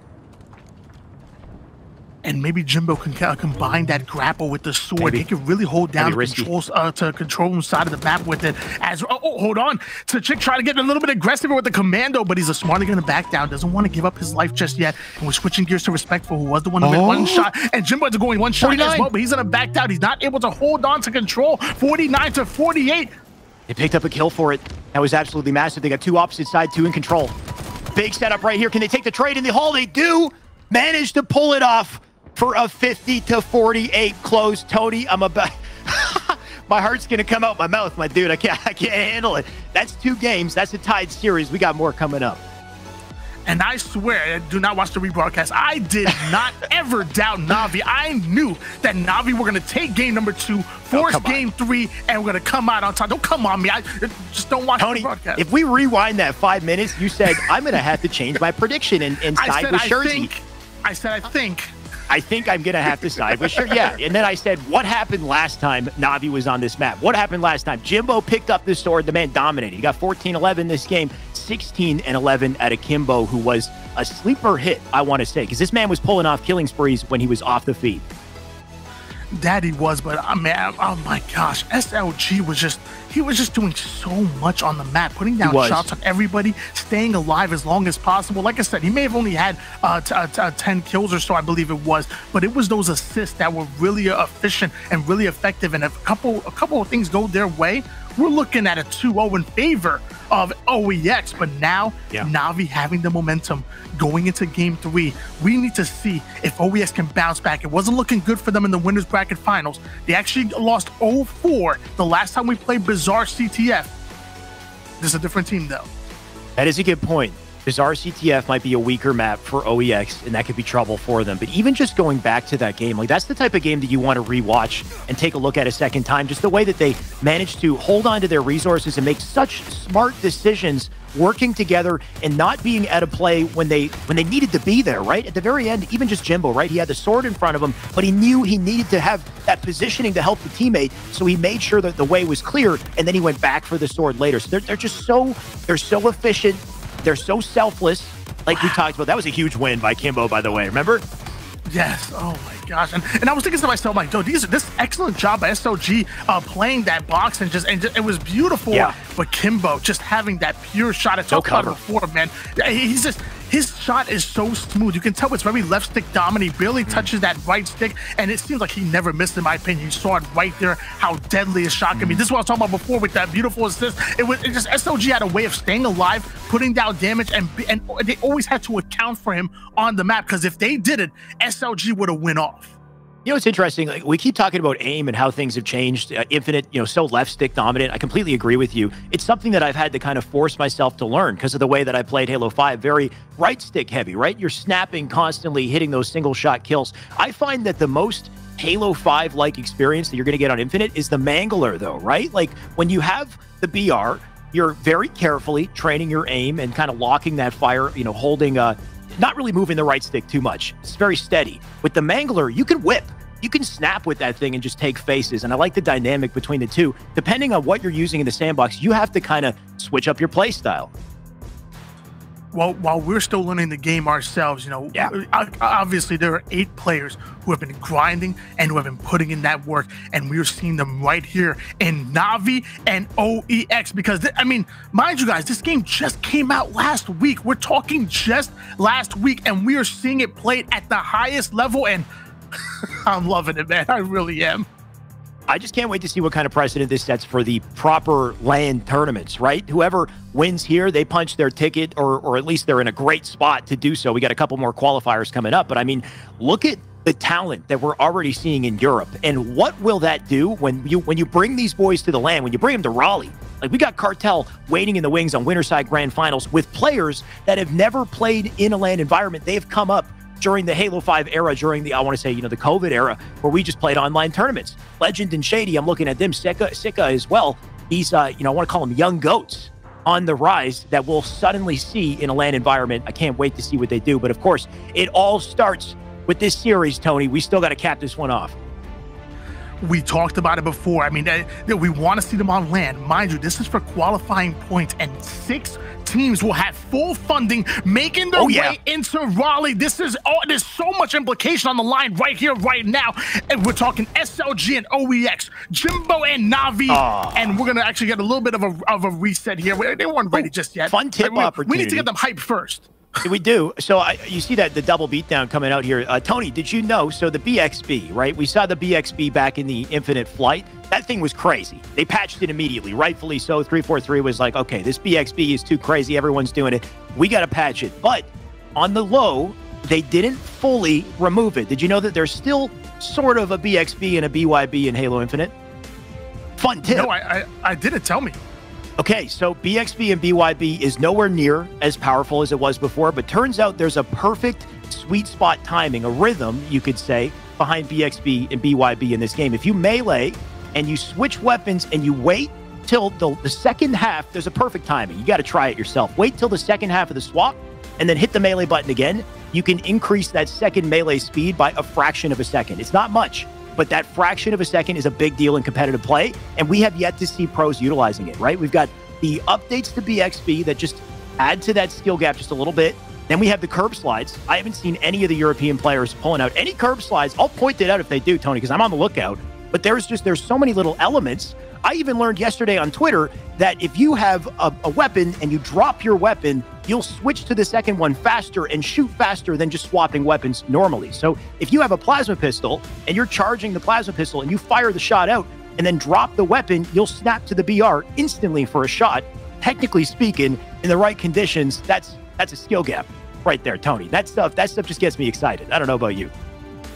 And I mean, that's one of the reasons why I love the fact that we have these open tournaments. Invitational tournaments are nice and you have the best of the best, but we have open tournaments. So if you're I know you come from the Smash community, the fighting game community. If you're a fighting game and you've matched the mechanics, you can utilize those button combos and utilize those mechanics. Come on by. If you're a Call of Duty player that you have those fast reflexes and you can outgun the best of the best, like we saw COD players do early in the winners bracket finals. Come on by. We welcome all of you to come in and compete, because the barrier, the entry barrier to get into competitive Halo has been as low as it's ever been, and anybody can make a name for themselves, and that's why we love Halo. Anybody except us, apparently. We're stuck to the caster's desk. We don't got the talent, unfortunately, I guess. Or maybe it's just me. Either way, you're completely right. I want to hammer on that, double down on that. You're right in that it's a free-to-play game. Access has never been more open than it ever has been to get in these tournaments, to get the reps in. And, I mean, how beautiful is it that we're loving the game, too? That people seem to be enjoying the gameplay. It's smooth. It's been going well. I've been seeing... We talked about COD players jumping into this tournament. Yes, they jumped in. They're looking good. But, I mean... the level of talent we have from these Halo players, watch out. If you're a Smash kid, I think I saw Mango playing Halo. I'm seeing people jumping in from other games trying to get a piece of this, but it's a sweaty, competitive game. In the end of the day, you got to be the cream of the crop to really prevail here, Tony. So let's finally see it in BRCTF as we kick off our Game 3. And here we are. We're going to start on. We're going to switch gears actually over towards Respectful here.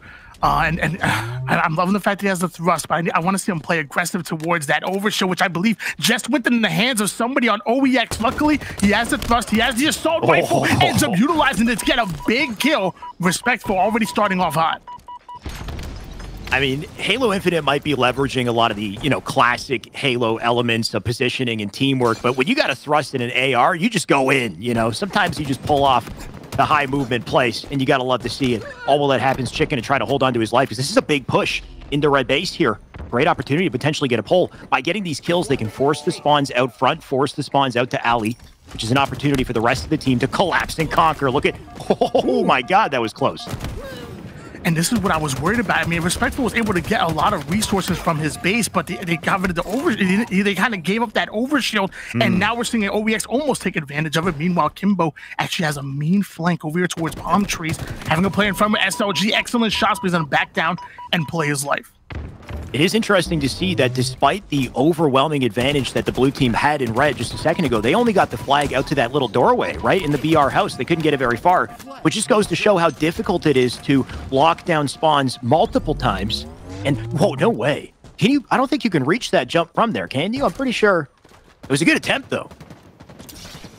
Hey, I mean, the game's still early. You gotta try everything. Taking notes.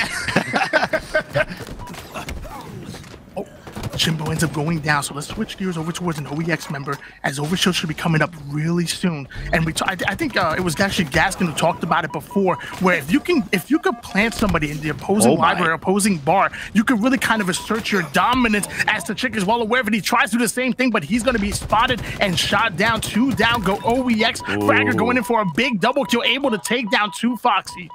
That's huge for Fragger. I'm pretty sure, yeah, his teammate picked up the OS, so great opportunity right here. They can fly in, be aggressive. They're going to come up through the high door. And you can see the rotation already coming out from Na'Vi as they get out of the line of fire here and make it very difficult for the boys in OEX to take full advantage of their resources. Still got a couple players up in the front door here as they try to manage it, but Na'Vi doing a great job of defense. Okay, the body shots already? All right. I was just making sure he didn't come back as a zombie. That wasn't body disrespect. You know, you got to kick a couple extra shots. You got to be careful nowadays, man. Anything could happen as the nades coming in from Frank. Excellent nades at that. And OEX starting to get some slays here, but 2 Fox going to get a big slay on the opposing end. SLG takes down Respectful. And now Kimbo trying to stay alive over towards the double doors, but he's catching some stray grenades, so he's going to back down and go in for a little bit of a flank. Yeah, Kimbo rocking a nice little dual wield there, too. The BR, the Commando. What a ragdoll, by the way. Not sure what happened there. I think it was a rocket explosion that sent that man soaring. Still got one more rocket to work with. He's got a grapple in the back pocket, too, so Chick could get something done. All getting started with that opening kill. Hopefully he didn't damage his teammates there, but 2 Foxy down for a count. He's got a teammate in the closet as well, so nice little pinch opportunity set up. We've seen this all game. The dominant pressure out of OEX has been consistent and relentless, but it hasn't been enough to pull a flag. And again, guys, this is your losers bracket finals. The winner of this is actually going to get into the money here. And again, it's all about the qualifying points, both this weekend and next weekend. There's a lot of implications on the line here. 2 Fox, you're already having 10 kills at the moment, but matching him is Frag, and we're on board now with Kimbo. It looks like he's doing a little bit of baiting here, but nobody home. Tony, you said it about the tournaments. Like, you want to get into this sooner rather than later, right? Because you can see how quickly these boys are leveling up and just adapting to each other, even in just the first tournament alone. I can only imagine things will be different as we get closer to Raleigh. OS back in play here on the body of SLG. SLG's been making big plays all tournament long. He's got the disruptor nades coming in for a big pickup, flag in hand. So an opportunity for OEX, and he's got an escort as well. I believe he's got a teammate out in front, one in the alley, one directly in his face, though. He does get the double melee. Wow. He'll take that flag out through the alley. This is the most progress we've seen at OEX in the flag so far, and I love that. Look at that big brain play. He drops the flag, turns around, and just melts the dude. We might just see the first cap go in favor of OEX as the flag's already in the base, and I don't think there's anybody left to actually contest it. 1-0 lead in favor of OEX. You got to take notes if you're watching there. You got to be so intimately aware of that spawn and the players who are chasing you on the collapse and know when to turn around, know when to drop the flag and slay, and make sure that they don't get that easy kill. They don't pick you up and get the return. Because of that play, we're in a totally different scenario here. And speaking of different scenarios, hopefully Jimbo and his scenario is cleaned up very shortly, Tony, because this has been one hell of a game so far, and I want to see it continue. That it is. I'm still seeing over towards the rocket side corner, so things are not looking good, as Respectful is going to go in for the challenge on Chick and winning that gunfight at that. Okay. And 2 Foxy is going to swap teams, trying to signal the ending of the game here. And wow, that is unfortunate. It was just started to get going here, Alex.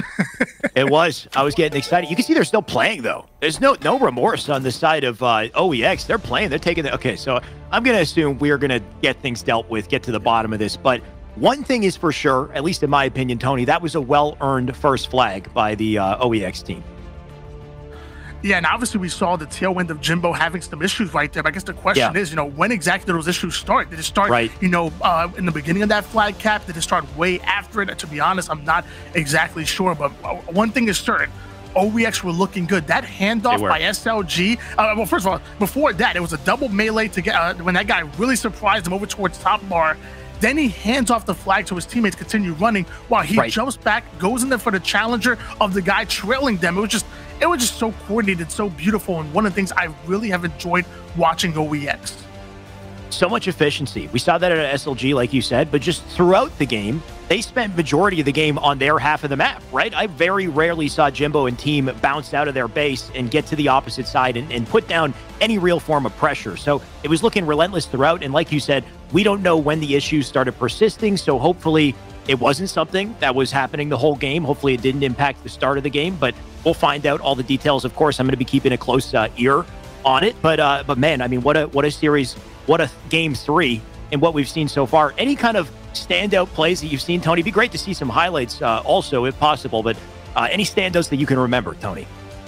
I mean, the play that I mentioned before with the handoff and an SLG going for that challenge is one that pops into my mind right away. Also, I mean, I also disagreed a little bit with Na'Vi not sending more resources to kind of bait that overshield, because they allowed OEX to grab overshield, and then they almost took advantage. We saw immediate plays go in favor of OEX, but they weren't able to get that objective right away. But that could have been really dangerous. We might have seen, we almost saw a 1-0 lead much earlier than what we just saw now. Getting an update. Okay, so they are going to restart the game. It will say 0-0 on the scoreboard, understandably, but it is a 1-0 for OEX. So that flag is counting. It's safe, Tony. And rightfully so. I mean, that was a well-earned cap by OEX. I would have been really surprised if we took that cap off the board, but a little bit of a reset situation. Now we're going to start on board with a fresh grapple, a fresh overshield, and fresh rockets as well. So who knows? Maybe Na'Vi can quickly get those resources and turn it into a quick flagpole and maybe a flag cap. Only time will tell. I mean, it makes you think, having this reset, considering the position that Na'Vi was in pre-reset, it was looking rough for the boys on Na'Vi, not even just in the opening strat, but throughout the entirety of the game. They were having trouble just dealing with the pressure. Do you think this maybe helps them? It gives them a chance to, you know, maybe reset, talk amongst the team, hopefully put together a new game plan in time for us jumping back in here? Personally, I think it does, because when I think of a team like Na'Vi, I think they're well coordinated. They obviously know exactly what they want to accomplish as a team. So maybe they win that opening strat, and maybe they, like I said before, grab that overshield, grab that rockets, and turn it into a quick cap. I think a reset of the situation can definitely work in favor of Na'Vi, but I think I'd be kind of crazy not to think about the cons as well, because obviously it can go back in favor of OEX, and we can see them do the exact same thing. So I don't know. I'm believing this Na'Vi roster. I believe they're actually going to take it 2-1, but starting to waver a bit. I'm not going to lie, just a little bit.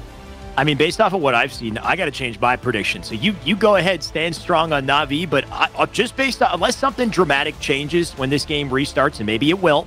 Not to doubt the boys on Na'Vi, but that looked like all OEX in their favor. The interesting thing about that, though, was OEX, we said pre-series, might be weak on CTF, right? Because OEX got dominated by Cartel. So, I mean, these boys, they both got to pick it up on both sides, because Cartel, they're waiting in the wings, and they are no slouch in this map game type. Yeah, maybe just maybe that 4-0 wasn't indicative of the skill set of OEX on this game type and map, but more of how far ahead that Cartel is on this map and game type combination. OEX gonna immediately start with a 3-0 lead as far as slays, but now need to get the objective as well. Oh my God, what a hot start at a, you know, not only Fragger, but the whole team. They got the rockets as well. That's a double kill coming in. But my God, just the use of the thrust and the 2 kills to start right into the OS grab, so clean. And it's put these boys on Na'Vi on the back foot. The flag is already out. The flag's already at the front door. They're moving so quick. The game's not even 1 minute in here, Tony. That it is not, but we're on board now with 2Fox, who has a great angle. Now going to try to up the tempo here. Fragger off the screen, getting a big kill. Nice. Chick as well. Another 3 down, and we're seeing that final push coming in from 2Foxy. If he can win this individual gunfight, maybe get the return, but he's not able to do so. That was still a huge kill, though, right? He was 1 shot. He timed that jump right before death there to avoid the headshot and pick up that clean trade. The flag is still out, still sitting out front base. It's scrappy, but they're doing what they can to get the defense here. Unfortunately, though, spawning in your base, there's no way you'll get there in time. Flag right beside the pedestal. Just an inch left to really put this one in, and they will manage to plant it. So SLG and team with such a coordinated opening and a well-deserved flag off it. I mean, disconnecting from the game, did it help or hurt them, Tony? It's looking like it hurt them. That it might, but notice how they did end up going 2 down to cap that flag. So we might be seeing we're seeing a counter pull in front of our very eyes right now, making it across a little bit of a fumble Rooski by 2Foxy, but looks like that hasn't slowed them out just yet. Meanwhile, OEX are getting a counter pull on the opposite side. Tony, you talked about fumbles with CTF and Infinite. This is happening much more often because the flag is heavy as hell in this game. It's very hard to juggle. And the biggest tip I guess I could give is you want to juggle it out of a jump in the air. If you try to juggle it from the floor, the throw will not get you very far. So if you're sprint sliding, juggling it on the floor, I don't recommend it. I'd say sprint slide, jump with it, toss it so you get that distance. You can plant that one in and tie the game on the scoreboard, but not overall, right? It's 2-1 currently for OEX. Definitely a bit of a skill set coming in with running this flag. You definitely have to practice it, and it's not going to be as easy as it was in previous games. Meanwhile, oh my gosh, OEX making it look easy right now, putting the shotty to the body, getting a beautiful double kill, and now he's working the perimeter in the opposing base. He's going to jump up over towards Bar. Things are looking good if you're a fan of OEX. And Nurix out here barking. Oh, I like the clamber cancel right there, right? If you pull back on the stick before you clamber, or finish the clamber, you can cancel it out, dodge a nade, do something else, get a shoddy kill a little bit later, love it, onto Respectful, gonna hold down the BR house here. Try to make the rotation out to flag. Teammate already picking up some good damage here, so a Spree coming in as they rotate this flag just a little further here. Nervix making big plays. Flag out, I think, actually no, flag is sitting handily in the pedestal. This one's looking clean, Tony. I think they might have this. That it is, and we're seeing them actually rotate back towards the flag carrier, and it looks like there are no slays going in favor of Na'Vi at the moment. Actually, the complete opposite. OEX ends up getting a big double kill with the rocket launcher, so we might see a 2-1 lead, and not even a counter cap coming in favor of Na'Vi as they're going to go right back on the offense. Tony, that was just ruthless. He didn't need to do all that. He didn't need to grapple up in their face to get the, I mean, you know, I liked it. It was pretty, but my God. What a way to decimate the spawners as they just try to get an angle on the flag carrier. That's 3-1 with the flag overall here. We're still just going to keep on board with Na'Vi as they try to do something to manage the situation, but 3 dead immediately. Moving quick on the bottom of the map, we got Chick with the thrust, the dynamo nades.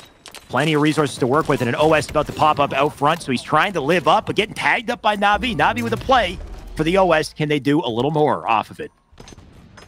Despite going 3 down, 2Foxy doing a great job of slaying out, buying enough time for his teammates to push up towards that 50% portion of the map, and then even getting away with overshield as well. But he's being heavily guarded here at the enemy base. OEX able to melt that overshield and get the kill. And here comes once again SLG. Not winning the trade with the shotgun as well, so a big pickup right there from SLG.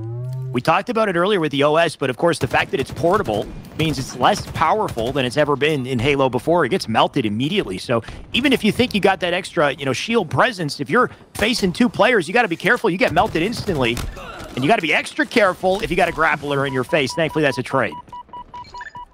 And just like that, 3 down go OEX and Jimbo, the only player in double digits on the team over the enemy team base, so he's slaying out, even getting the flag as well. Na'Vi might be able to capitalize on this round of slays.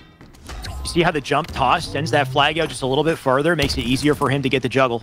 Nice convenient use right there. Let's jump right. Dude, you gotta love the movement, jumping over to the opposite side of the doorway just to make himself a difficult target. Opens up the opportunity for the teammates to continue to pick up damage and get the kills. That's 1 more down. The flag continues to be rallied. Overextension came through, though. We got a blue player who does try to get that flag just a little bit farther. That's a big opportunity for the boys on OEX. You see, they do manage to take out Kimbo. Jimbo did get the flag out to red base, but he doesn't. Okay, well, I take it back. They got that swift 3 and a cap. Big plays out of Na'Vi to bring it to 3-2.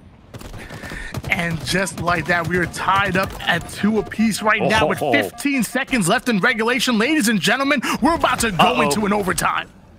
Are we, though? It's 3-2, Tony, on the board, right? We had a game that was canceled previously. It was 1-2. So, I mean, when that timer hits 0, that's going to be a GG. They're not going to make it to the flag in time, Tony. So, that's a GG. They're going to cancel and end the game right there, and OEX will walk away with the dub.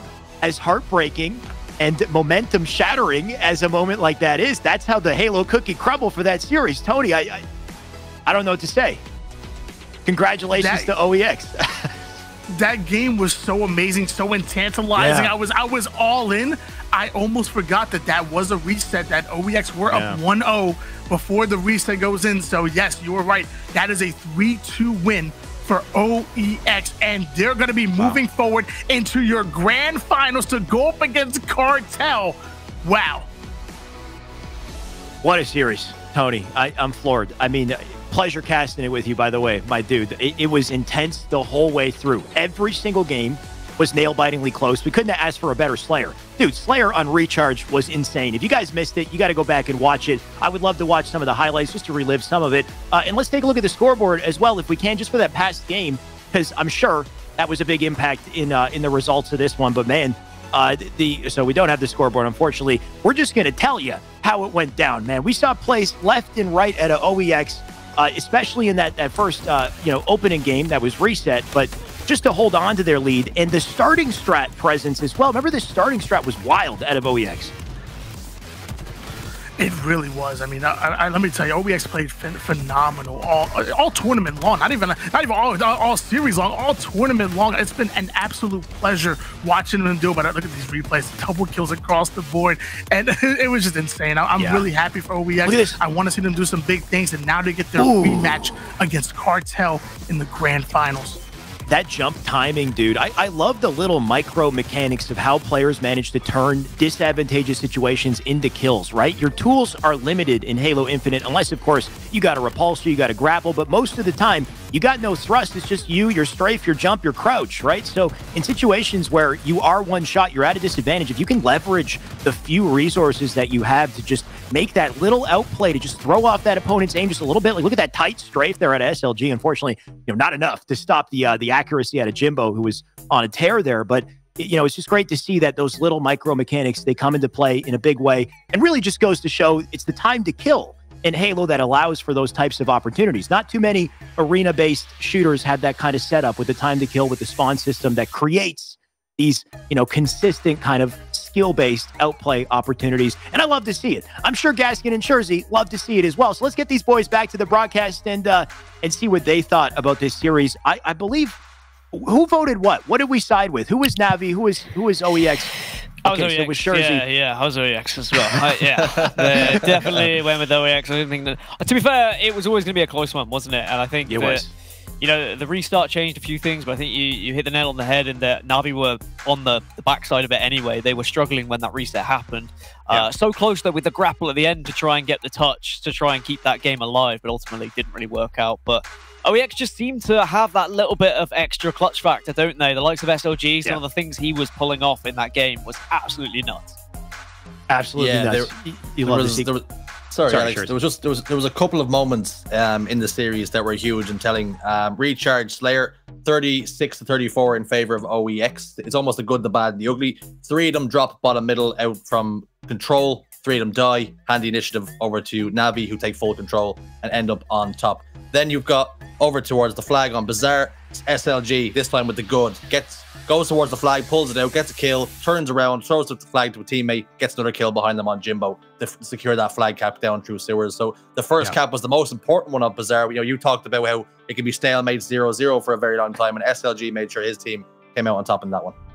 I thought from the scrims that I had watched that Bazaar would be kind of a slow burner. You would have, 0-0, maybe 1-0 towards the end, but not with these games that we've seen today. We've seen quite a lot of action, a lot of back and forth, flags capped on both sides, and it's led to what we have now in our bracket. Let's take a look at our bracket, see how things have gone down in this tournament, because what a day we've had. We started out with 6 teams. We are down to 2 teams. Here's the upper bracket on screen. Cartel have been just dominating on their side until they faced OEX. They had quite a challenger, but OEX not quite enough to stop the boys on Cartel from sitting in the winner's side grand finals. Now, OEX, they dropped down to lower bracket. We could jump over to lower bracket and just see how that all closed off. Navi had fought their way from winners round 3. They were knocked down early in the tournament day 1, but they plowed through that loser side bracket to get to where they are now. Unfortunately, they might have ran out of steam right towards the end here. OEX, they just had the ice. They had the clutch factor to win that in the lower bracket twice. They beat Navi twice in this tournament. That puts them on the lower side of grand finals, which is a best of 5, and I can't wait to see it. I mean, boys, you got to be excited for this. Gaskin, what are you thinking? I mean, after what we've seen so far, does OEX, are they in a better spot now, or is it just Cartel are just too good today?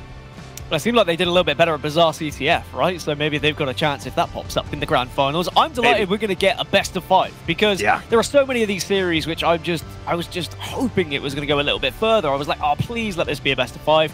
Alas, it's best of 3. You understand it. It's an open series. But now we got a best of 5. So this is going to be a true test here for Kartel and OEX. And of course, OEX, they have to win 2 best of 5s if they're going to win this tournament. It would be a reset if they win the best of 5 initially, send us to another set. Maps are going to play into it. I do think that both these teams have their strengths. We didn't see OEX play a Strongholds game against Kartel. However, in scrims, OEX looks really good in Strongholds. So going into the grand finals, we're definitely going to see some Strongholds come into the equation. I think that's really going to help them. We're going to have to talk about it more after the break, Gaskin. We've got a hell of a series coming up. I like that you said, finally we get some best of 5. Not only that, best of 5 with the potential for a reset. In my opinion, the more Halo, the merrier. And hopefully, if you're in the chat, you stick with us to watch the grand finals in today's EU Open Series. We'll take a short break. We'll be back with more HCS.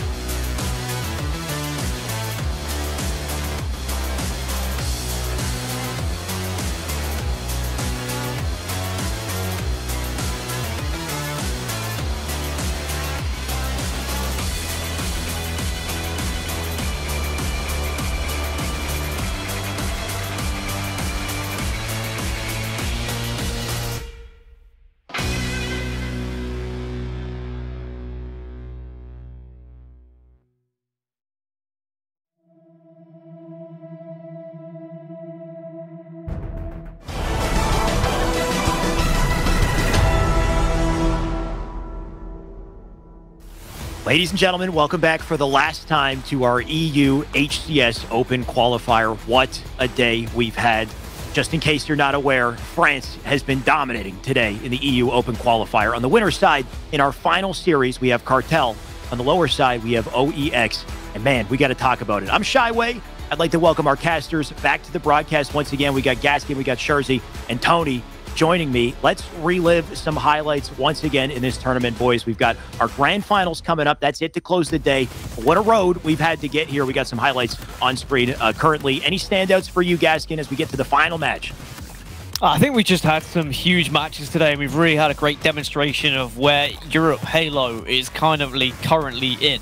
Because we've got a lot of teams that have been practicing a lot, that are trying to figure out the game. There's a few teams who have figured out a little bit quicker than others, but there's been so much promise when it comes to this region. Individual plays that I've seen across the board have really impressed me, and I think even though we're likely to see team changes coming through back and forth between some of the lower squads, a lot of these teams we're seeing in the latter stages of the tournament should be solid rosters that we see for quite some time, or I hope we see for quite some time in Halo Infinite. But in this particular series that we're looking at highlights between OEX and Na'Vi, they gave it a great go, did Na'Vi. Yeah. Considering OEX knocked them down from the winner's bracket into the lower bracket, they were always going to have that looming above their heads. We've already lost them once. They gave it their best. It went to a best of 3.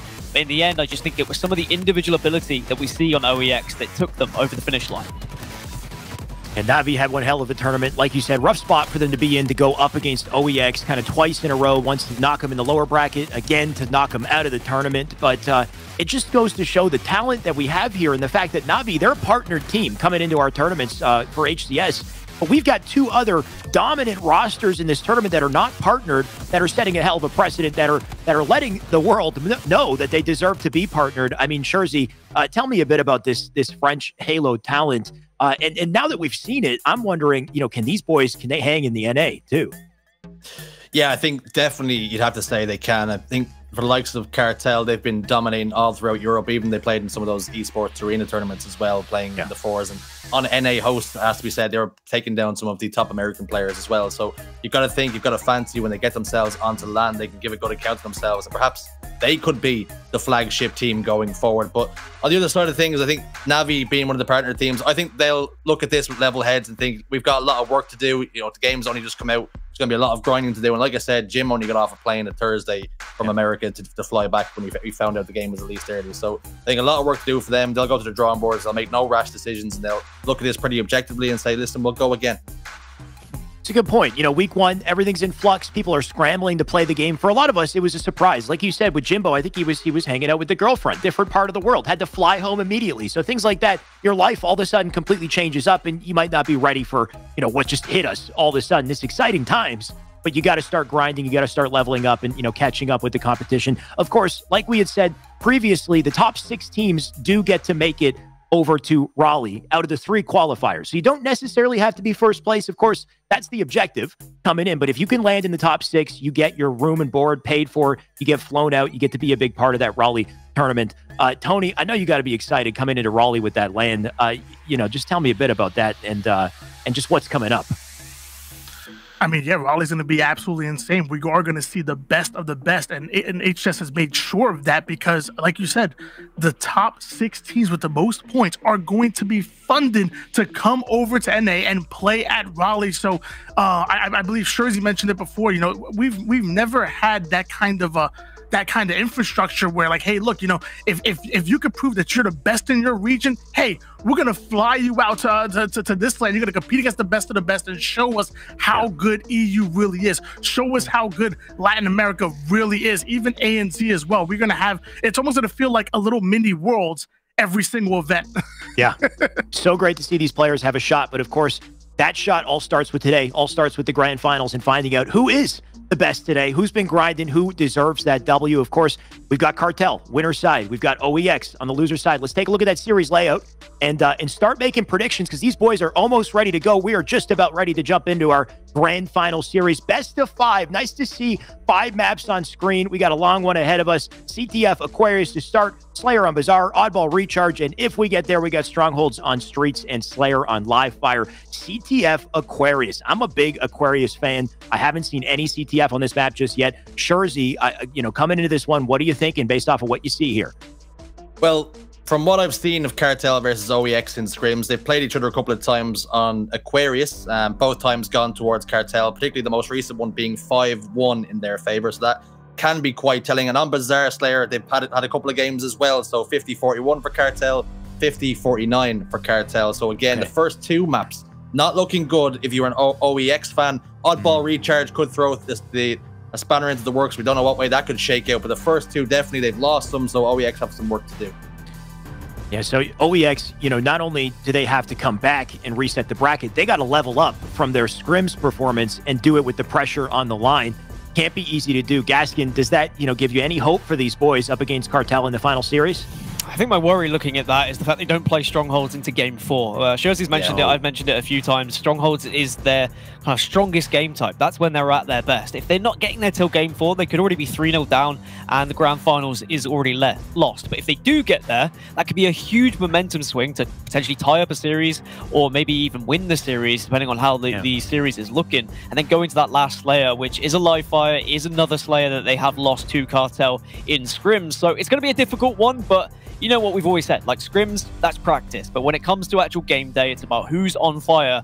Unfortunately, I think Cartel are the team that's on fire right now. So it's going to be a tough one for OEX.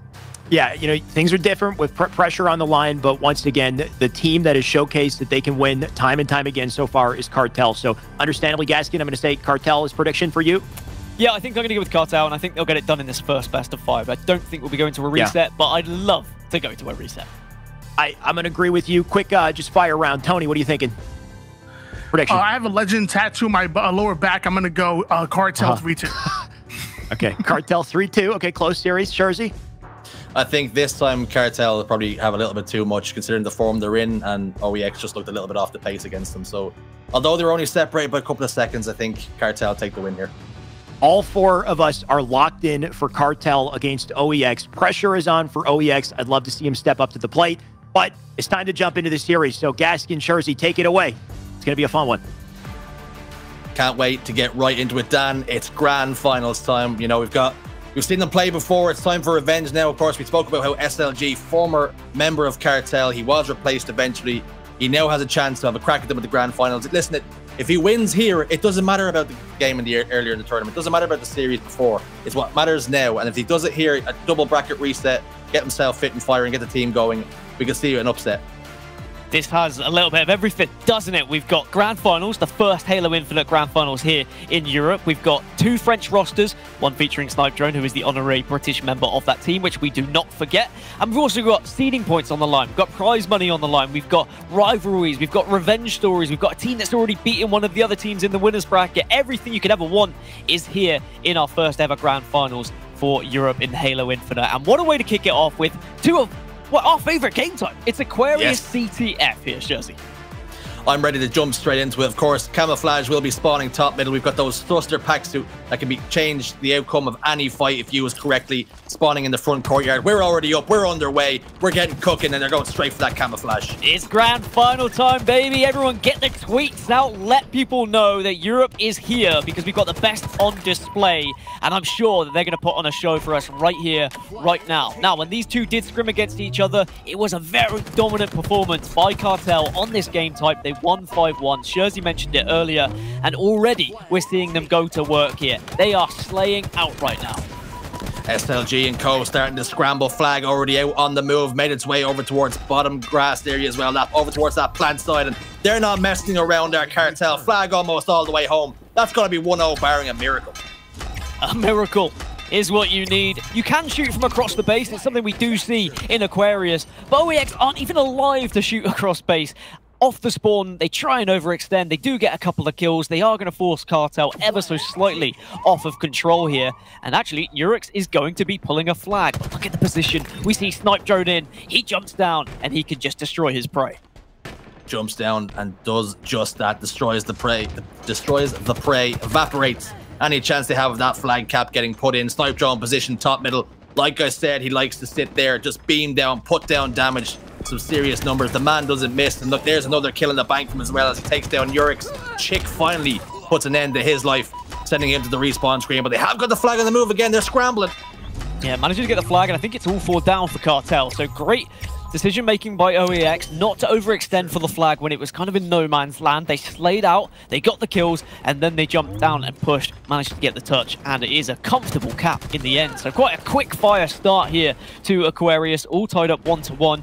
Neither team able to really control the map entirely. Instead, it's just been a kind of slay off. We slay, we grab a flag, you slay, you grab a flag.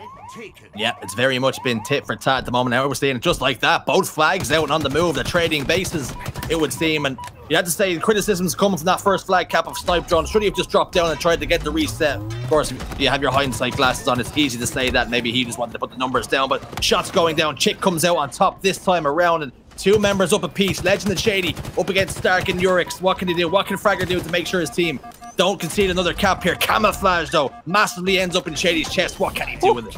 And maybe some communication issues there, but it doesn't matter. Fragger still able to get the kill. I don't think he knew that the camo player was still at top middle, but that flag was captured. Cartel do put 1 more on the board, so for all it we were focusing on the camouflage, it was all about that flag run. Cartel come out on top once more, and OEX, they're going to have to answer back here. There's been a lot of scraps going on bottom middle. There's been a lot of scraps happening to either side, but neither team really been able to hold top middle just yet.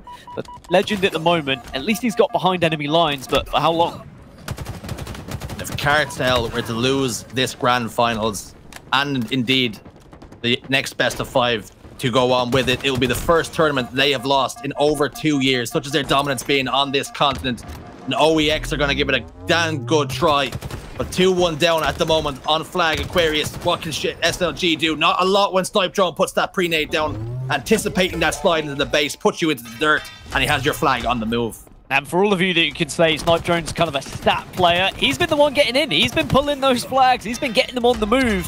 2 players down now for OEX. They managed to get 1. Shady will fall, but Snipe Drone is still on his merry old way, and that's going to be another cap. 3-1. I'm loving what I'm seeing from Cartel. They're slaying out. They're pushing correctly into that flag, but they're not overextending. They're making sure they hold people at either side of the base and also controlling a bit of top mid where they cap.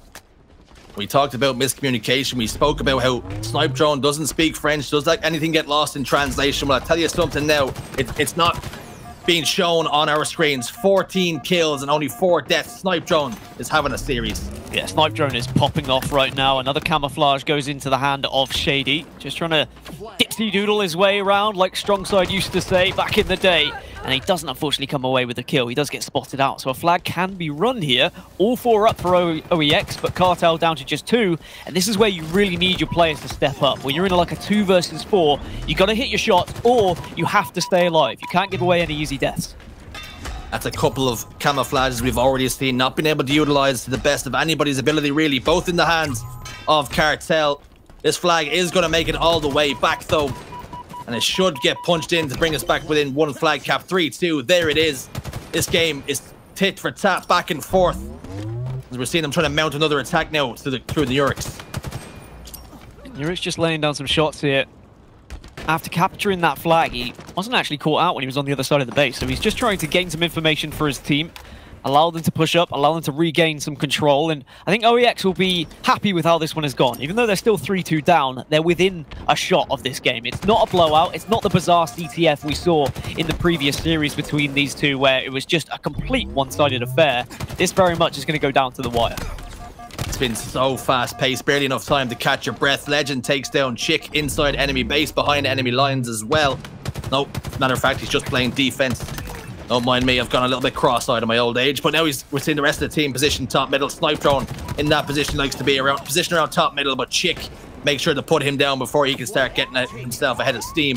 Flag out on the move again. This time, Legend is thrown out to the front court. Well, Legend was their last remaining player, and he's going to throw in the flag out just to try and lure the rest of OEX back. But I guess OEX weren't really in a position where they were pushing up on the enemy flag anyway, so it wasn't necessary, and I think he probably could have tried to be a little bit more sneaky in that base, but it doesn't really matter too much now, as still slays coming through. OEX on top when it comes to those slays right now. 2 members still down.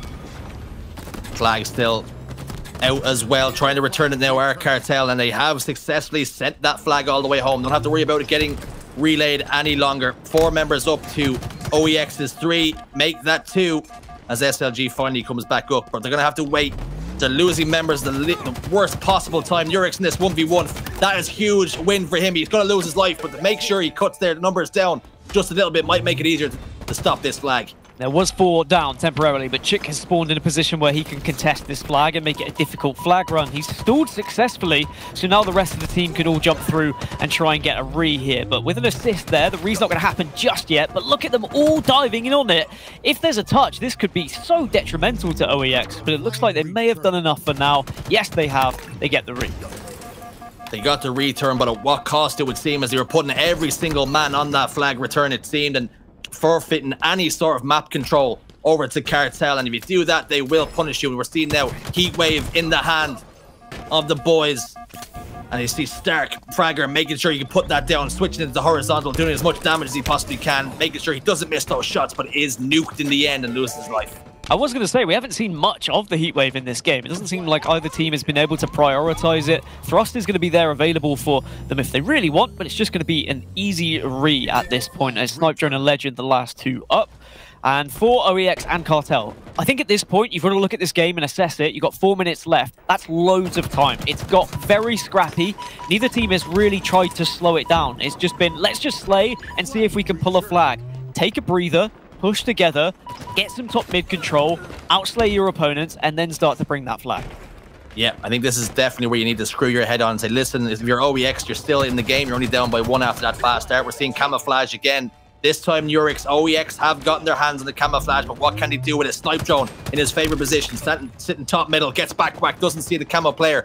To be seen. Chick is down. 3 members still up for OEX, but the flag has been stopped momentarily. And we're seeing Shady trying to overextend, but lovely play out of Nurex to make sure he can't, and is stopped in his tracks. 2 members positioned over towards this needle side. I don't like the fact that Nurex has had to get a touch in this flag, but needs must, and he's getting shot in the back. Yeah, it's giving away the camo, but his camo was going away eventually. I think he felt he had to go for the flag because the rest of the team were on spawn, but it looks like the re may just come through anyway. 3 members down for OEX. And there is a lot of desperate plays that we've been seeing from both sides. You can understand it, I guess, from OEX because they have to get this next flag. They can't afford to allow this time to just run down. But even Cartel, they could really just be sitting on this lead. And even though Snipedrone's 26-11 right now, they're pushing for this flag. They don't want to just sit on a 1 flag advantage. They want to win this 5-2. 3 members apiece, make that 2. Flag out on the move. Cartel looking to put a little bit of breathing room between the 2 teams, a little bit of distance, make light work of OEX here, trying to put cushion between them.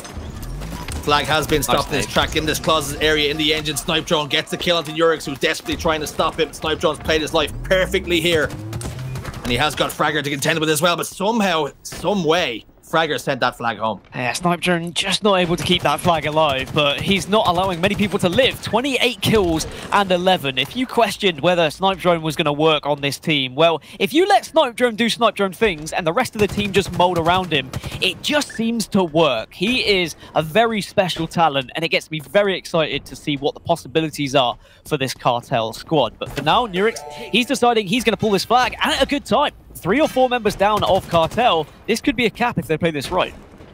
They could have gone within, making this a 4-2 game, Cartel, and now they're very close to making it level even. Stevens 3 apiece. Flag is up, but the carrier is down to no shields. Nobody in position to stop it just yet. We're seeing and hearing shots fire across the arena to try and make the stop. Grenade does land at his feet, but it's not going to be enough to get the kill, and he needs to stay alive here, prioritize, just milking long enough for his teammates to get back within distance of him. And this is one of the things, even though Snipedrone, you know, he's going nuts, he's dropping an absolute stat bomb right now. It's 3-3, 1 minute 30 to play, could be overtime if no one's able to grab a flag. Great work at the back of the base by Nurex there, dodging and staying alive, giving his teammate enough time to join him. But Cartel, again, have lost a couple of players. OEX are going to push up, they're going to take control from this, but a big double from Snipedrone. Just when you think that Cartel might be down and out, Snipedrone responds. Yeah, responds, I kill things. I'm pretty sure if we went to an Astro listenings, that's all you would hear from Snipedrone, excuse me. I kill things over and over again. He doesn't tell you where players are positioned. All he says is, I'm putting them to the death screen. And we're seeing flag out on the move again. Can they escort it all the way home? A couple of members have gone down. 3 dead now momentarily for OEX. This could be a flag. Could be. Shady moving his way around, needs to assist to try and stop as well the Re, but there's the heat wave in all of its shining beauty. It just does so much damage. Fragger now trying to gain some sort of advantage with the height that he's got control of, but will be the first point of contact. Manages to catch one, but Snipe Drone is on the prowl once more. First pick then in favor of OEX, but answers back, does Seek and puts Fragger into a similar position. Chick also falls, so they can start to build on this now. Heat wave not used in the vertical way, though horizontal instead. 2 members soaring out of them from front base. What can Yurix do to stay alive? He's managed to just about get away. Play his life, Legend position front court, gets a couple of shots for his troubles, takes him down to no shields. We've seen 2 players in the player outlines positioned over towards this fridge area, but now Snipe Jones decided he's going to back up just a little bit as we're going to go game, set, match, round tie. We're going to need to go into overtime. Yeah, that one just time run out. No player, no team able to pick up the flag, and we'll see what happens when we get back into that one as the observers need to get back into the game. But so tight, 3-3. Neither team just able to really push themselves that little bit further, Shurzy. But I'd say that Cartel should have taken advantage of the slays they were being able to get. I mean, Snipe Drone was dropping a 30 bomb, for goodness sake, but they just didn't seem to be able to get those flags across the map in enough of a way to actually take down their opposition. Yeah, well, they were seeing success very early, weren't they? I mean, they went 3-1 up at one stage, but somehow OEX hung in there, hung about, and it looked as though they brought it back. They brought it back to 3-2, but then Cartel had that massive chance. Snipe Drone brought the flag all the way back to Engine, but unfortunately, he allowed Fragger to slide in, and how important would that play have been? He was able to send that flag home and keep them in the game for game 1. So we're going to see some overtime. It's next cap wins. Next cap wins indeed. Overtime, our first overtime of the day as well, as these 2 teams seem very evenly matched indeed. SLG challenges, and I don't think Snipe Drone fancied that one just yet, so he backs off but runs into yet another player. 3 dead. That's going to be 3 dead for Cartel. 3 dead for Cartel, and we're seeing the boys on OEX descend on the base. Chick, what can he do? His team is not quite positioned in the right spots. That bait and switch didn't come through quick enough, but Camo in the chest of Nurix, but he does lose SLG. I'd like to see him try to stay alive with just milk, but unfortunately too much pressure put on him, and Snipe Drone clears house. Yeah, so OEX, despite having 3 or 4 down there for Cartel, it's actually difficult to tell when there's 4 down because of the white highlight onto Legend, but there was definitely 3 down at one point. They weren't able to take advantage of it though. That just shows that sometimes even after a full slay, you have to take the control. You have to actually prioritize positioning rather than pushing sometimes so that you can go for the second round of slays. How many times did we used to see it on Onslaught CTF where you'd kill several members but then one would get away and he would then be able to stop the flag? You need to be working as a unit. You need to get sometimes just a double set of slays to pull a flag here. Yeah, you really have to have tabs on every single player that's alive. When you press the back button and you don't see SLG has died, you need to say, where is SLG? We need to find him before we get this flag home, because it is not safe. And any one of these players on OEX or Cartel have the ability to stop a flag in an instant. They can change the game with a click of a fingers. A click of a fingers, a bang of an elbow. There goes one player sent to the respawn screen by Chick. He says no, but ultimately he is taken down. So 3 apiece now, but flag out on the move. And if that one player is SLG, you definitely have to stop him, because SLG has been the difference maker in this OEX squad all day. But I will say, the rest of the team have stepped things up. We're not seeing SLG kind of dominating the statistics here. It's being shared out pretty evenly between OEX. I know that the stats on your screen right now are only from the overtime, but previously, the rest of the team, they were all doing their job. However, on Cartel, it's been the Snipe Drone show. He's been the one putting all the stats, but someone needs to get the flags to put this one on board and try and go 1-up in this series. I've played against Snipe Drone in matchmaking, and I'll tell you, the world is his oyster on this map.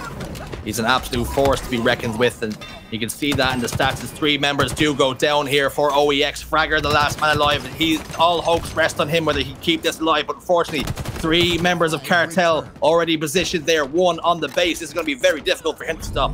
Yeah, he just had to stay alive there at that point. Even though he could have gone for the push, he could have tried to get the pull. It was important that he just played his life, allowed the rest of the team to spawn, and look at that. Cartel, they've lost members again. OEX have been able to stabilize ever so slightly, but neither team have been able to get that flag out in a safe situation. It's been desperation pulls. This is what happens when you get into overtime. This is uncharted territory for a lot of these teams. They've not been in a competitive environment where they then go into overtime in Halo Infinite. This is certainly something they won't be used to. The game has just been so fast-paced. It's been frantic. It's almost been headless chicken at times. You don't know what's going on. Flags are being pulled. People are dying left, right, and center. But Nobody's really been able to impose themselves. It's really been back and forward, back and forth, trading all the while. And that's what we're seeing in the scoreline. 3 flags apiece, still 0-0 here. And after that fast start we had in game 1, it didn't come to fruition in game 2. Just a period of silence across Aquarius, but now the bullets start to drill in the side of these players. Fragger went for a pull, but is going to have to back off. And I appreciate that he's been able to throw it out of the base, but he needs someone there to help him out. Does get his shields back, and now this is where you go to work as OEX. But Cartel with some massive nades, just not allowing OEX to have any sort of freedom whatsoever in their base. It's the most unfortunate frag grenade he could have ever walked into. It was meant for his teammate. What it meant was it takes him down to no shields. Fight goes down here though. Shady in a 1v1. He comes out on top, puts Fragger away. That's not the right word. Either way, Flag is out and on the move. Down towards this engine area. We're seeing Shady making sure it's all clear. And it can be sent home as well. Top middle player gets dispatched. Nurix also taken down on the courtyard area. Fragger top middle. He's going to town now. Is Shady. Flag will get sent home. Wonderful play from him.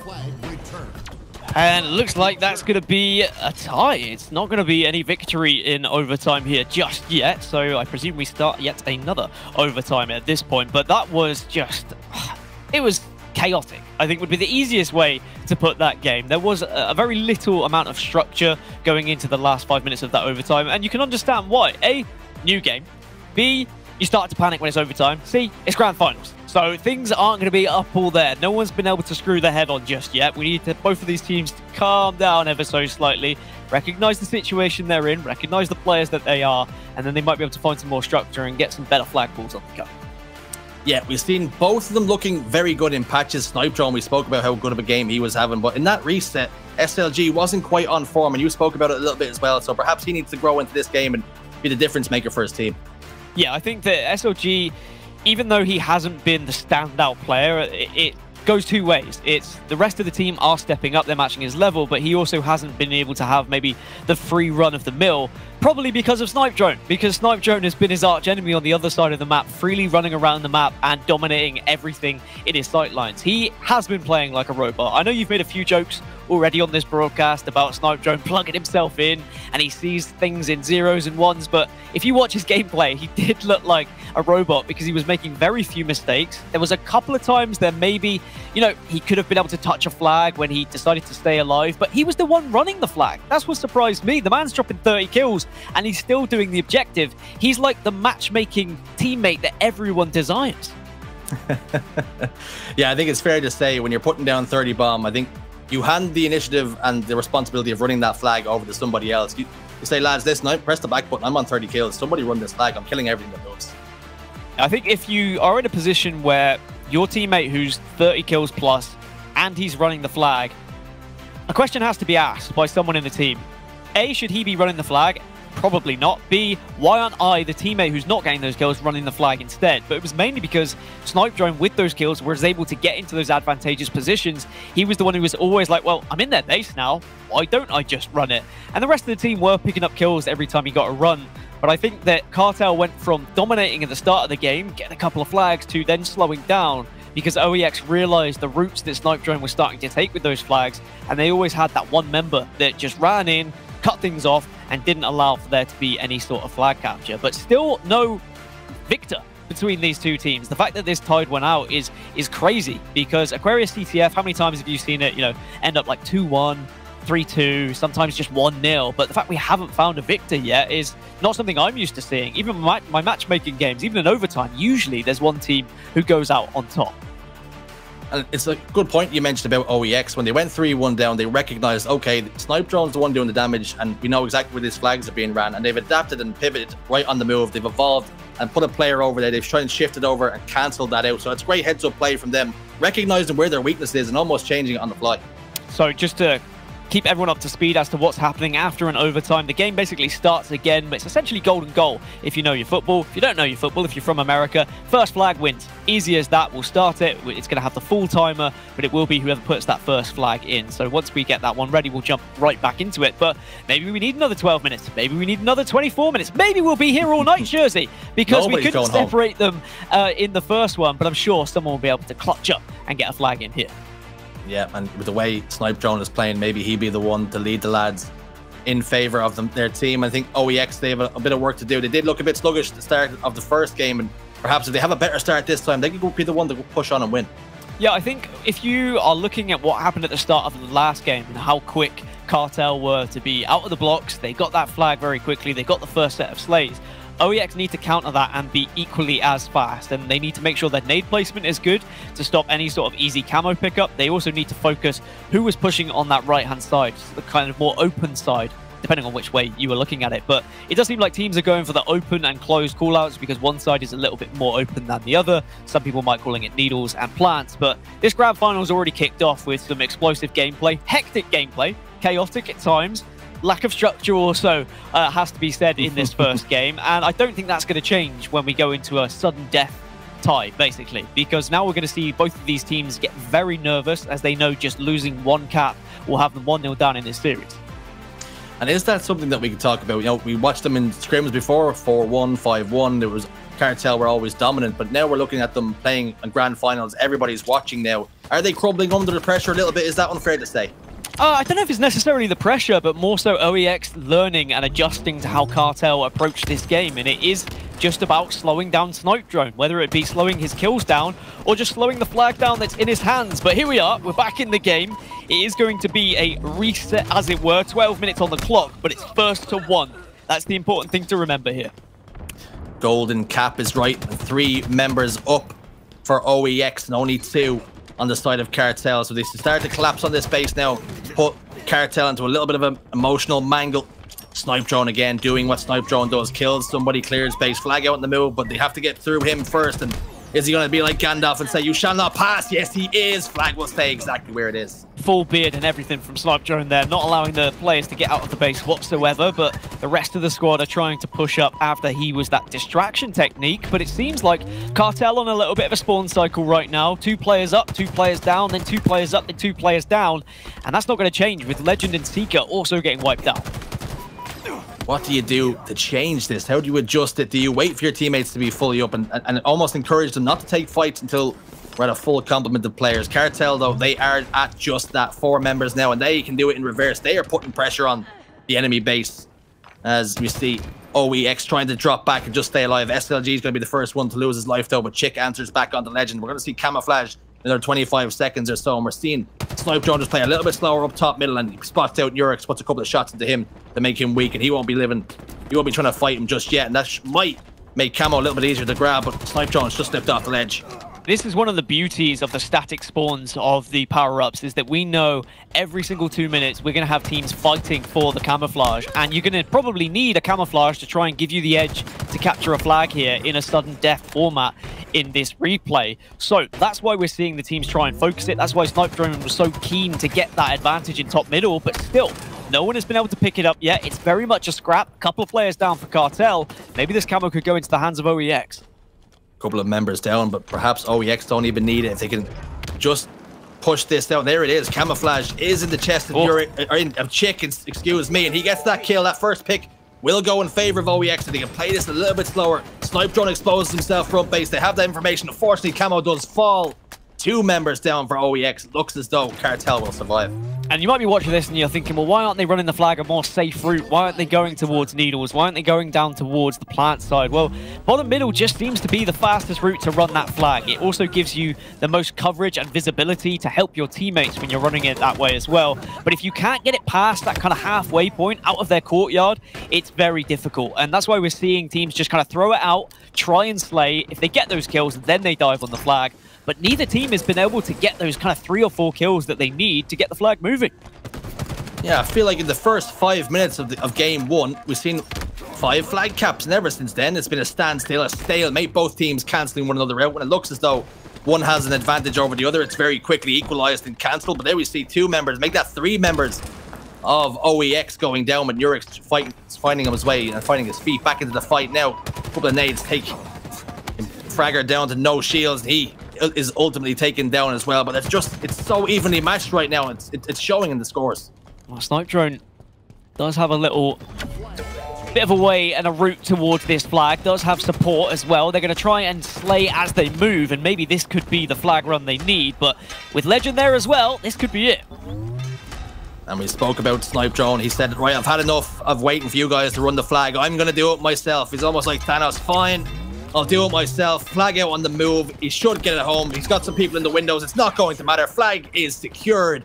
Game 1 of our grand finals goes over towards Cartel. It really did feel like Snipe Drone just went, for goodness sake, I'll run the flag then. I guess I'll do it. I'll do everything, guys. But it was made very difficult by OEX. They really had a response to every push that Cartel tried to go through, even when there was camouflage there. For either team, there was always someone at the back of the base just to make it a nuisance. And I think that happens a lot in overtime and in sudden death. You get someone who just plays very defensive because you kind of have to. Someone's going to resort to doing so. Yeah, well, you realise just how... Bless you. Thank you. Excuse me. Cheers. But you realise just how important it is. You know the next flag wins, so we have to almost commit a full player to your base to make sure that you make it as difficult as humanly possible to get that flag out and on the move. And that's what we've seen from both teams at times. You know when you like look into the sun and it makes you sneeze? These lights are that bright. I think I looked into the sun and I was just like, don't sneeze. But alas, it has happened. But what a game 1. What a way to start our grand finals here. We had a overtime and then an actual reset with sudden death. If that doesn't tell you that we've got 2 very closely competitive teams here, then I don't know what will. But ultimately, it does mean Cartel come out on top. They're going to be 1-0 in the series after eventually getting that 4th flag on Aquarius. And it moves us over to Bazaar. Richard Sheridan. 0-0 at the moment, of course, because they haven't been able to touch each other. But I think this could go either way. Again, it's going to be about that mid control. It's going to be about who can consistently pick up those rockets, pick up that overshield. And if you are the team that's on the receiving end, that you have had 4 down or 3 down, you've really got to wait and push together and not allow yourselves to be consistently killed off spawn. Yeah, I think the issue is, like I spoke about, they've played these in scrims and both games have gone towards Cartel. There's been a 50-41, a 50-49. The issue I have for OEX, it seems as though there's not a lot between these 2 teams. They're very evenly matched. It's almost like a coin flip at times, but time after time, that coin is landing on Cartel. And these are just some of the highlights then from that first game, which went on quite some time. Neither team could get an edge. It looked like it was going to go in favor of Cartel after they got the opening few flags, but OEX, they answered back. They made it 3-3. They took us to overtime, then they took us to sudden death. But I think the key player has to be Snipe Drone. I don't think we can avoid talking about that. I know it's very easy for me as an Englishman to watch the only English player in a full French 8s here say that he's the best player.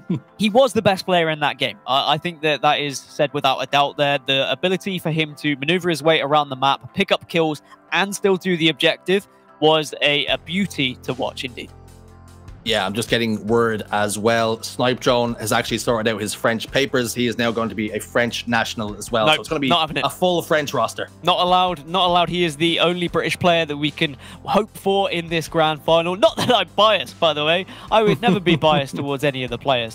Anyway, Bazaar, game 2. So if Cartel have consistently won this in scrims, and we have seen that, I say consistently, they've only won it twice, but out of 2. Yeah. On the other side for OEX, they should have studied that. They should have looked at that. If it's a 50-49, they know full well they can win this game type. It's not unwinnable. They just need to get that, like, kind of rub of the green. They need to have that 1 kill that goes their way. And that could be a rocket. That could be down to an overshield. That could be down to a dynamo grenade. That could be down to the bulldog, right? There's all these different things that can make it very much easier for you to pick up kills out of the blue, maybe surprise the other team a little bit. So I want to see them both, you know, make these a priority. It's where coaches are going to come in handy. I know when we looked at Halo Infinite and how you can see the static spawns, you can see the time of when overshield's coming up, when rocket's coming up, but you can't see everything. You can't see the dynamo nades, you can't see the thrust, you can't see the grapple. There are things that if you can just have that knowledge, if you can have that time in your head, it does become very important and they can make a difference. And I wonder as well, are we going to get to the point where grapple and the likes of thruster pack, are they going to be timed by teams? You actually begin calling them out to your player, because such as how big and how massive they can be. And we're talking about, you know, games being decided by a single kill, and a thruster pack can definitely turn the tide of any single gunfight. Yeah, I think so. And I mean, when you don't have coaches and when you're in online tournaments like this, all you have to do is look down at that weapon pad and you can see when it's going to be spawning. There's a little blue circle that starts to go around, and that will give you an indication of how long that time's going to be. It's 1 minute, roughly, I think, maybe exactly. And if you do see that circle is kind of 3/4 of the way, you know it's roughly 15 seconds left until it spawns. And yeah, I think the thruster is a massive tool to help you win 1v1s, and it could be the difference, especially in a Slayer where it's all about kills. But also there's plenty of other weapons you can pick up that can really make a difference. So we'll see how this one plays out, if it's going to play out. I don't think this one's playing out. I don't think Nurix is loving what he's seeing, so we're going to see a quick restart, but that's absolutely fine because it gives us time to also talk about the other utility in the game, like the rockets and the grapple shot. But how important do you actually think the start is going to be for these two teams, Dan? But can we see it maybe snowball out of control, or do you think OEX, if they get a couple of kills under their belt, they might grow in confidence? I think it's one of the most important starts that we actually see in any of these game types, because it can snowball out of control. You can't allow yourself to overcommit for the rockets and overshield at the beginning, because if you do, the other team can set up balcony, nade you for free, bang, Bob's your uncle, and they're going to have weapons, they can have everything, they have map control, they can have the overshield, and then suddenly you're off spawn and you're already struggling. So it does become a little bit of a standoff at the start of the game. Sure, you can try and be brave and you can try and catch the other team off guard with a quick dash towards the overshield, maybe slam it into your chest. But if you're doing it over and over again, teams will start to learn that, because teams do study. Teams start to play each other more often, especially within the region, within Europe. These two teams, I mean, let's look, I don't know, 3 months down the line, Jersey. These two teams are going to know each other like the back of their hand. And here we have it. This one looks like it's for real. Game 2 of your grand finals. Bizarre Slayer is already off and running. We're seeing 2 members of Cartel trap on the middle. Nurix hasn't seen that player with his overshield, though. He almost got outshot, but that little sliver, that extra bit of overshield's done the job for him. That's 3-1 in favor of OEX. They got overshield, and they also got some kills to boot. Yeah, this is a good position for OEX. They were actually able to assert a little bit of dominance in middle, but they have spotted Legend has just creeped his way out into the lockers area to see, or the hut area, depending on what your callouts are nowadays. But 6-2 lead. As long as OEX can keep control of middle here, and they can keep utilizing the likes of the Dynamo grenades, pick up that Bulldog when it comes into the equation, there is no reason why they couldn't actually get in a position where they have a significant lead here. 2 members of OEX trapped down bottom sewers. You won't find Teenage Mutant Ninja Turtles down there, but you will find a Bulldog, and that bites pretty hard. So be sure to go down there and pick that up if you're in a matchmaking game. But back over here, we've got Shady positioned the top rockets. What a position that can be as well. And you can get some fights and free shots in the back of Chicken. That should be a free kill, and it is. He secures that one for his team. 5 kills to 9. Cartel down by 4, and we're seeing OEX do something a little bit unconventional, something we haven't seen from them before. They're playing in bar, they're playing defensive.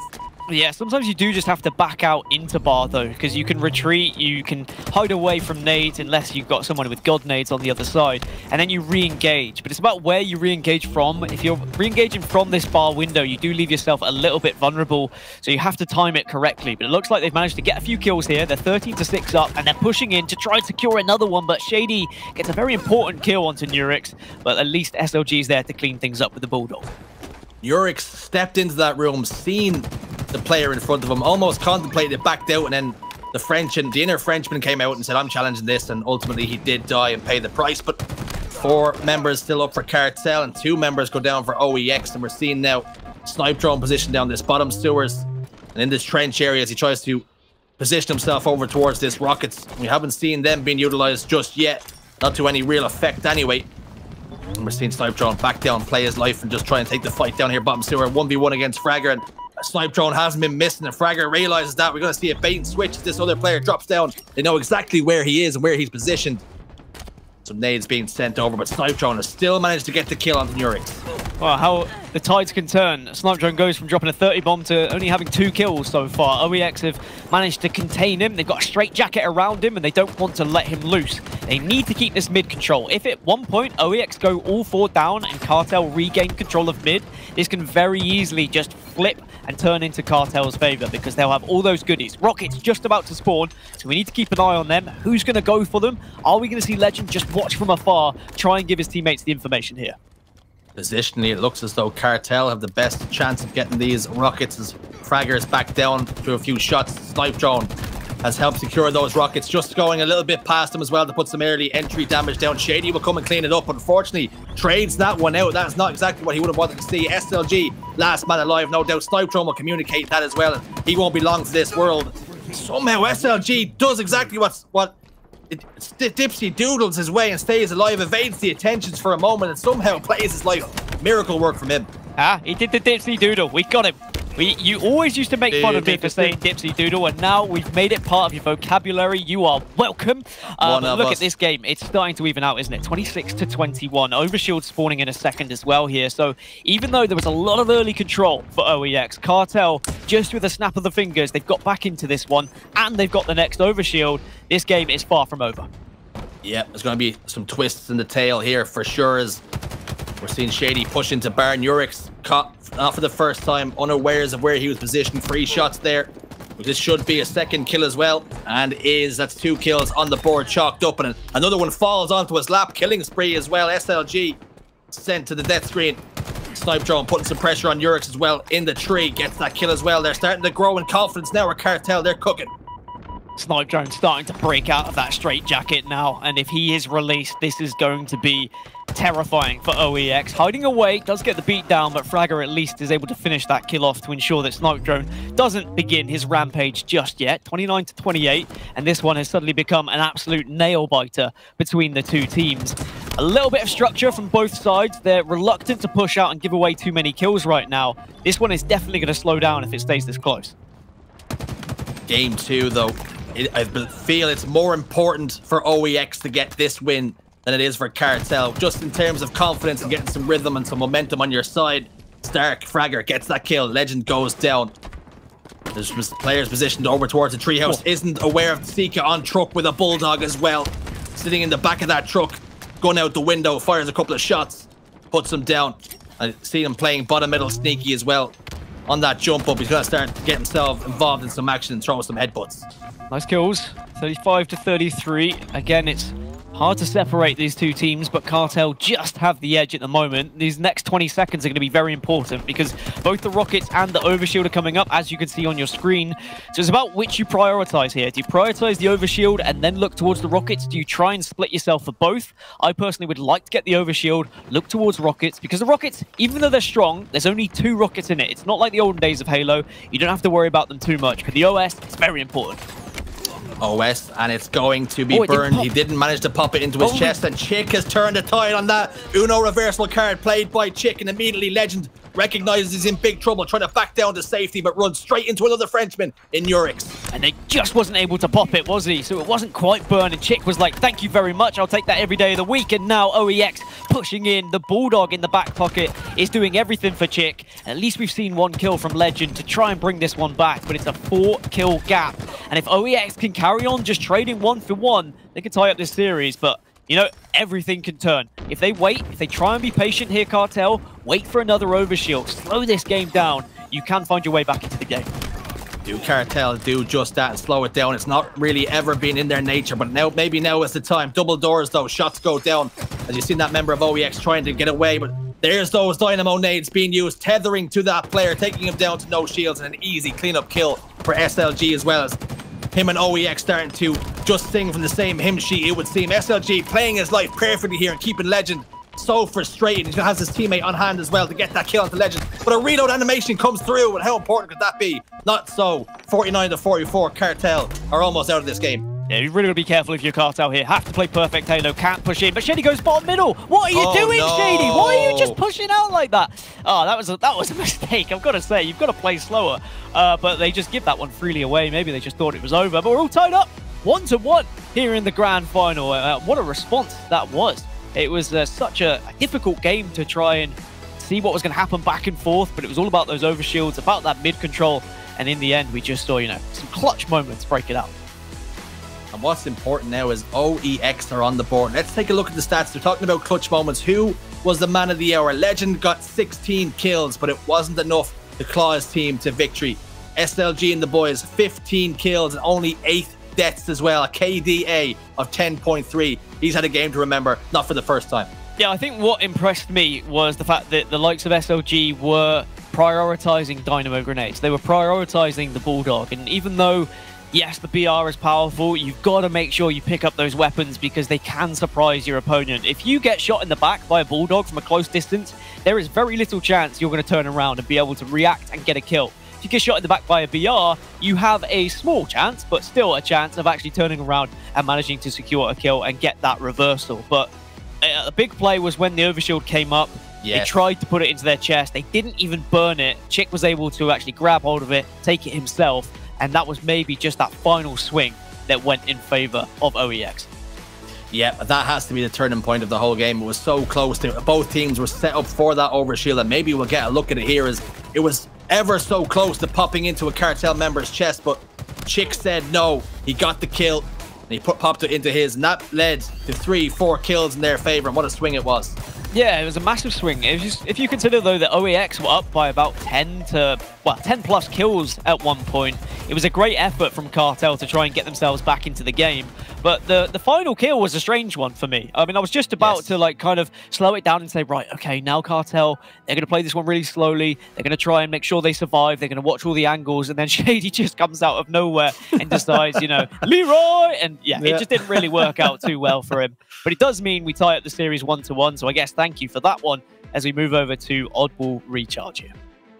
Yeah, and they're on the board now. Maybe the confidence can start to flow. It's like, okay, we have a foothold in the game. We're not down by 2. We head over to Oddball Recharge. We can get the setup. If we can start off just right, maybe we can turn the tide of this series, and maybe we can force a bracket reset.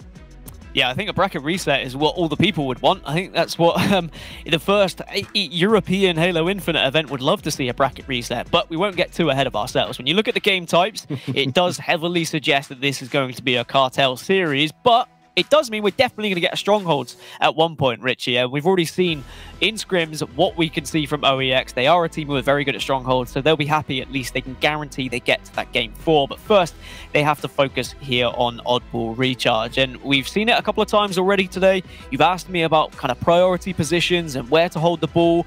And it does seem to be Yellow and Pipes, best place to hold it. It just allows you to have so much freedom to block off the other team from being able to push you because you bottleneck them from both angles. And if you've got the likes of a sword, you can really make it a nuisance for anyone to push you and that ball. The only thing that's going to be able to stop you most likely is a well-timed push, most likely with some grenades. Yeah, and here we go, underway as well. This game's for keeps. A couple of kills going down. Legends is the first man to draw first blood.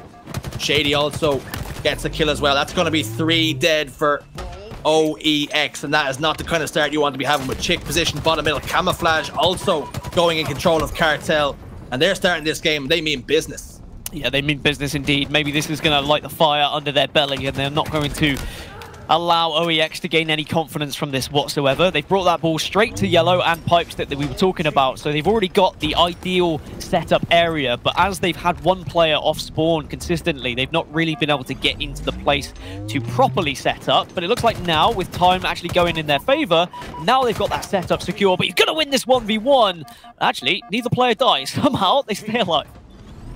Looked as though that final shot just didn't connect with the face, and Snipe Jones going to fight him once more, but this time there is an outcome, and it's Cartel who are smiling after that particular engagement. But here we're seeing another one in Pipes. Snipe Jones, he's almost a perfect player to hold Pipes because he doesn't miss, but unfortunately a combination of 2 members of OEX make sure they get the job done, and they are going to turn the tide here. They've got ball in their hands. And another place that you can bring the ball is Sword, but it's just so difficult to rotate over there. You do it, then have the option to play it, but they have it up and towards Pipes. But we're seeing now SLG recognizing that he was going to get collapsed on, throws the ball bottom middle. That's another one of the benefits of holding the ball in that area, as there's a little sneaky jump. If you don't know that one, that's one you definitely have to add to your repertoire. If you hold the ball in Yellow and then you die and lose the ball, when the other teams actually push, they've probably lost a player or two actually managing to achieve the ball. So you off spawn can probably get some grenades in there and get that ball straight back, or in this case, force the play out of it.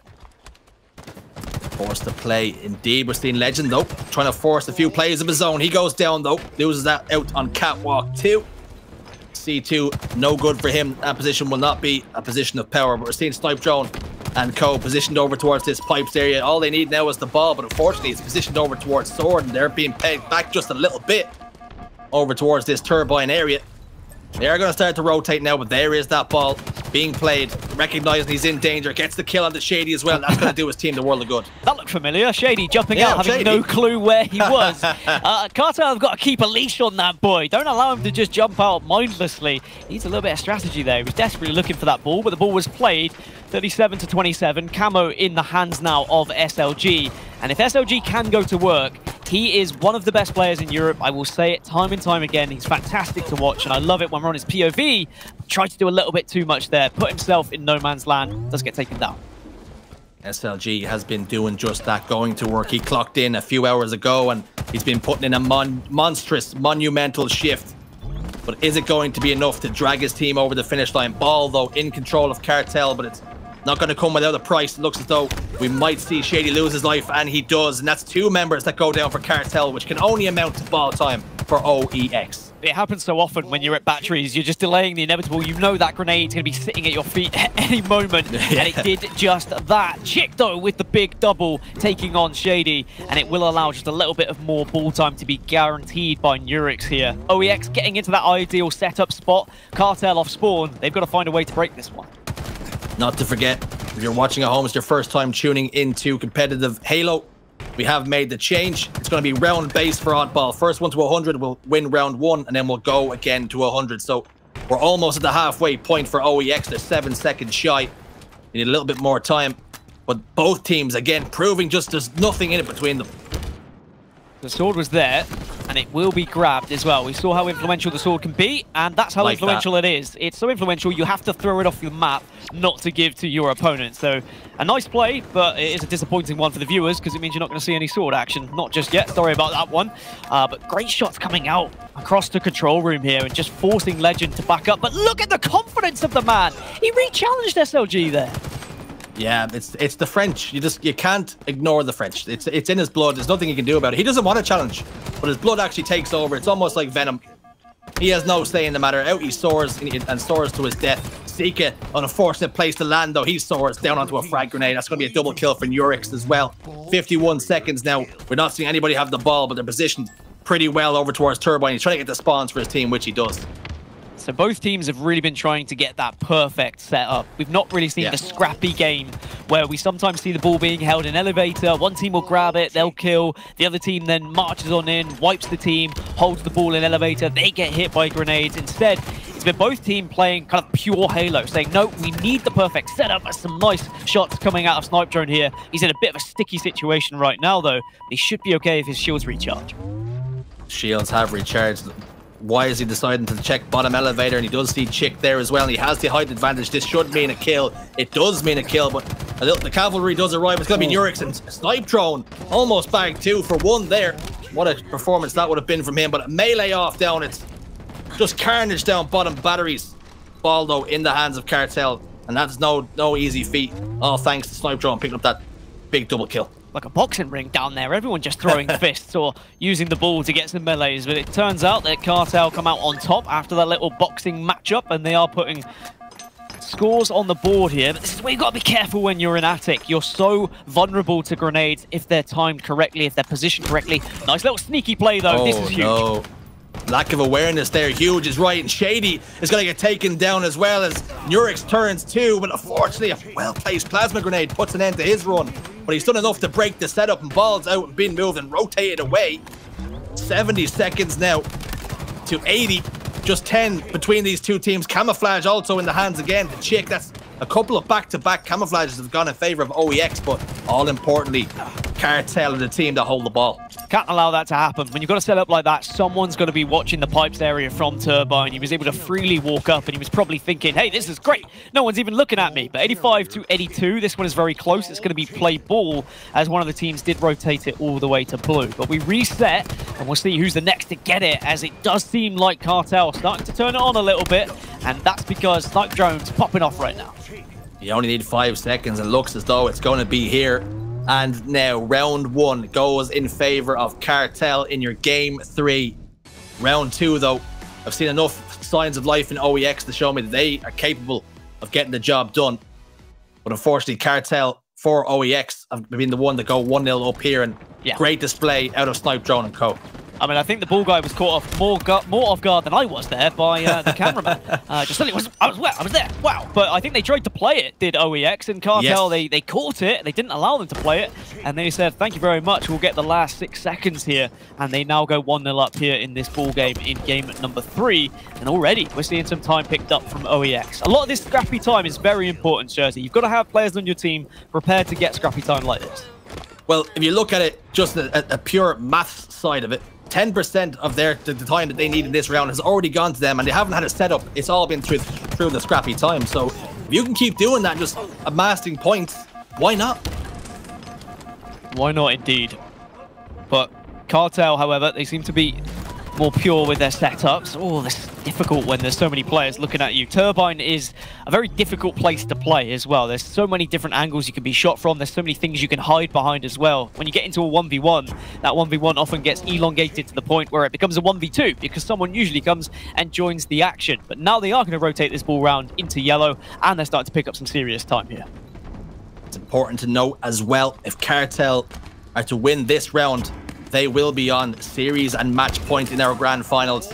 They would need just one more game to be the champions. But OEX still have a big part to play and a big thing to say in what way this is going to shake out. Shady desperately tries to stay alive, play his life, and he's done so successfully for now. Almost, and does get the kill. Huge from Chick. Chick really should have got that kill, but Shady somehow turns the tides there, and he comes out on top. But I tell you what, I mean, I've criticised a lot of Shady's plays where he's been jumping out, but if he can do stuff like that, then I'm all for it. Manages to get another kill with the back of his battle rifle. The melee comes through to take down SLG. And Cartel starting to put some more time on the board, still holding this ball. I really like the ability that Snipedrone's been not only focusing on slays in other games, but he's more than happy to do the objective. This is what I always asked of Snipedrone. Back in the day, watching him play, I said he was one of those players who likes to play stats but doesn't focus objective. He seems to have evolved, he's grown up, he's become so much of a better Halo player as he's got older. Yeah, the maturity definitely coming to fruition for him and for indeed Cartel, as he's willing now to do the dirty work as well. We see him pulling flags, we're seeing him holding the ball. He's not above it. He's making sure that his team do exactly what is required to get the victory here. And they're 45 seconds to the good here. They just need 55 to close out this game and put themselves on match point. The Snipedrone is finally taken down by SLG. And he will pick the point up and start to get what we said, that scrappy time. Will he look to rotate it here as he gets the information from his team out towards Sword? You want to think they have to get the first pick, which they have. Seeka is down, but SLG is quite comfortable where he is. He's setting up marshmallows.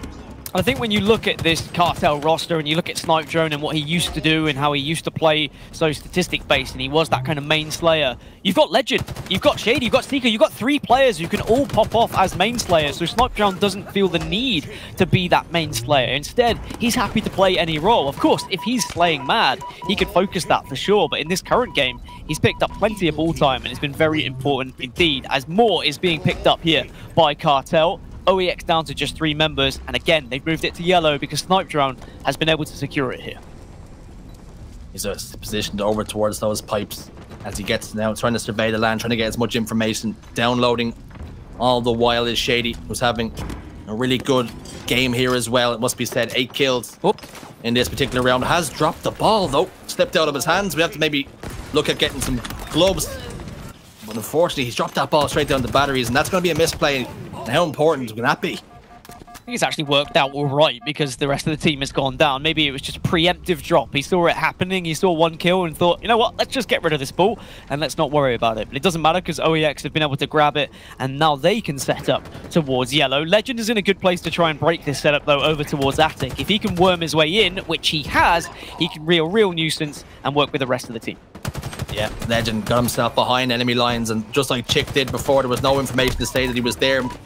Try as they might, OEX got the ball out, but not out far enough, and that's going to be enough for Cartel now to break that setup. Still ahead by 20 seconds of change. So not a bad display from them, it must be said. Seen trades come through, but Fragger again finds the respawn screen, as does SLG, soaring out 1 shot. And we're seeing Legend trying to scamper away with his life, trying to evade the attentions. Unfortunately, not able to do so. Whew. Lovely kill, lovely shots as well from Chick in that 1v2. Picks up a double kill, and that might equalize the game just a little bit, stabilize them. Can he pick up the ball? Yes, he can. Trying to throw the ball towards Turbine. Gets to stay alive as well. That could be big for OEX here if they can set up. They've got a lot of people positioned towards Turbine. Hey, it's not going to be the ideal setup, but it can work out here towards Elevator. You've just got a lot of angles to watch. You leave yourself so vulnerable to grenades banking off of those stairs, though, towards you. So you have to really position yourself correctly. But here comes the first point of contact, and it is Snipe Drone. Give that man a contract, because 69 to 62, you've got to stop that ball time. They have stopped that ball time. Now Snipe Drone in a 1v1. Snipe Drone with a lovely prediction there to take that player out. And wise to know that he's not going to win that engagement. It doesn't even have to win the engagement. He lived to fight another day. And look at that. Nurix gave him the respect. Stopped, back down. Snipe Drone gets the kill in the end. That's exactly what you love to see. Beautiful Halo IQ coming out of him. I'll live and fight. And we're seeing Snipe Drone starting to get a couple of kills, starting to string together a little bit of form in this round. It's been a little bit slow from him by his standards, it must be said. But there we have 81 seconds, 62. Ball, camo, sword, all on the map, all to be used. But we're seeing OEX getting some time, but importantly, Snipe Drone has the camouflage. Yeah, this camouflage could really make the difference here for Snipe Drone, but he's given his position away with this fight. His teammate is there to get the assist. So now he can maneuver his way through Turbine and try and get behind this ball. He's actually managed to cut off the ball, so this is a bigger kill onto SLG. Can he manage to land the shots? SLG is a tricky one to go up against. Yeah, tricky indeed. 2 members down, though, for OEX, and importantly, Snipe Drone's been able to stay alive. You're gonna have that fight with SLG once more. They're gonna duke it out round for round, punch for punch, but this time, OEX, SLG has the backup. Fragger gets a couple of kills. That's gonna be 2. Shady answers back though to kill of his own. Chick down bottom middle, make that 2. Can he turn it to 3? No, he can't. Ball in the hands of the boys. Fragger, what can he do? It's so scrappy down bottom middle. Kills going left and right. They're separated by just 5 seconds, but Cartel, importantly, just like the last time they played off ball, they're starting to get points at the most important time. They only need 2. Nobody in position to stop it. And there it is. That's going to be oddball on recharge going in favor of Cartel. They're up 2-1 in the series. Up 2-1 onto series point, onto championship point here in the EU Open #1. Plenty of seeding points to be playing for, qualification points, however you want to look at it, and a little bit of prize money to go alongside. But still going to get the job done. And the next game is going to be a Strongholds one. But when we look back at Recharge Oddball, I mean, it was a very successful game from Cartel. They knew how they wanted to play it. They approached it very well. Got that ball into pipes. They were holding all the angles. Sure, there was a few kind of chinks in the armor. There was sometimes they allowed enemies to slip through those little nooks and crannies, but always they were able to push back, break the opposition setup, and regain even more ball time. What I'm most impressed by is the ability of every member of Cartel to be prepared to pick up the ball time and do objective in general as we go across Halo Infinite game types. That is a sign of a solid team of 4. No one thinking that they are above the objective, no one feeling like they have to slay. Instead, you've got 4 players who all seem very much in sync when it comes to Halo Infinite. Yeah, and we're seeing again, OEX just come up a little bit short. Again, the coin has flipped down onto Cartel's side. The rub of the green has gone towards Cartel once more, and some work to do going into game 4. Of course, we're going to now head over to Streets, Strongholds. This is one of their stronger game types, though, in particular.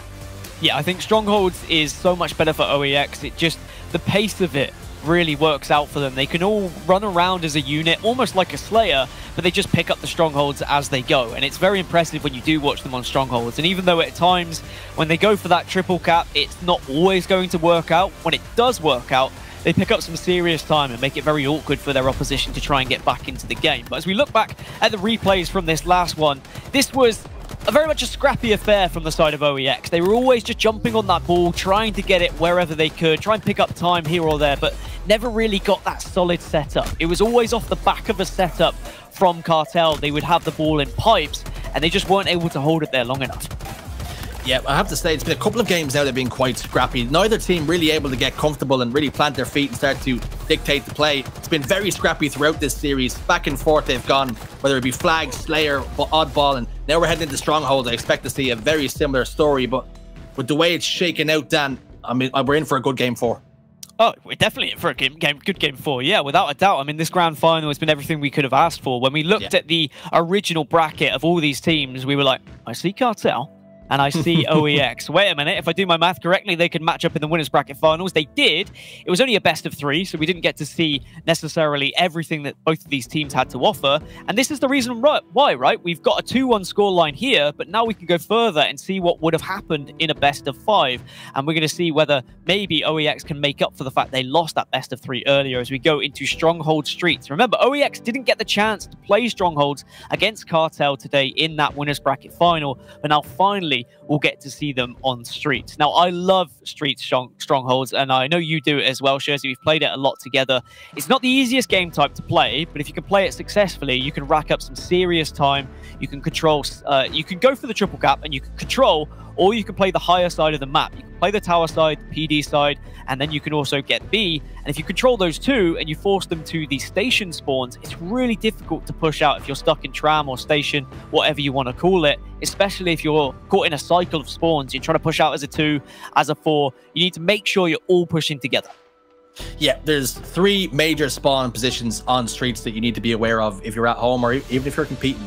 PD, you've got Cafe, and you've got Station. So if you can block 2 of them and make sure that you spawn most of the time down in Station, well, you're going to be in for some success. And that's what these teams have to be aiming to do. It's all well and good having the ball down scrappy in Station, and if it's a necessity and you have to try and get some sort of per man setup. But what you ideally want to do is have your ball carrier positioned over towards PD and the back tower street to be able to download as much information as they can, as we're going to see another restart. But that just lets us talk a little bit more about utility and stuff like that. SLG has been using that drop shield bottom tower very, very successfully to drop down and to play those lines of sight as well down over by Cafe, and he's been a bit of a turret on that side of the map. Yeah, there's lots to play for here when it comes to Strongholds. I mean, when you drop down and you get those rockets, they can really be an influence. Only 2 rockets, I will say that again, they're not as big as they used to be, but those 2 kills could be enough to break a Stronghold setup. They can allow you to actually pick up some serious time. Also, something that's very different from Strongholds previously in Halo 5 now into Infinite is that if you contest those Strongholds when each team is holding 1, you are going to stop that scoring. So just by putting your foot in, you stop that scoring straight away. It's very important you get in the face of your opponents, actually try and contest those Strongholds, because you can stop them gaining an amount of time that they would probably gain, I don't know, 5 to 10 seconds, which could really be the difference maker. But we know where we want to hold. We know where the players should be holding. It's not always as simple as that, especially if you get caught in a bad spawn cycle. The police department, or PD as we're calling it, certainly ends up being one of the areas you really want to hold down with tower. If you can control that area of the map and B, you should be in a comfortable spot, because then you can watch the ramp from A. You can make sure no one can comfortably push up on you, and it just means it's such a nice place to hold those 2 strongholds. Yeah, and something we can speak of as well, both these teams like to push for those triple caps. It's high risk, it's high reward, but it is something they'd like to do. They like to play A, B, and C and keep pushing the fresh spawners. So if we see that here, they might play a little bit differently. You know, with scrims, again, we're talking about under the lights now, everybody watching at home. It brings different pressures. But if they're going to stick to the game plan, both of them like to push those triple caps, and it could be the reason, and it could be a downfall for one of them. This is where I'd love to have like a telestrator or something, so I could get an overhead and I could actually show you guys what I mean and which areas they should be holding. It's all well and good me saying the names of it, but if you're not familiar with the maps, you're not going to be necessarily sure where they're holding. So when we get into game and the teams start holding those areas, then I'll try and point them out and I'll try and focus on which I think are the priority areas. But I think you'll get the hang of it, because these players know how to play this game type, and they certainly will try and prioritize those 2 strongholds I'm talking about. But Jersey makes a valid point. We see 2 teams who like to be aggressive, they like to push for a triple cap, they like to dominate their opponents. But if you do that, you can leave yourself vulnerable to kind of split spawns. You can leave it to someone spawning at the other side of the map and then taking the priority stronghold away from you. So it's all about risk and reward, as you say. You've got to be careful how you play it. You need to have confident shooters on your team. You need to have someone who can hold their own against 2 people, also not scared to back down. Apply some shots, back down, call for help, get some assisting, and it's just a nice little bait and switch on either side of Streets. And again, information if you need it. If anything you've seen here today has given you the competitive itch, head over to faceit.com, sign up a team, get you and a couple of friends in, get involved. That's how we all started. We played with a couple of friends, and then we grew and grew and got better and started to network in the community. And again, keep a follow over on Twitter, @HCS is where you want to be. But Dan, we're only a week deep, and the level of play already has surpassed any of my expectations. It has. I mean, I've not really slept very much, and I'm just a commentator, right? You imagine what some of these pro players are able to achieve with the amount of hours they've been putting in, and for good reason. Europe have been told 6 teams are going to get funding towards Rally. That's going to be 2 teams from the kickoff qualifier in 2 weeks' time, as well as 4 teams that accumulate enough points from these 2 open series, as well as the kickoff qualifier. The top 4 are going to get a pool play placement within that championship bracket, and then 5th and 6th would have to play through the open bracket. But I mean, even when I saw 6 teams were going to get funding from Europe, I was like, maybe I should be playing, because maybe I could achieve top 6. But actually, after seeing the quality of teams today, Europe's back, right? We had 92 teams sign up for this qualifier, and this is week 1. How many teams, how many players weren't able to play this weekend because of the surprise release? They weren't expecting to have to play Halo until December the 8th. Let's look towards week 2 for the next open series. Let's up that team limit even more. Let's get even further as we get to the kickoff. This could be, you know, the highest point EU Halo's ever been when it comes to Halo, and it should be. With a roadmap like this, with the ability to compete against the very best, the incentives are all there, and I can't wait. Well, incentives, let's speak about that. Well, for these 2 teams, it's the win the grand finals, and if Cartel managed to get the victory here, that will be GG's. No re Rockets, though, almost shot at the ground. I felt like I heard the audio, but unfortunately the rocket didn't fire in the end. SLG, though, using that rifle once more. That gun is hit so hard, and he's a master with it. Yeah, the Stalker rifle is just such a powerful weapon in the right hands. 3 shots to the head reminds me of the light rifle of old, and I love that it's on this map. You can just stare from a distance and really be a nuisance to everyone. But 2 caps are going to be in favor of OEX. They're the ones who are putting on the score here, and they went for the triple cap. This is what we expected, but look, that's gone against them now, because Cartel will keep A, and they'll take C, and now they'll look to try and take B as well. So this is going to be a very messy game of Strongholds, I'm sure. Yeah, it's something that I believe it's a little bit of a flaw in their game when it comes to Strongholds.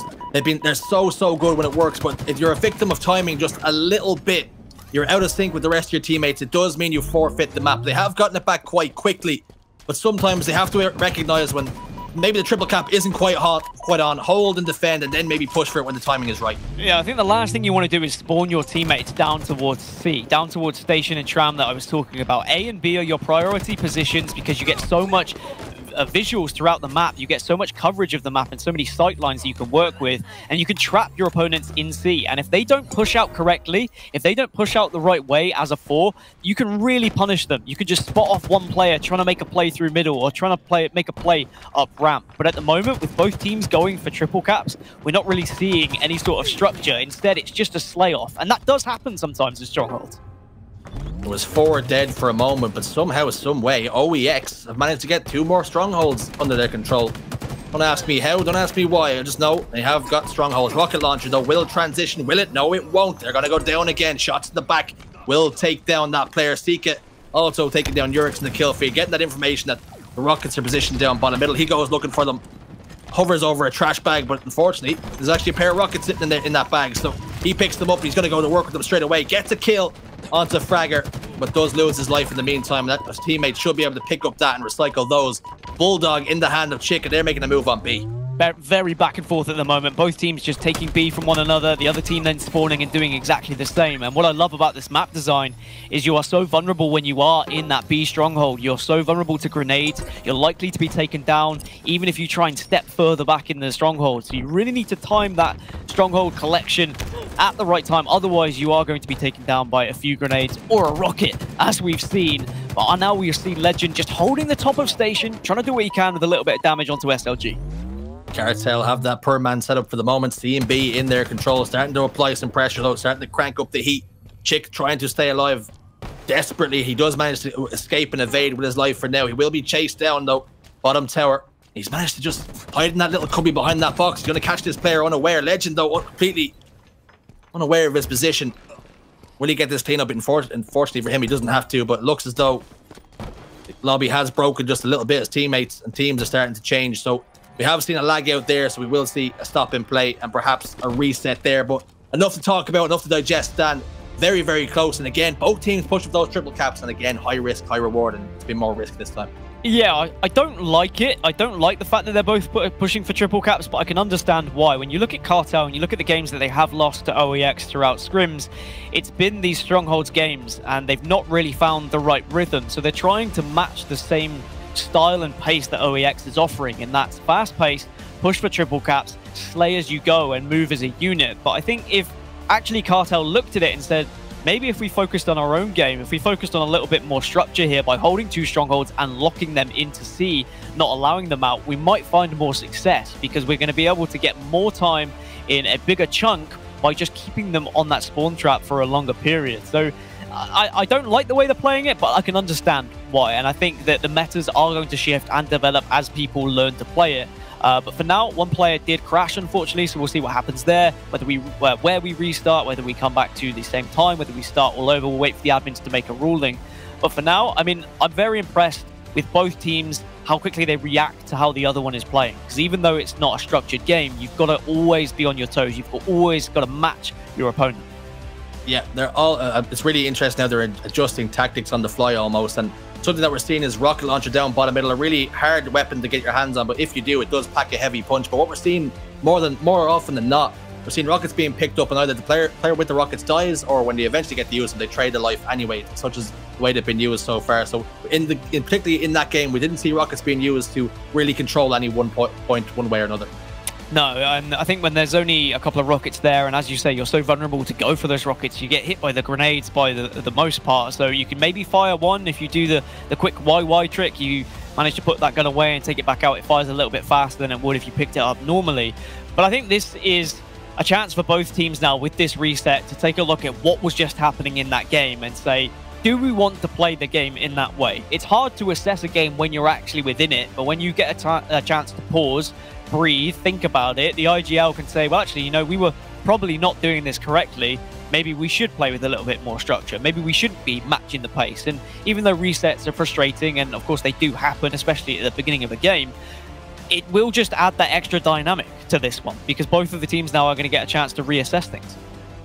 I think also with the way the reset has shaken up, is no one team was really in control and dominating and had this masterful setup that was unbreakable. What happened was both teams were duking it out back and forth, and what we are getting is a ruling that it's going to be a complete and full restart. That seems fair enough. There was only 6-7 seconds between the two teams, so there wasn't a whole lot between the two of them. So we're going to see a full and clean reset and see what way it shakes out. And the early engagements in the first setup, OEX came out on top and were scoring quite early, so we'll see if that's something similar here again. That's a thumbs up from Dan Gaskin. Love me a full restart. I'm not a fan of the people who play by the rulebook, and I've seen some people, you know, carry on games throughout this tournament as they started and not allowing people to re-invite and stuff like that. I like fair play. I like an even playing ground, so this is a good one for me. It's the grand final as well, right? We don't want anyone to get some sort of poor advantage just because of a lag out, a disconnect, an internet problem. It's online. These things happen in these tournaments, but now we're going to get a fresh restart. These teams will be able to look at it, they'll be able to assess, they'll be able to play it differently. And from the spawn, maybe we'll see a slightly different starting strategy because it's all mind games at the end of the day. You've seen how one team is trying to approach the Rockets. Do they do the same thing? Do you try something a little bit different? All comes into the equation. Yeah, I really like this full reset, in particular from Cartel. They want to win, but they want to win it right, and they want to win it with some honor as well. So a great display from them. Going to get a full reset. They were only ahead by 7 or 8 seconds. And that could be, you know, if they lose the game by 5, 6, 7 seconds, like we've seen before, then maybe you can look at that. But I think from the standpoint of just wanting to win with honor and wanting to win the right way, it's a great display from Cartel. And listen, most of these players are all friends with one another, and they want to make sure if they're going to get the bragging right, it's done right. Yeah, I mean, they are friends, even though we talk out like a rivalry because SLG used to be on this team.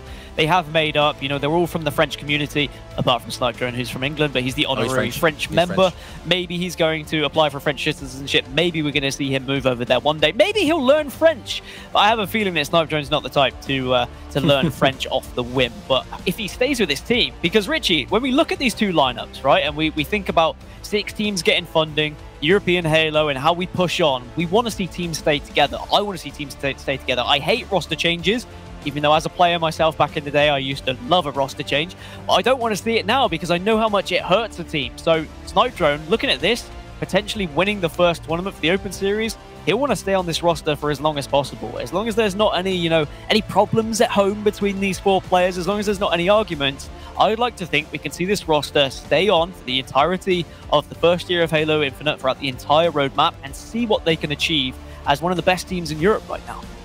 Yeah, it's definitely very easy to say that when they're seeing such immediate success as well. Snipe Drones fit in there like a glove, so there's been really no tribulations, there's been no problems that they've had. We'll maybe see that if likes of Na'Vi and if OEX do finally start to get the one up over them, and maybe we see some sort of discontent between the teams. But I think what we can say is for the moment they look a powerhouse and they're a real contender that they could do really well come Rally.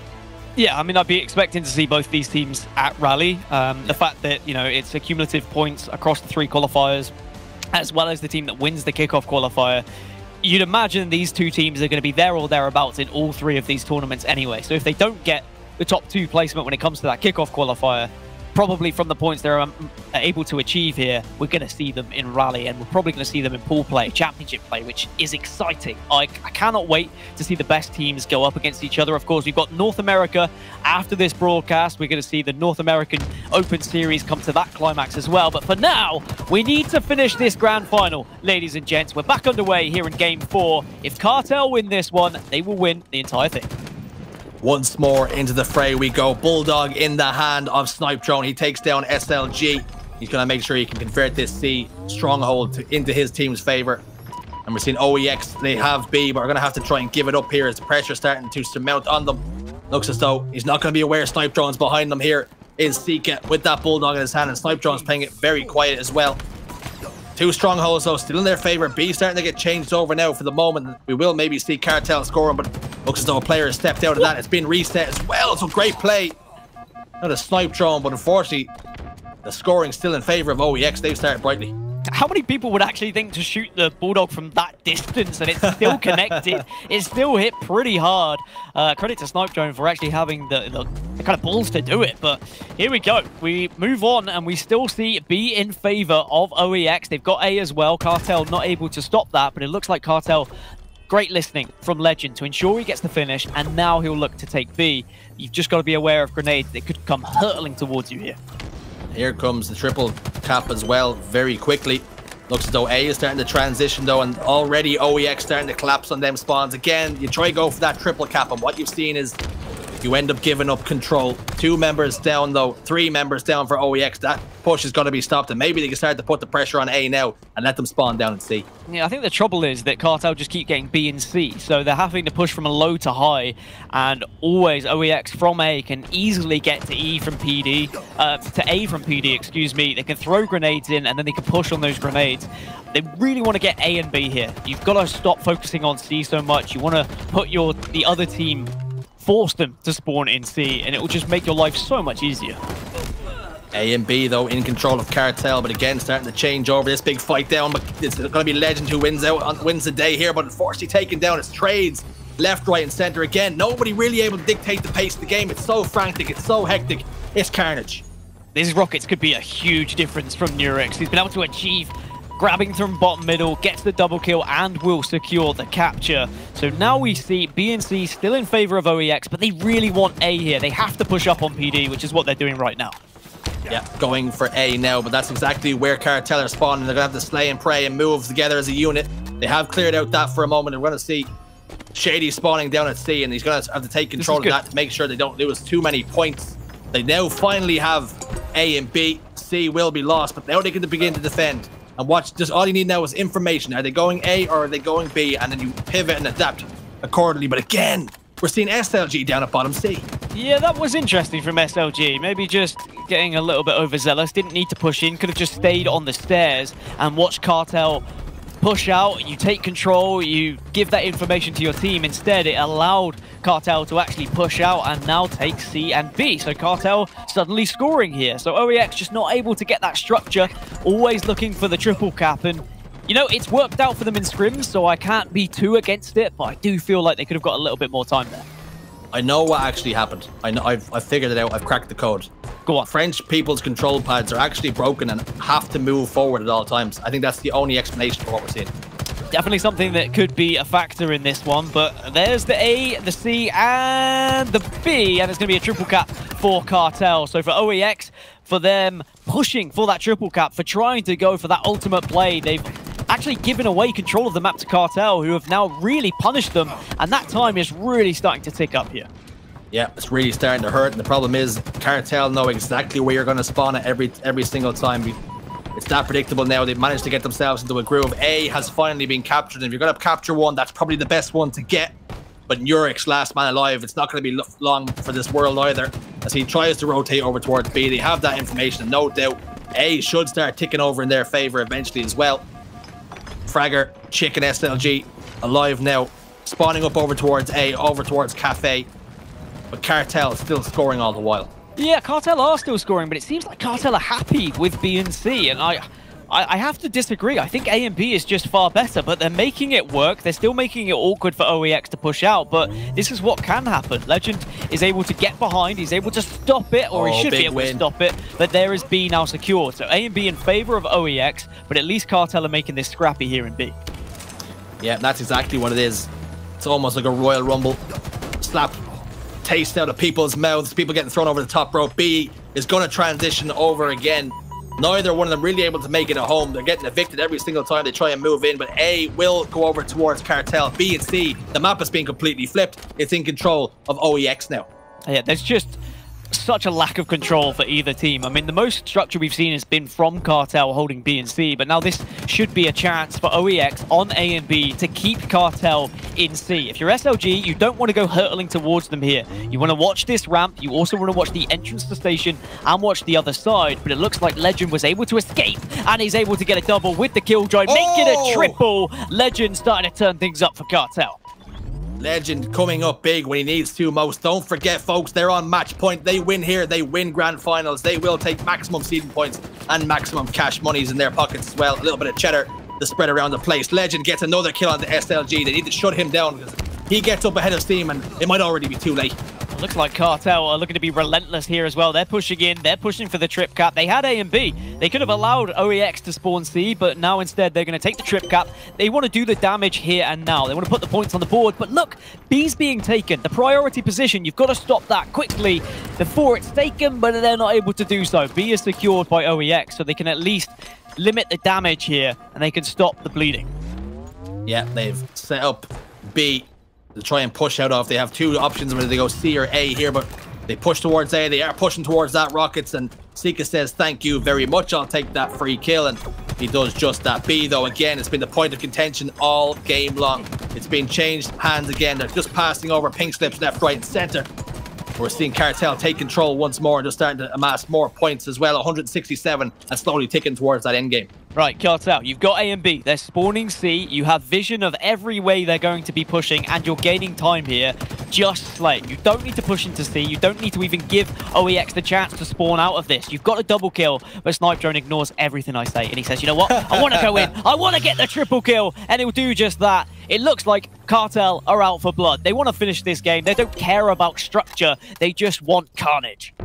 Snipe Drone, I said before, he doesn't do callouts. He just says, I kill things. That's exactly what he's done. Triple kill, forces that spawn up towards Cafe, which means his team have to try and fight and defend A. They're unable to do so. 4 dead. Again, we're seeing when you go for that triple cap. Shady, the last man up off the respawn. First one to try and contest B. Can he do anything about it? He gets behind this player who gets a big melee, but loses that fight to Chick.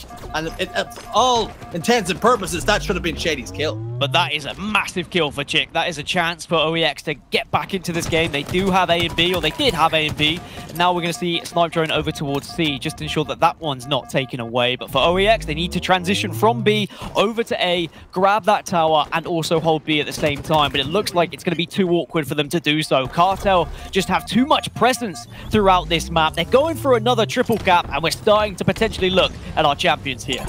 They just need 15 more seconds, and they're not able to get the reset. They're not able to get another hill. These points are ticking up. Double the pain, double the hurt. They just need another tick. They're going to get that tick. Cartel are going to be your EU Open #1 Grand Champions. And what a way to do so as well, even though it wasn't necessarily the most polished way, and I think they could have maybe even finished a little bit sooner.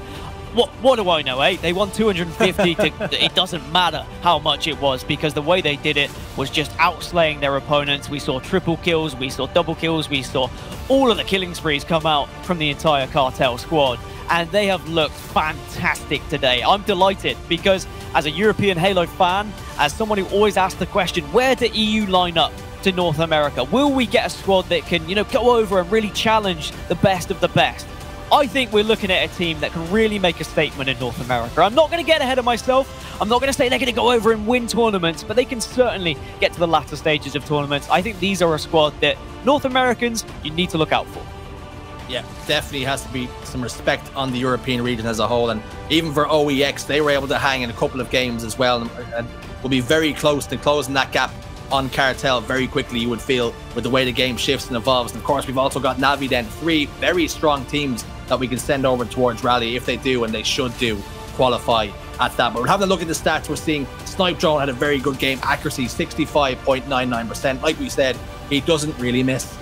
And I mean, outside of the top 3 you just spoke about, 4th, 5th, 6th, I'd say that's up for grabs when it comes to, you know, being able to be sent over to Rally, being able to get that funding. If you're a European Halo player, grab a team, because we saw 4 COD players come over to Halo and finish top 6 today. So that shows that, you know, there is a possibility to break into the top of European Halo. It is so close when it comes to kind of 4th downwards, and there really is an opportunity to break yourself into the top scenes of Europe and actually get funding to go to North America and play in Rally, the first major that we will see this year. But as we focus on the grand final, it's just unfolded in front of our very eyes.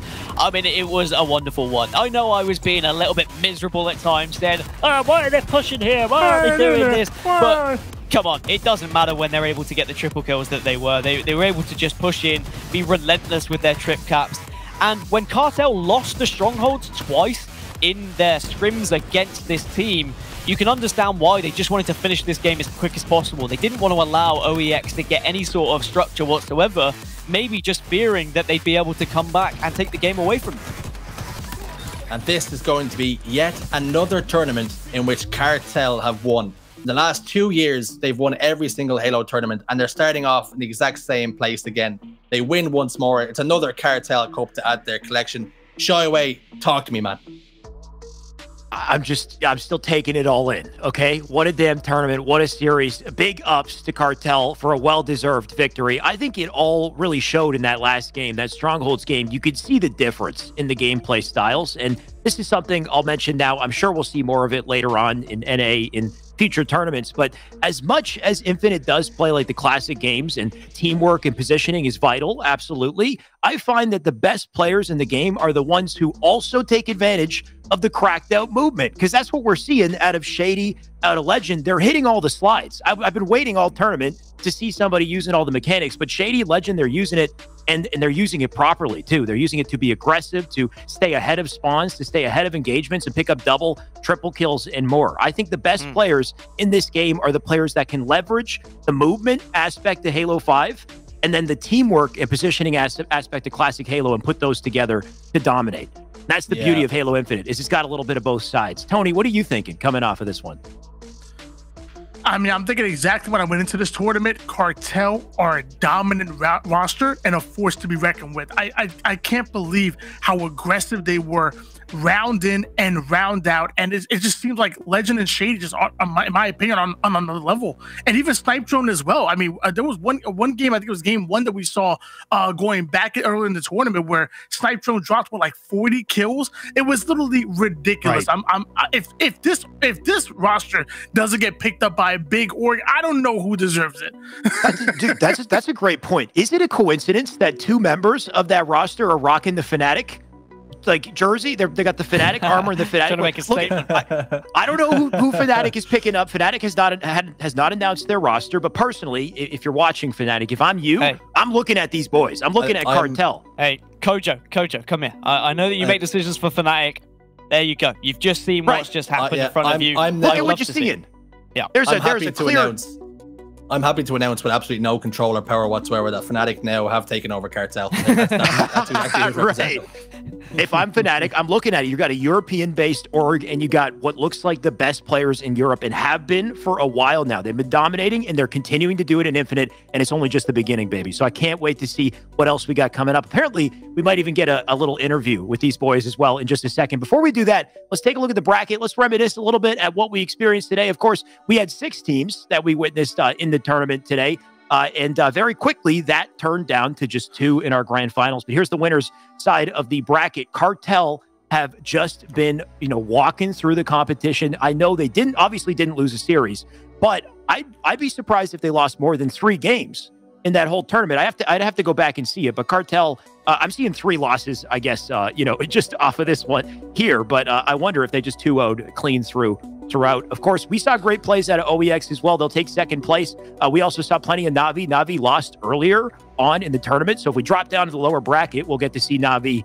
And just the route that they had to take to get to lower finals, they had to fight from winners round 3 and win. Look at you can see all the 2-0s, dude, just to give you an understanding of the fight that they had to get through to get to lower finals before eventually being knocked down by OEX. But OEX is the only team so far that we know has their number. We didn't get to see Na'Vi play against Cartel. There's a couple question marks here. I think if Na'Vi, depending on the matchup, Na'Vi might play better. Maybe OEX just kind of has their number.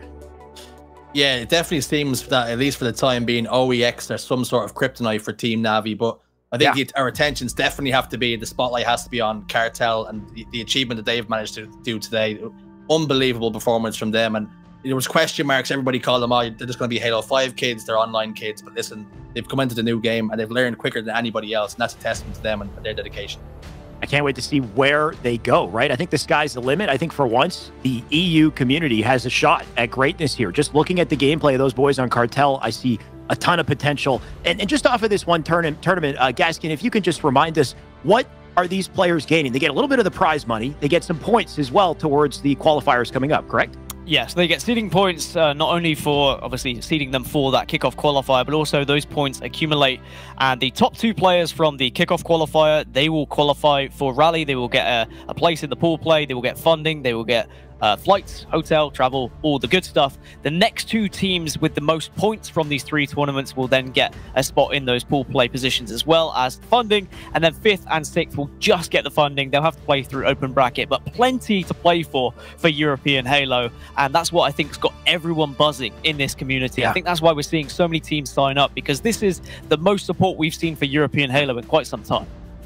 Most support we've seen, and we're only just getting started. So, Gaskin, thank you for that. This is free to join. Anybody can jump in and sign up for these tournaments. I think I was looking at Moses on Twitter. We had a record 406 teams, I think, in total. That was just the NA side, I think, for the open tournament. So we're only just getting started. I can't wait to see, who signs up and joins the fold. But speaking of the competition that we had today, we've got Snipe Drone waiting on call to join us. We've been talking about Cartel. We've been praising them. And here's Snipe Drone in the flesh. Snipe Drone, how are you, man? I mean, just coming off of that win, you got to be feeling pretty good after that. Pumped as ever, Shaway. Really happy we could take the tournament. Still a lot to improve on. Some of the call-outs we're doing is like here and there, so still a lot to improve on. But yeah, good victory. You guys are still figuring out all the call-outs, I imagine, right? Is there anything that's kind of set in stone, or is it all just you just changing it up every time? Well, on day 1 we sort of came up with our own call-outs, but then we was watching a lot of the NA scrims, and they'll come up with call-outs and we're like, Jesus, that makes more sense to call it that. So we're sort of changing it all the time, but yeah, still getting used to the call-outs. My favorite one right now is the Brutes on Livefire. Is Optics calling them dummies, and they call it dummy door, the door to the bottom mid where the Brutes are. Anyway, it's just I love to see what kind of call-outs come out. What are you thinking of the new game, by the way, dude? We've been waiting for years. We're finally playing a new Halo. Does it feel good to be playing something new? Are you enjoying it? I mean, honestly, at the start, I was like, I suck at this game. Honestly, it was quite hard getting used to, but the more I played it, the more I grinded, I was starting to enjoy it more. So yeah, it's a good game. It's a good game. You're coming off of Halo 5, I assume, right? That was what I want to say you were playing a little more so. Has it been tough to transition? You're saying it was, you had no thrust in the back pocket. It's got to be kind of weird. I mean, again, I was good on H5, but I feel like this game suits my playstyle more. So, yeah, I think, this game is probably right up my street. Yeah. That's fair enough. I noticed you guys, you seem to have this chemistry with each other, right? You're obviously playing very well together. What do you think it is about this Cartel team that just makes them have this edge, allows you guys to continue to kind of hold on to #1? I mean, these guys, the guys I'm playing with, they're just absolute beasts. I mean, they're all young talent. I mean, they're only going to get better and better. I mean, props to my teammates. I was basically just sending them places, tagging them on the map, and they were just flying it. So, I mean, these guys are absolutely beasts, and they're going to be in the scene for a long time, and they're going to be a force to be reckoned with. So, yeah. Shaway, if you don't mind me asking a question, if Snipe Drone can hear me. Mike, can you hear me? Hello, Just Gaskin. checking. How are you? Mate. Nice hair, by the way. Looks great right now. I need a haircut. Don't lie to me, so- Gaskin. I need a haircut. Language barrier, right? You've got the French. Yeah. You've got you. You are very English. They are very French. How does it pan out in game? Are call-outs okay? This is something I was worried about, to be honest. I was, you know, there's always going to be some sort of language barrier, but I feel like we're on the same page, so that's a good thing to start off with. As I said, call-outs. We just need to go over call-outs in every map, to be honest, again, and we need to we do need to tighten up our communication, 100%. Yeah, and something I saw in kind of your game in particular, I mean, I always used to say you were kind of a stat player, like one of the main slayers, right? You'd anchor, but wouldn't necessarily do as much objective work. That was certainly different here watching you today, especially on Aquarius CTF. You went like 35 kills and you were still running every flag. Is that something you've changed coming into this game in particular? Have you been focusing on that at all? Not in particular. I mean, I'll be honest with you, you're normally Legend and Shady running flags, but I just found myself in a lot of positions to run the flag and they were getting kills, so yeah, I mean, everyone on this team can do everything. That's what's good about this team. So, yeah. All right, sweet. I just wanted to chat to you because you look wonderful. I'll allow Shyway to take back over. No, I was going to say, let's just throw it around the horn. Like, Tony, I mean, if you want to, you send it to Shurzy or Tony, just, you know, toss it up. I don't care. And then let them go ahead and ask the man a question. I don't know how much time you got here. I know you got to grind, but yeah. Well, I want to ask a question. You know, there you go. I'm nowhere near the level that you, Legend, and Shady are. What are some advice that you have for us that are just picking up the game? Maybe we're not as fast to pick it up as you guys. What should we be working on to kind of up our level? I want to compete too. Hey, don't be hard on yourself. You're a good player. But yeah, I would say just we're done. I would say watch other people and just take little things from their gameplay that you see that you don't do yourself. So watch all sorts of players, you know, NA and EU. Just watch players and take little bits from their gameplay and put it into yours. That's my best advice. Good advice.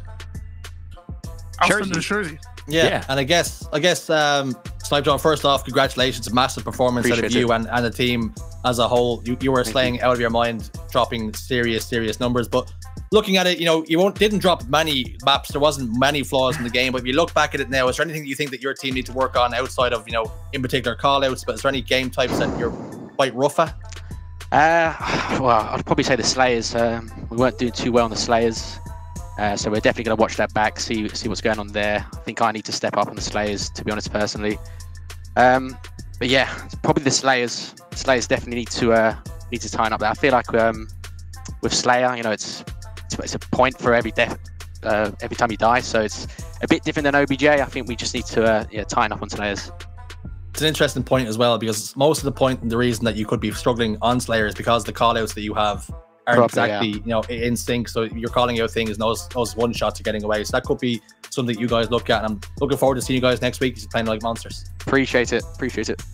I do have one more question for you, Snipedrone. It's a little cheesy. I wrote it, and I'm going to read it to you if you're okay with that. But historically, Halo has been an NA-dominated esport, as we know. For years, EU have kind of been, you know, playing catch-up a little bit. They've had some success, but they've also never had to kind of access the opportunities that NA have had, you know, kind of until now. Things seem to be changing. It feels like EU, more than ever, they're on the come-up, and they have a shot at getting to the top. So what I'm asking is, what does an opportunity like that mean to you? And do you think you and your team are well positioned to get there?